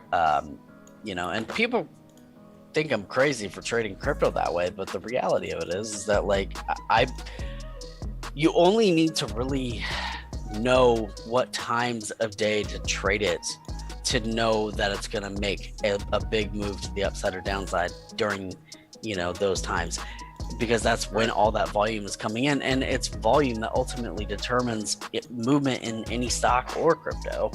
Right. Exactly. Let me put this up here. Sorry, hold it down for a little bit, Joe. I'm getting this stuff ready. No worries. For trading crypto at this time of day, I would be trading like a grid pattern, which is essentially you're trading sideways movement in crypto. Right.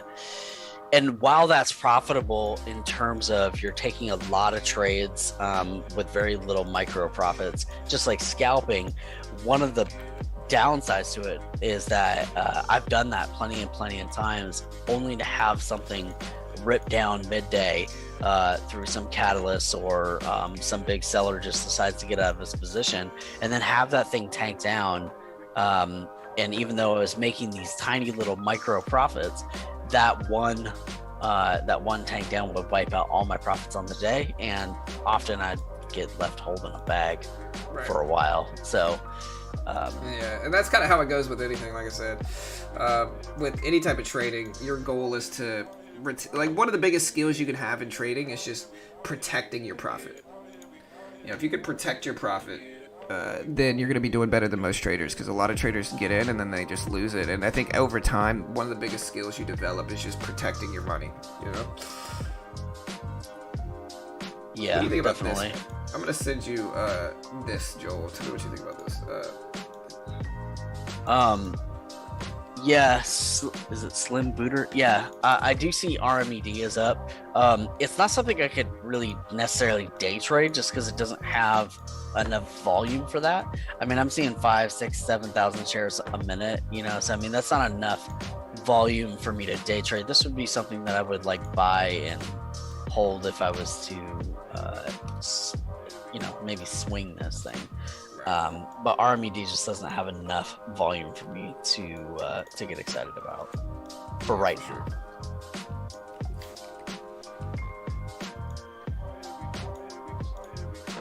now. Yeah, I understand, Tiny. Same. Sometimes I end up holding those bags, man. I try to. We all do. I try to be really good at cutting them, but occasionally I will end up killing my profits on the week, or sometimes even the month, just by that one trade kills it. Yeah, for sure. All right.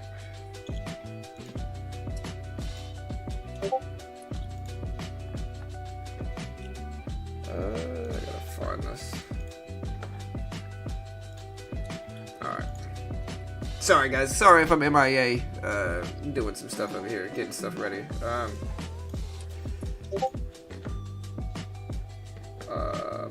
You're gonna regret getting out of AMC, says no. Dude, honestly, no offense to anybody, bro, but I've been hearing, I've been running this YouTube channel for a long time. And during this time, I've heard people get mad at me, tell me I was dumb for getting out of SNDL. And let's take a look at SNDL. They got mad at me because I sold SNDL at 360s. SNDL is currently at 68 cents. That was an interesting day, because that happened same day. Yeah. I remember that. I remember you were like, I think I'm going to get out here. Yeah. I'm up, and everybody tripped out. And everybody got so mad. That thing ripped down 5 minutes later, dude. You're like, yeah. What I've learned is that those people never come back and say, hey, you were right. My bad. Those people will never apologize. They're so desperate to pump up the stocks, they just get mad. In the end, again, I've heard of this for so much stuff. I heard people when I was covering the GameStop squeeze. GameStop was at 550, and people would say, "Yeah, I'm taking profit." And my general mentality when GameStop was up there was well, you can hold it if you guys want to, but if I'm up that big of a percentage in anything, I'm at least taking half of it off. And then maybe you can hold the rest and let that run, and if it doesn't, you've still taken profits and protected yourself. But even me just saying that, people just freaked out. Yeah, I remember that. All that stuff. Yeah, and that's what I'm saying. So, anybody saying, hey, you're going to regret it, I'm just kind of we'll see, bro. It doesn't matter. I stick to my niche. Might have been talking about, speaking of GameStop, dude, it just ripped.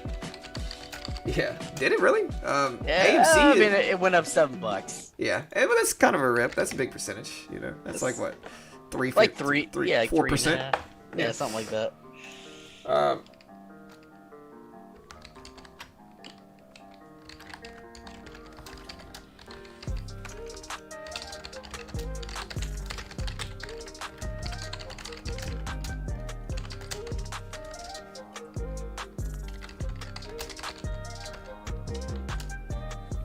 Hey, thanks for the love, Wonton. I appreciate it. All right. Sorry guys, let me get this ready. GME and AMC ripping? What's AMC doing?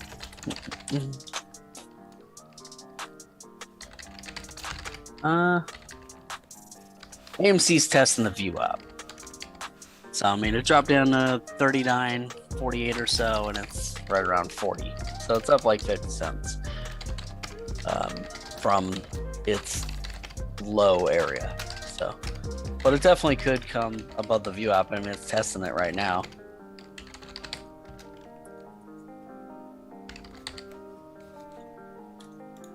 All right.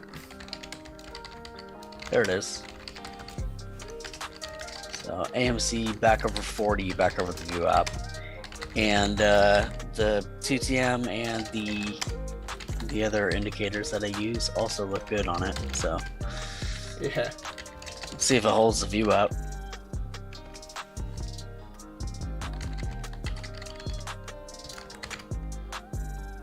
All right.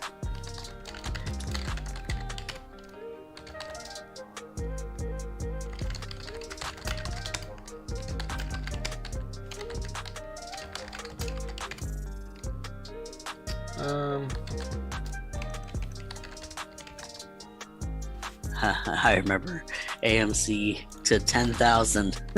Yeah. That's That's how it went, bro.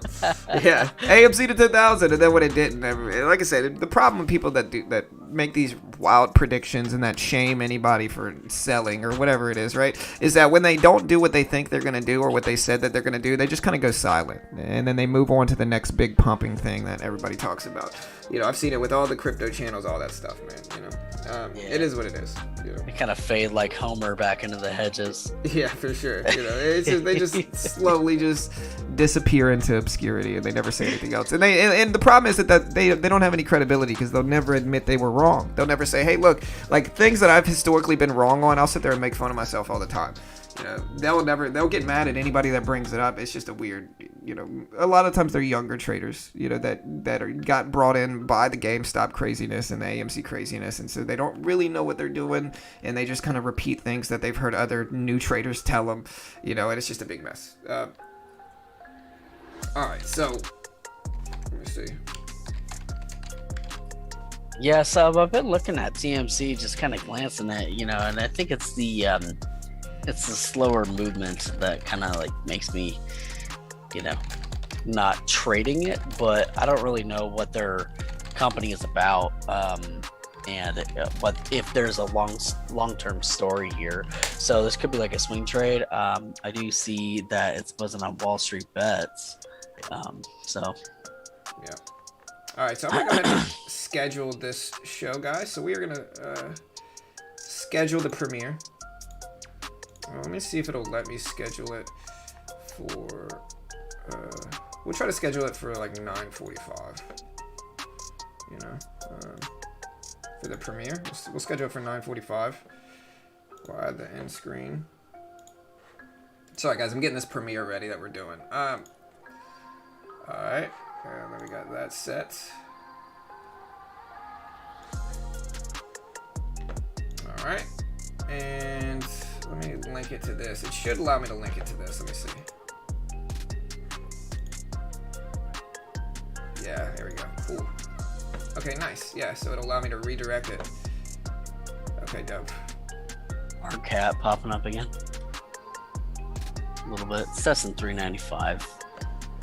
And so yeah, guys, make sure to stick around to the very end of the show after this show is over. So once this stream ends, we're gonna redirect you to the premiere. You know, And so at 9:45 or at 10:45, so in 20 minutes, when the show ends, we're going to just redirect you to that premiere. And we're going to trade a little bit, guys. So we got GameStop that did spike up to 192s. We got RCAT here.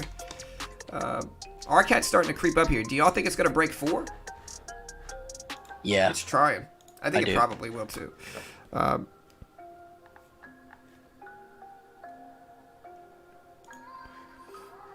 RCAT coming back. Yeah, for sure. I see you, Dylan. Have a good day, brother. Based on your stance on most of these stocks, what would you say are actually some to watch? I mean, it depends, man. I'm a reactive trader. So, like, I react to what the market does instead of trying to predict what the market does. I think trying to predict exactly what any of these stocks are going to do on a long-term basis, specifically penny stocks, is a losing game. It's a losing endeavor. Like, trying to predict what some of these really obscure, terrible companies that do not have a lot of information about them, that are manipulated a ton by traders, by the stock company themselves, by everything else, trying to predict what they're going to be in a year is a losing endeavor. Like, nobody knows. It's a coin flip. You know, I would more so just react to what they actually do. I'd rather react to the movement they put in. And so on a short-term basis, you can look at something like RCAT and say, hey, well, this stock's going up. You know, there's small-time sentiment changes. So you can see like breaks over the VWAP to influence sentiment and all that stuff. You can see all those different things. But yeah, that's the problem. That's the difference. I'm going to switch the time of this to 9:30, I guess. Oh, no, we'll keep it a little bit longer. CEI. Hey, John, how do I join your World Series of Trading team? So I'll post this link here, guys. And yeah, if y'all want to join my team in the WSDT, I'll post this link here. If you want to join my team for the WSDT, that is coming soon. The World Series of Day Trading is a non-profit competition where traders win free prizes. And so it's a completely free competition. You can join my team at the link I'm about to post in the chat. And again, join my team, guys. Completely free. I'd like to be a part of that. Yeah, hey, it's in the chat. There's the link. I'll send it to you as well, Joel. But yeah, join my team. The way it works is they give you a demo account. It's based in the stock market. They're going to give you a demo account. And the traders that perform the best on my team win prizes. And the traders that perform the best total out of every team win even bigger prizes. And it's completely free. I think it's a great test of your skill because it allows you to trade with some pressure to succeed, but not the full extent of pressure that you're going to get with, say, you know, a real money account, right? So it's a good middle ground where you got some pressure to succeed through the competition. You got some pressure to do well. And there's the link right there, guys. Check out the team. Should be fun. There's the link in the chat right there. Oh, I already posted it. My bad. Let me remove that last one. But yeah, there's the link in the chat. Also, if you want to help support me, another way to do so is by checking out BitGet. BitGet is super dope and useful in doing a lot of different things in the market. You know, what BitGet allows you to do is, if you're listening to us talk about crypto, BitGet allows you to take all these different ways of trading in crypto and find use of them. Number one is that you can copy trade other profitable traders. So you can literally look at which traders are the most profitable. You can look at their accuracy rates. This guy, just as an example, this guy right here has earned $208,000 over the last 3 weeks, right? $208,000 over the last 3 weeks. He's running like, he's making like 65, or he's making like, you know, $70,000 a week here. And you can follow him trade for trade. If a spot opens up, you can follow him trade for trade. You can say, hey, look, I want to take 10% of his position, which will honestly be a lot. And so if you're going to follow this guy, you know, you want to follow him if you have a big account. And of course, I can't guarantee you're going to make money, but there's other traders that aren't trading this large. You can see if you go down some more, you know, they're making much more reasonable gains per week. Like this guy, you know, some of these guys have made $400 in the last 3 weeks. This guy's made $474. And so following him with a 1-to-1 ratio makes more sense. You know, but and you can copy them trade for trade. You could also be a copy trader. And copy traders earn 10% on whatever they make their followers, or the people following them. And so if I'm a copy trader and I make somebody $1,000, I keep 100. You know, if I've got 100 people and I make each of them $1,000, then I've just made $10,000. you know. And if you want to practice copy trading on BitGet for free, you can as well. Just create an account. You can literally paper trade for free here and try to learn how to copy trade to where if you're good enough, then you can then be a copy trader and make money passively like that. Even if you just want to invest in crypto, you can. You just go to spot trading here. I can buy Bitcoin, I can buy Ethereum, Litecoin, EOS, XRP, all these different coins. And so it's literally a one-shop stop for crypto. And the way you fund your account is really simple. You go to buy crypto at the top right. You say, hey, I want to buy $300 worth of Bitcoin using a Visa card. You know, and then you just go to purchase in the bottom right. You'll get your money within 2 to 10 minutes. And yeah, it's super easy. You can pay with Visa. They do accept US clients. Another big thumb up for BitGet. A lot of these futures trading platforms do not accept US clients. BitGet certainly does. And it's one of my favorite things about them because they've gone through those necessary steps of getting US approval to be able to market and allow US signups. And trust me, a lot of these big crypto platforms in the futures market are not doing that. And so it's another vote of confidence in me. I've withdrawn from them a bunch of times, never had any issues. And so again, if you want to check out BitGet, you can also get up to $630 in fees off by doing these random tasks like following them on social media, all that stuff. And so here's the link for BitGet. Check it out now. Great way to help support the channel. Yeah, Monday been bleh for like 3 weeks, yeah, for sure. It really has. Well, it's September. Yeah, for sure. So Jana just joined, but it's asking me to complete my application. Do I have to call them? So they usually call you. And so just be on the lookout for their call. They'll probably call you, you know. No wonder people don't go to the casinos anymore. Hey man, I loved living in Las Vegas, man. Yeah, honestly, casinos paid for everything. Yeah, honestly, I'm a huge poker player, so Vegas is like, you know, right. Yeah, and Paul, exactly what Paul just said. Paul said John grinds it out like a slow playing poker player. Actually, a good strategy. Exactly, man. Like people can hate on my strategies.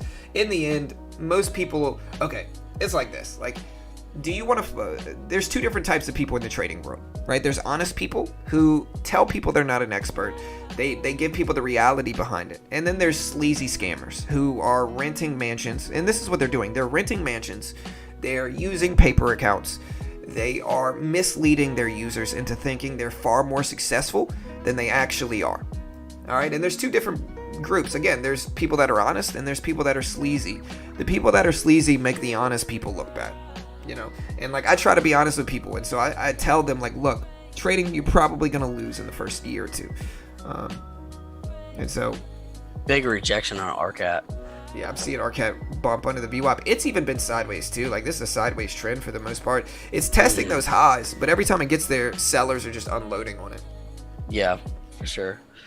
And this is a perfect stock for a lot of larger traders, people with really large accounts to accumulate shares of while it's on this lower range, and then just dump them once it hits around that $4 mark. Right. So. Yeah, for sure. Here, hold it down, Joel, for a second. I'm gonna mute myself and then listen to the video to make sure it's good. So I'll be right back. Right on. All right, cool. Bitcoin getting some volume now. Let's take a. Oh yeah, you're right. Wow, that's actually a really great rip.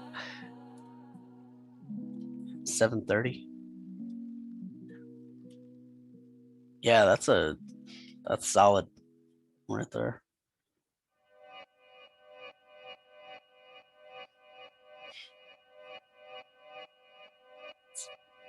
It's been bouncing off of this 43.5 area all day.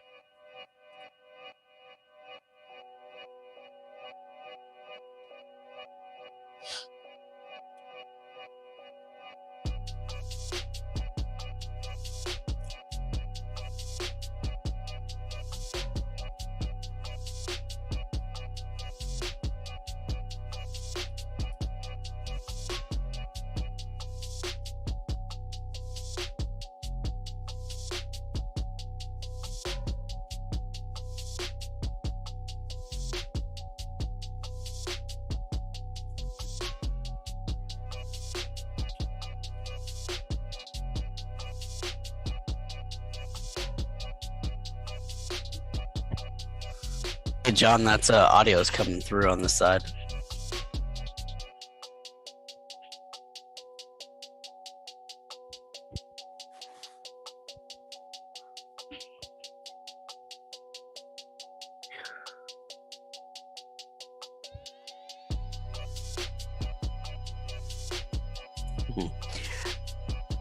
I aim to be like him. Swords, like when it comes to cutting losses. Yeah, for sure, man. You gotta have that liquid sword. You gotta be able to cut that.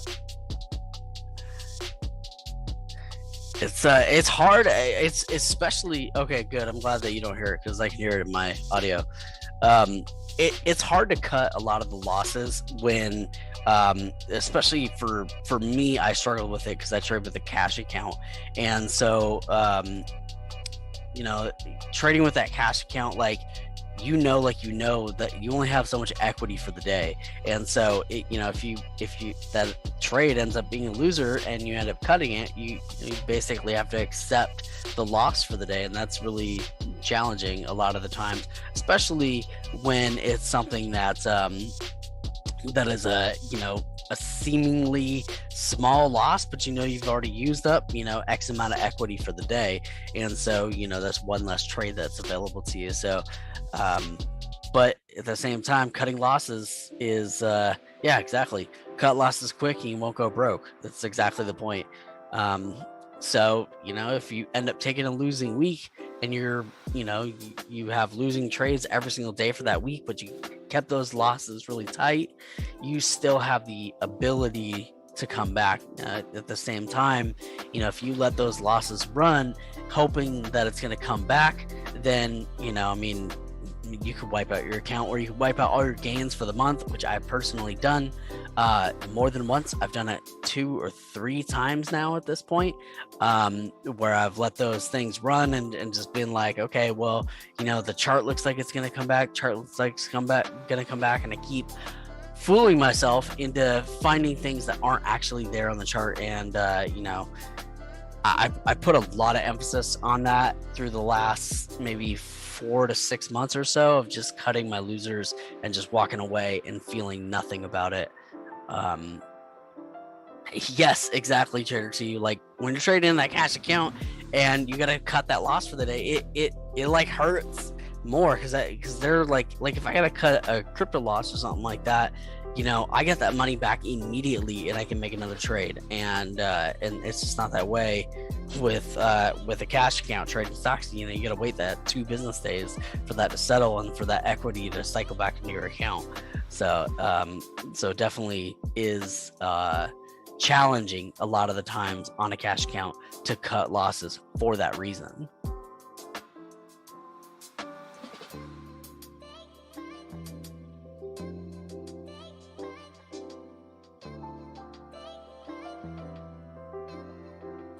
Our cat bouncing back.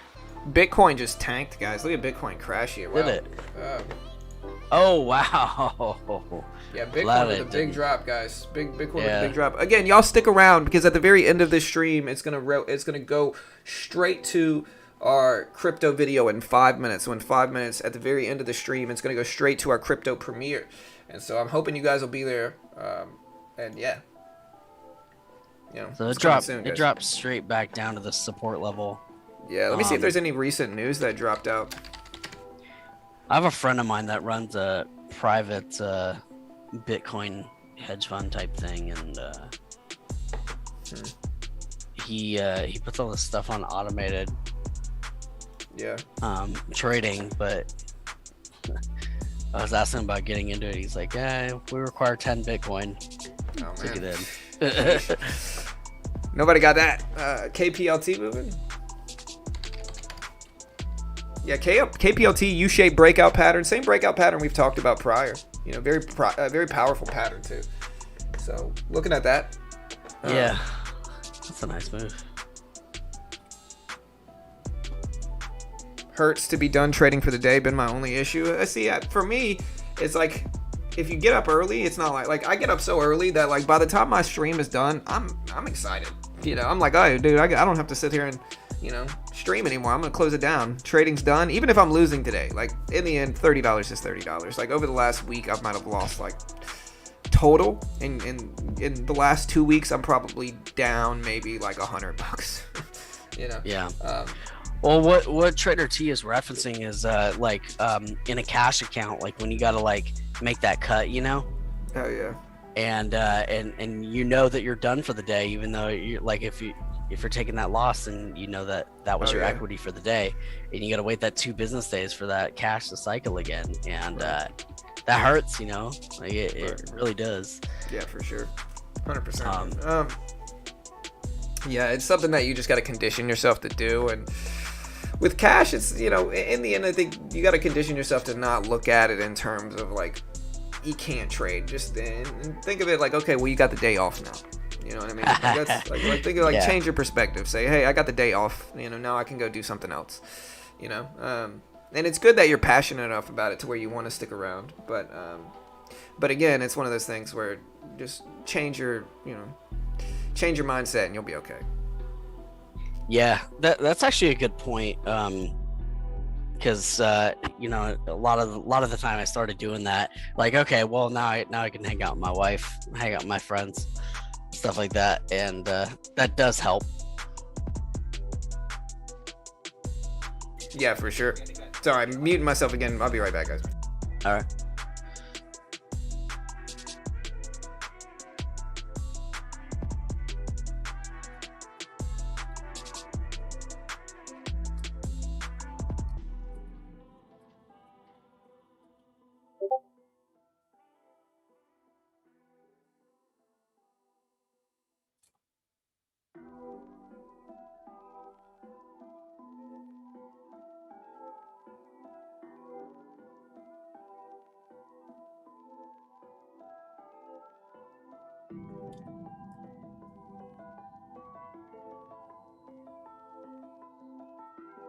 All right, guys, we got a few minutes here. People taking profits, yeah, for sure. Diversify your brokerages, trade in multiple brokerages. I mean, that is an option, to be honest. But at the same time, I mean, with a cash account, it doesn't matter. You know what I mean? Like with a cash account, it doesn't matter at all what broker you trade on, because it's not about you're not getting restricted from the PDT rule AI. You're getting restricted from the amount of cash you have settled. Because a cash account, there is no PDT rule. You can day trade as much as you want with a cash account. You just don't. There is no PDT rule, and so you can day trade as much as you want. The problem is that it takes 2 days for your funds to settle, and so when you use all your money, you're out of money, and you got to wait 2 days for your funds to settle again. And so it's not about the PDT rule that restricts you. It's about the amount of funds that are actually settled, and that is independent of your brokerage. So like your broker doesn't matter basically, because you're still not going to have funds settled regardless of what broker you use.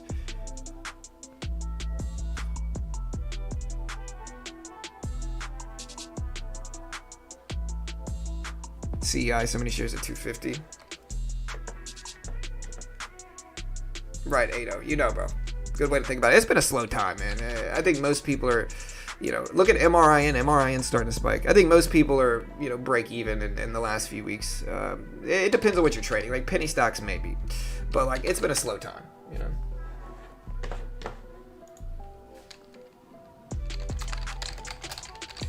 And remember, guys, like I said, go check out Benzinga. We got the Benzinga link in the description if you want more info on some of the best scanners in the game right now. You can also, like I said, go check out BitGet. Super easy way to help support the channel here, guys. There's the Benzinga link. Again, the BitGet link in the description. You can check it out if you want to copy trade some of these profitable traders. You can copy them, see which traders are doing the best, see which traders have the best accuracy rates, and all that good stuff. You can see copy trading here. Some of these guys are making big money. This guy's made $119,000 over the last 3 weeks. This guy's made $208,000, and you can copy them trade for trade on BitGet. And again, to deposit, you just go to buy crypto at the top right. Say, yo, I want to buy $400 worth of Bitcoin, of USDT, of Ethereum, using Visa, using Google Pay, and then you just go to purchase at the bottom right here. I'll put the link in the chat if you want to help support the channel. The premiere is going to be starting soon, guys, and so I'm going to post this link, and then we're going to switch it over to the premiere. So again, y'all stick around. Let me post this link in the chat.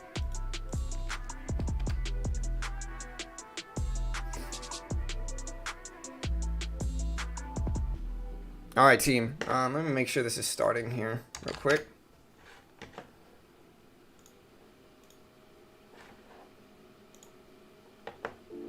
All right, so here's the premiere starting right now, guys. It's starting at 1:40, so we'll stick around here. If you want to join the premiere, I'm going to post the link here, guys, so y'all join the premiere. But again, when this stream over,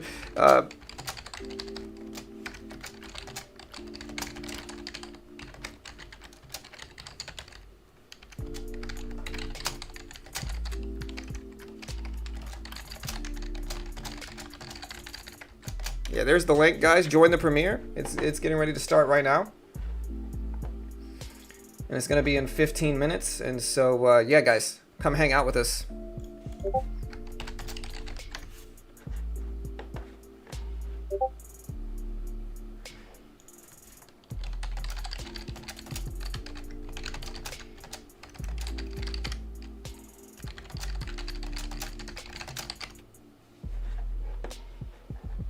All right, guys. Good luck.